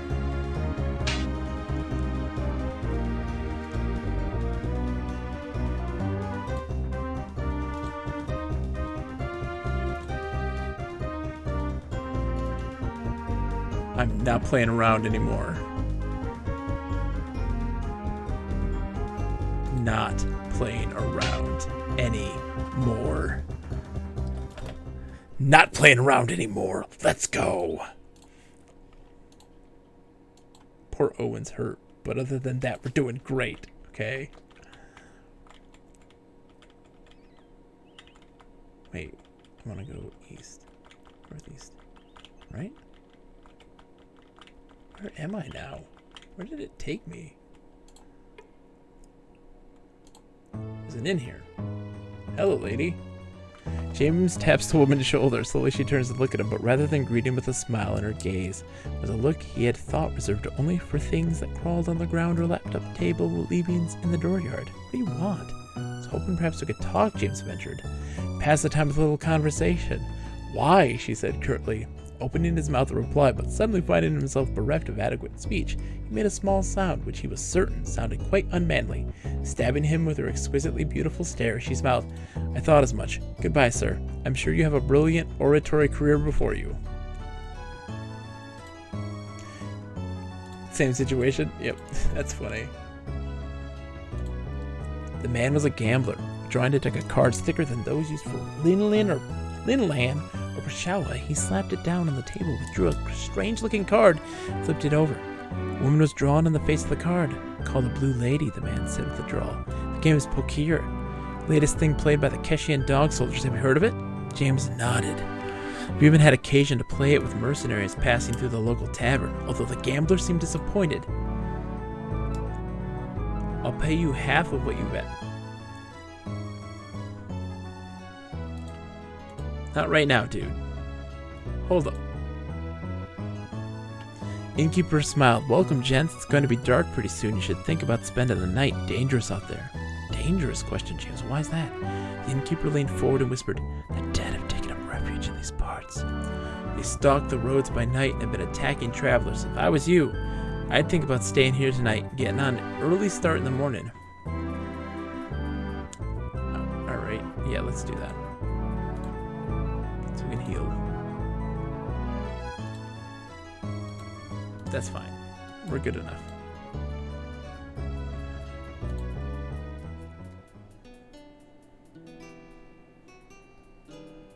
Alright, 33 sovereigns out of it. That's nice.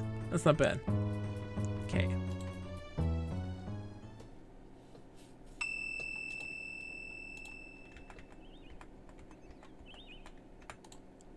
Alright, folks. Let's see. I want to fight... I think there's one more set of Rosalki somewhere, right? I thought I saw them this way.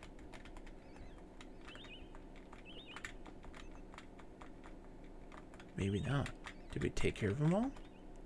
James stopped with a puzzled look on his face. He turned to Owen. There's some men up ahead. Judging by their strides, I'd say they were guarding something. Perhaps we should avoid this area until we can find out what they're up to. Oh, those guys.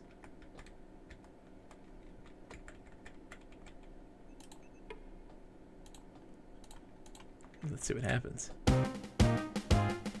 We got a nice arrangement here, he said. Me and the innkeeper at the River Pilot's Folly. Too bad you decided to muck about with me. You'll be sorry you crossed swords with Krondor.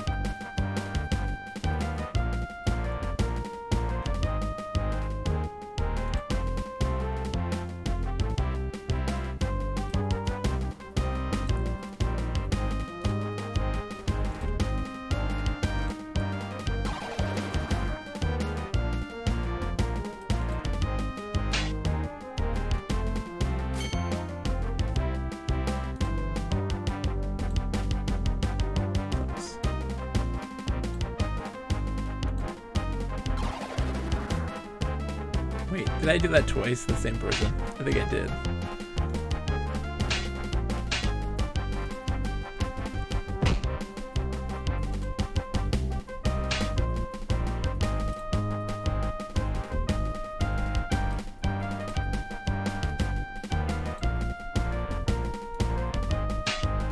That was easy.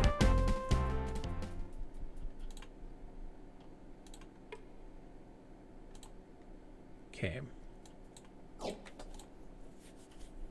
Speaking of which, let's see.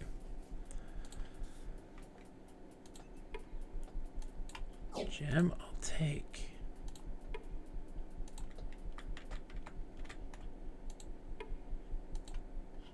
.92 sword.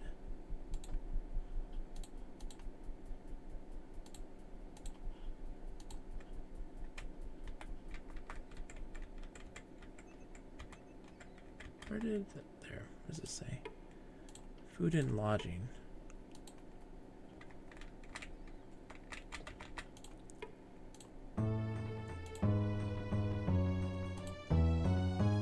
Huh. Yeah, I didn't see them guarding anything. I think they were guarding the inn. You want my honest opinion? I think they were guarding the inn. Oh, it was this place here that they were innkeeper. Yeah, dangerous. Okay, no. Let's see. Nope.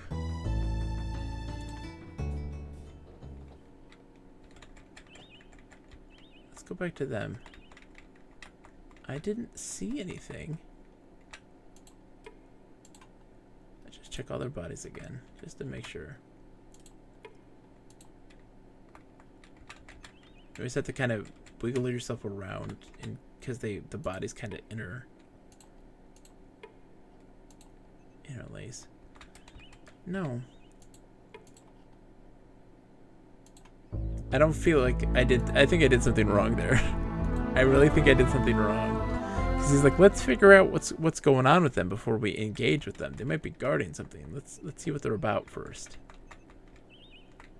And I bet you they're absolutely right. Let's BART it up real quick. Nice. 52. That's not bad. Yep. Dangerous. Roads at night. Undead. I think they're trying to tell us. Not a good idea. Yep, the nice cashier. We talked to that guy before. Or that kind of guy before. Okay. Axe guy never wants to talk.